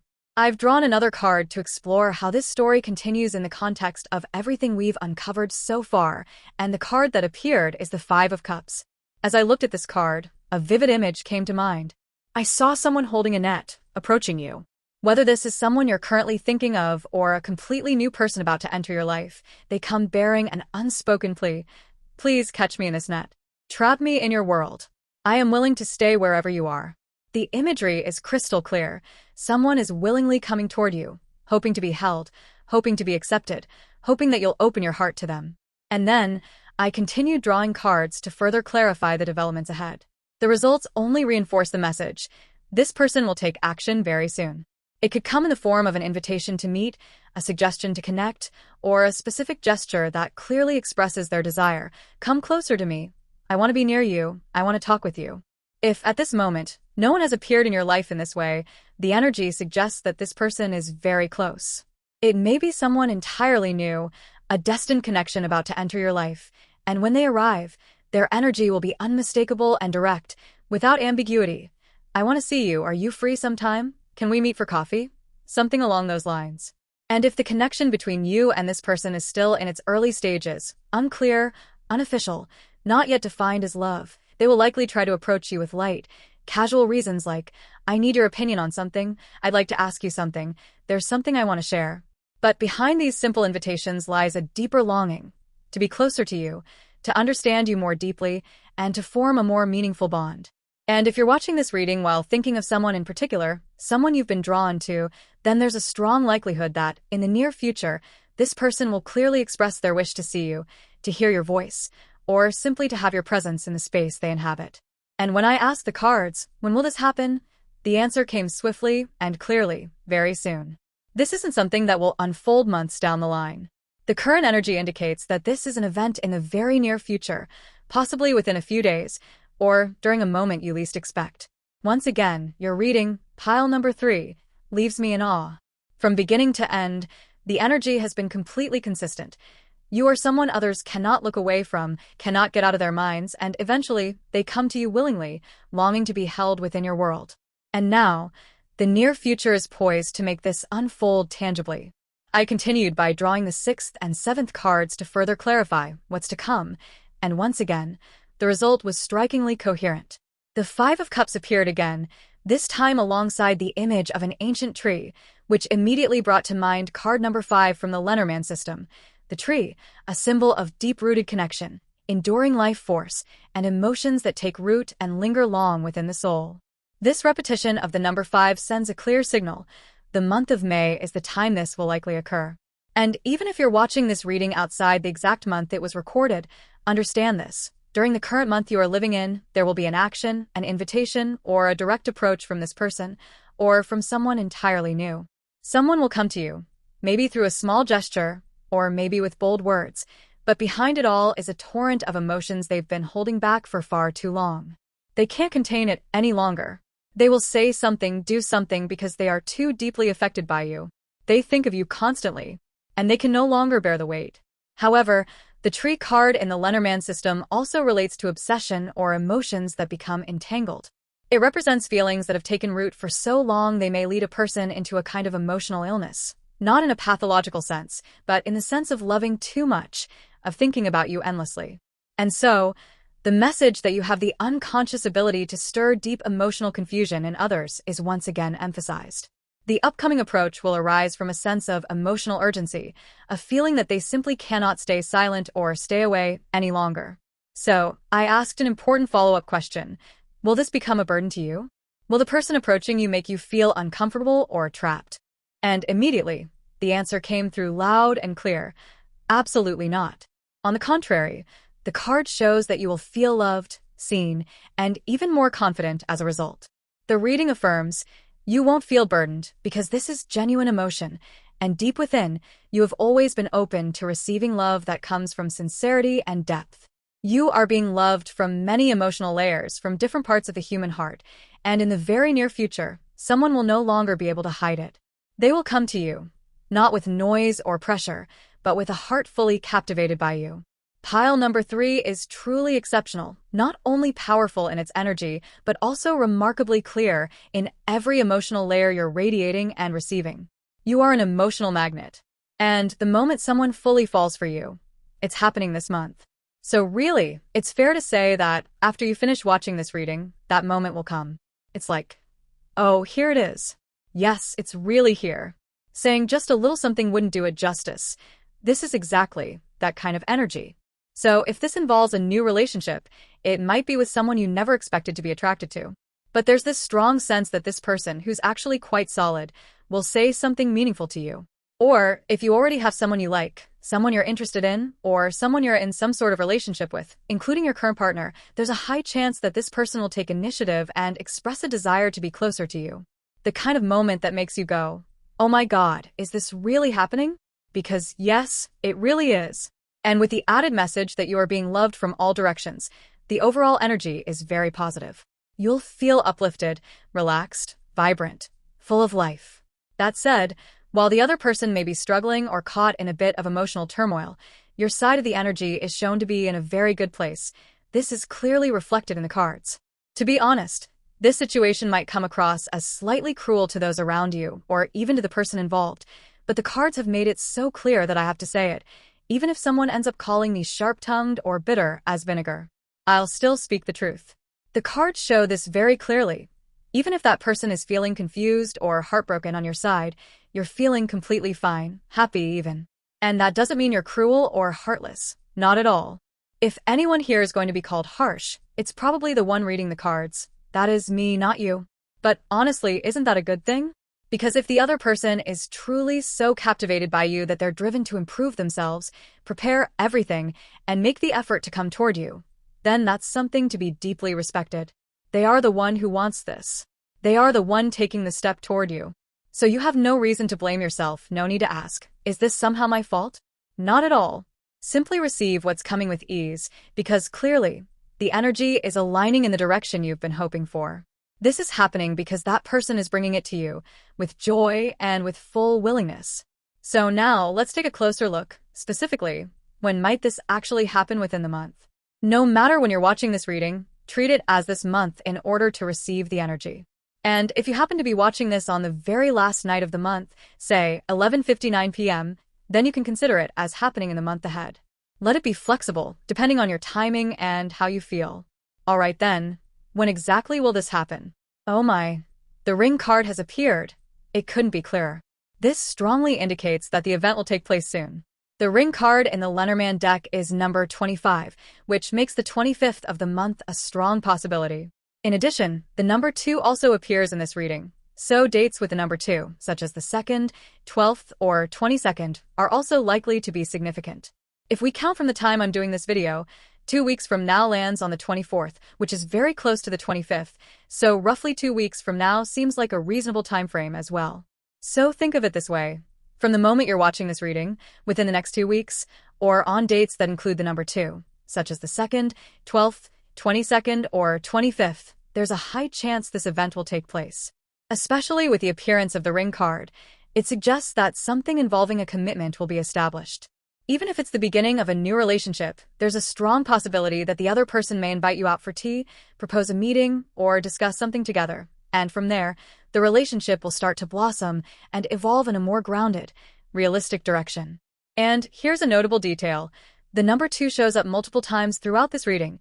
It's been emphasized again and again, as if calling out with special significance. So we can say with certainty that the number 2 carries a powerful energy in this reading. And of course, the 25th should not be overlooked. Overall, what's being conveyed here is that the event on the horizon is entirely foreseeable, and that's wonderful, isn't it? So, what happens next? How will the relationship between the two of you progress? The answer is, you'll continue to be the one this person actively seeks out. It's very clear, the energy here shows they will come toward you quickly. If you're in the early stages of getting to know someone, there's a high chance they've already started noticing you, and not just casually, but with genuine affection. Moreover, from your perspective, this person is quite impressive, if not outright ideal. I hesitate to use the term a good match as it may sound calculated, but the point is, they possess many of the qualities you're drawn to. They align with your preferences, they're your type, and they make you feel curious and eager to explore more. Honestly, isn't that just amazing? Anyone watching this pile would probably exclaim, "Oh my God, it's really happening." You can feel a period of fiery passion, of intense momentum, approaching fast. And if you're still in the early stages of acquaintance, while things might not escalate to intimacy right away, you'll share some joyful moments, lively conversations, a sense of mutual connection, and you might even walk away from the meeting thinking, "That was such a wonderful time." On the other hand, if there's already some closeness or neither of you is hesitant about things moving quickly, then this reading also hints at a passionate night, perhaps even something physical, filled with warmth, intimacy, and fiery chemistry. But do you know what's truly special here?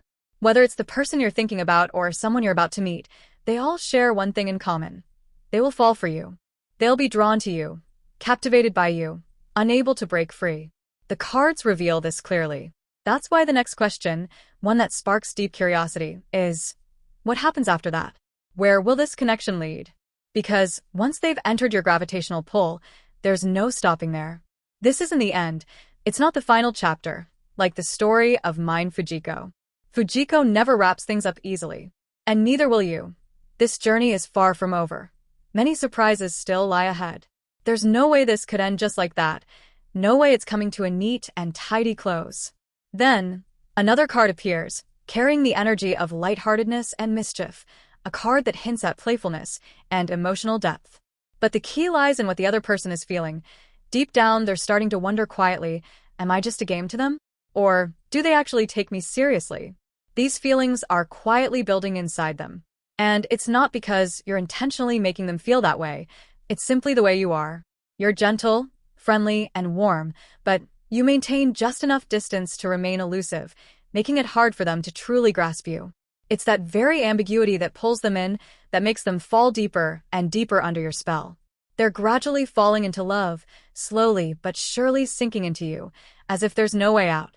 That's truly what's happening. So the real question is, when will they begin to fall into this state? At this point, I'd like to pull an additional message. You might be thinking, wait, who even asks when someone will fall for them? But in this case, it's absolutely worth asking. Because what you truly want to know isn't just whether they have feelings, but how deeply they're becoming entangled in you. And here it is. The card has spoken. June is when they'll be completely captivated by you. June. That's just next month. And if you're watching this reading outside of its original release time, simply interpret it as next month from whenever you're viewing it.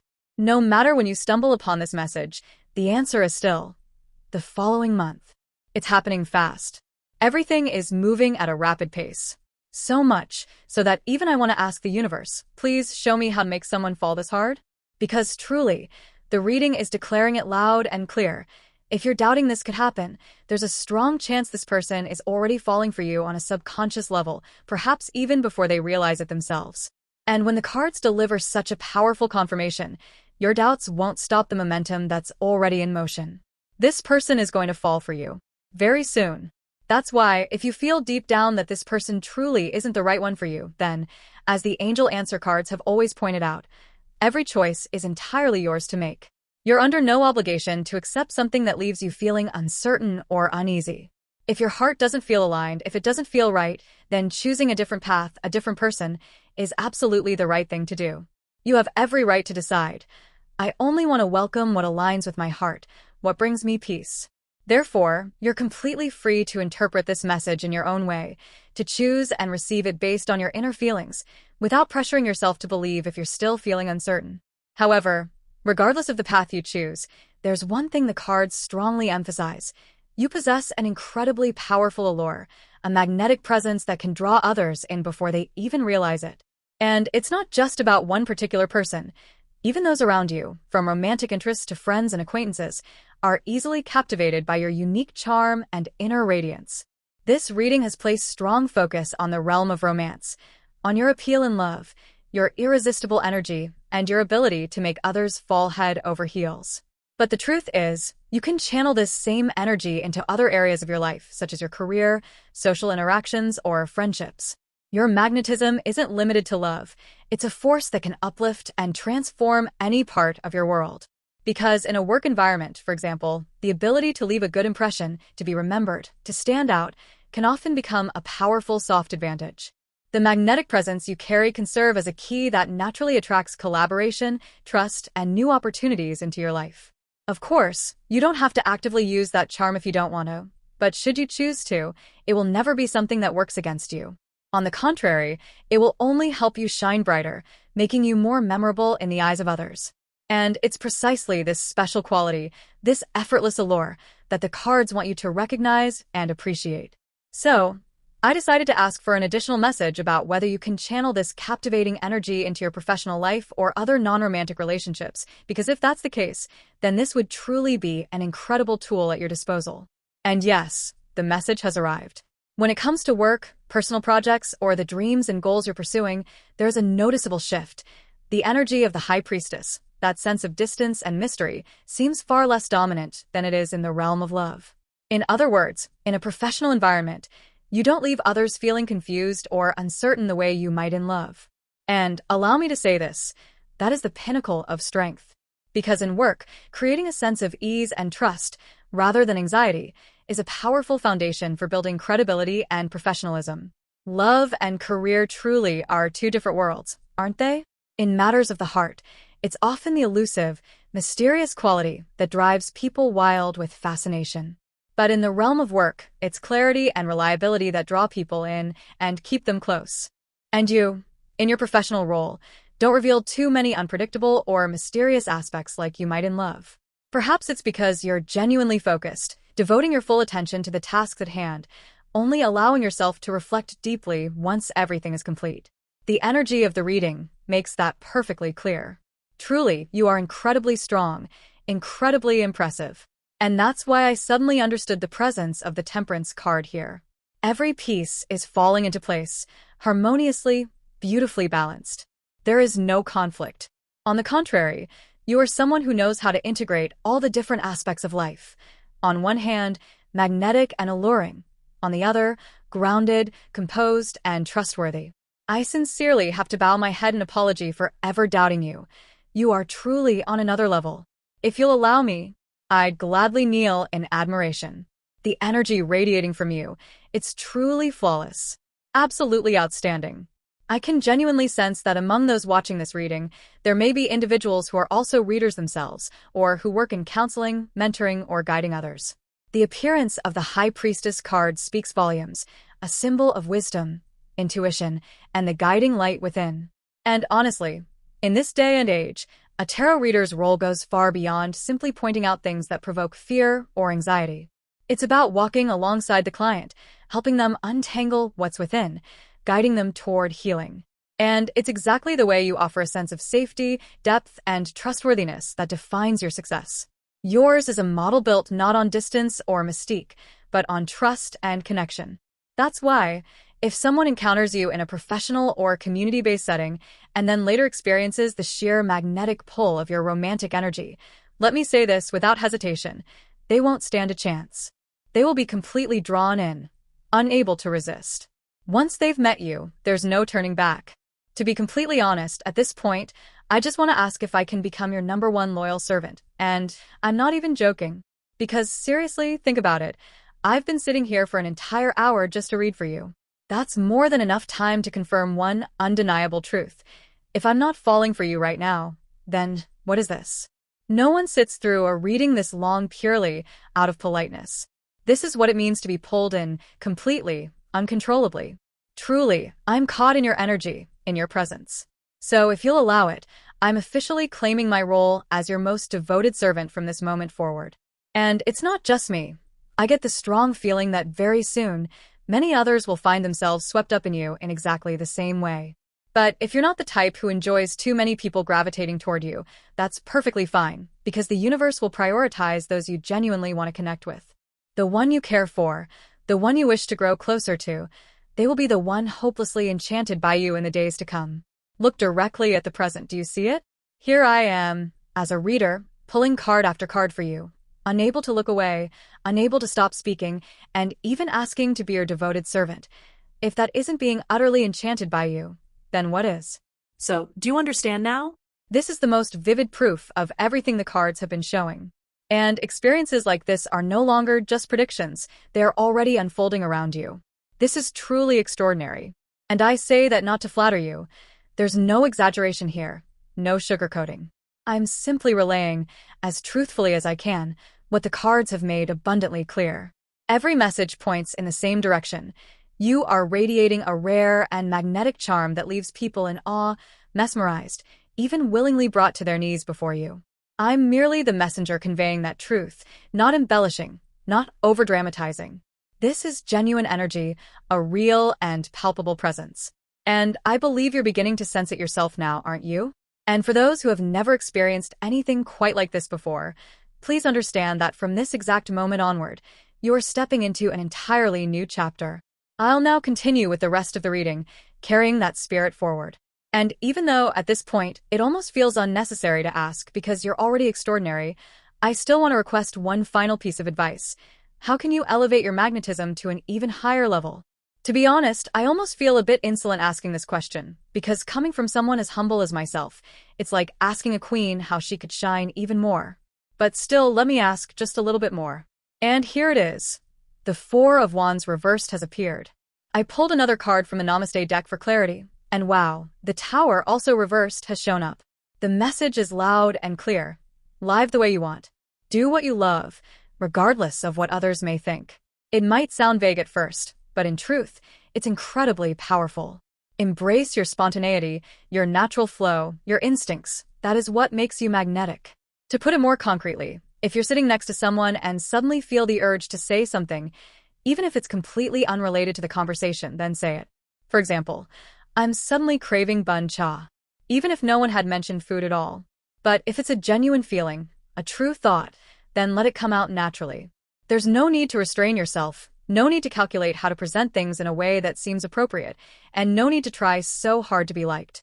Let your emotions and thoughts flow freely, in your own unique rhythm. That is precisely what makes people feel that you are vibrant, genuine, and deeply captivating. The reverse Tower card carries a similar message. Let go of the barriers, the worries like, am I being too much? Or, will people think I'm strange? Because it is exactly your spontaneity, your unpredictability, and your unapologetic authenticity that form a kind of magnetism no one can imitate. And the beauty of this energy is that it doesn't only apply to love, it spills powerfully into other aspects of life. Your career, your personal endeavors, your role within your community. This uninhibited expression is what will make you unforgettable, a one-of-a-kind presence that leaves a lasting imprint. You don't need to become anyone else. You don't need to perform. You only need to be yourself and live fully in each moment with honesty and emotion. That alone will make you shine brighter, draw people closer, and leave those around you utterly captivated, unable to look away. So it can be said that you have every right to do what you love, in your own way, to live in alignment with your essence, your passions, and the inspiration that stirs within you. Of course, I understand that in today's world, not everyone finds this easy to do. There are countless obstacles, fears, and responsibilities that make you pause and reconsider. And that's exactly why I've asked for one more message, something clearer, more specific, to help you understand what it truly means to follow your heart in your own way. And then the heart card appeared. There's no mistaking it. This is the message. Do what makes your heart beat faster, no matter how spontaneous or impulsive it may seem. For example, imagine you suddenly find out that someone you admire is holding an event near where you live. You didn't plan to go, no one invited you, but this sudden desire bubbles up. I really want to go. Then go. You don't need a reason. You don't need to overthink it. Just allow yourself to follow what lights you up. Or, if you're with someone and a thought pops into your head like, hey, there's this cool spot nearby, want to check it out? Don't hesitate to say it. Whether the other person agrees or not, the fact that you dared to express your desire is already a huge step. Because what matters most isn't how others respond, it's that you were honest with your inner voice and brave enough to follow where it led. And if you don't yet feel comfortable saying something out loud to someone, that's perfectly okay. You can express it in a gentler way. Maybe by posting a lighthearted status on social media, sharing a small moment of joy, or reflecting it through a personal action. What matters is that you don't suppress it. Even something as random as suddenly wanting to call someone babe or sweetheart, even if they have absolutely nothing to do with romance, go ahead and say it if it brings you joy. It might sound ridiculous, but sometimes it's precisely that kind of endearing absurdity that becomes your signature, the thing that makes you truly unique and unforgettable. The message here is this. Even if your actions seem odd, out of place, or completely misunderstood by others, it doesn't matter. As long as it makes you feel at ease, brings you joy, and lets you live authentically, then do it. Stop holding back. Because it's that spontaneous authenticity, that fearless honesty with your emotions, that refusal to conform, that's what makes your charm utterly irresistible. And when you live like that, you won't just be magnetic in love, you'll become compelling in your work, in your social connections, and in every single moment of your life. And now, the final and incredibly important message is this. Go ahead and do what you want. Let yourself be free, be bold, let it all out. The reason this reading is telling you to go for it, to stop holding back, is because you're already someone who is deeply considerate. You often put others' feelings and circumstances before your own. You carry the energy of the Queen, an embodiment of gentleness, compassion, and the subtle awareness of everything around you. You know how to create balance, how to harmonize situations. And while you're already radiant, already wonderful, if you truly want to break through, to step into your fullest, most explosive potential, then the message for you is this.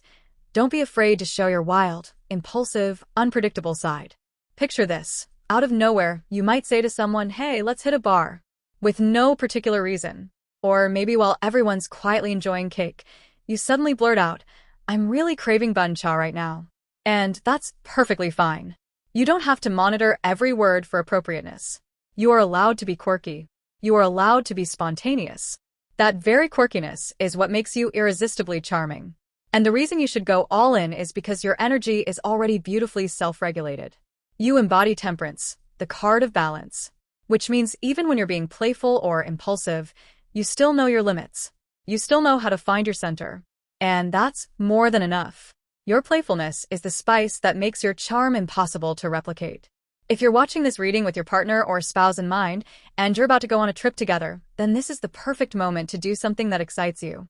For example, if you feel like wearing a cute set of lingerie that you love, even if a small voice in your head wonders, will they think I'm weird?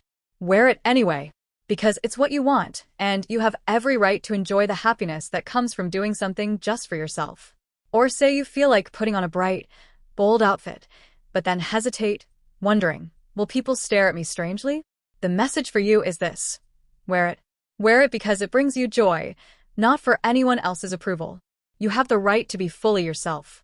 You don't have to shrink or hide just because you're afraid of being misunderstood or judged.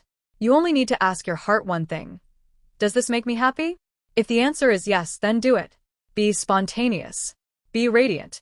Do what you want, even if it's strange, illogical, or no one else understands. Because that is what makes you shine in your own unique way. And you, by living wholeheartedly as yourself, will become someone truly irreplaceable.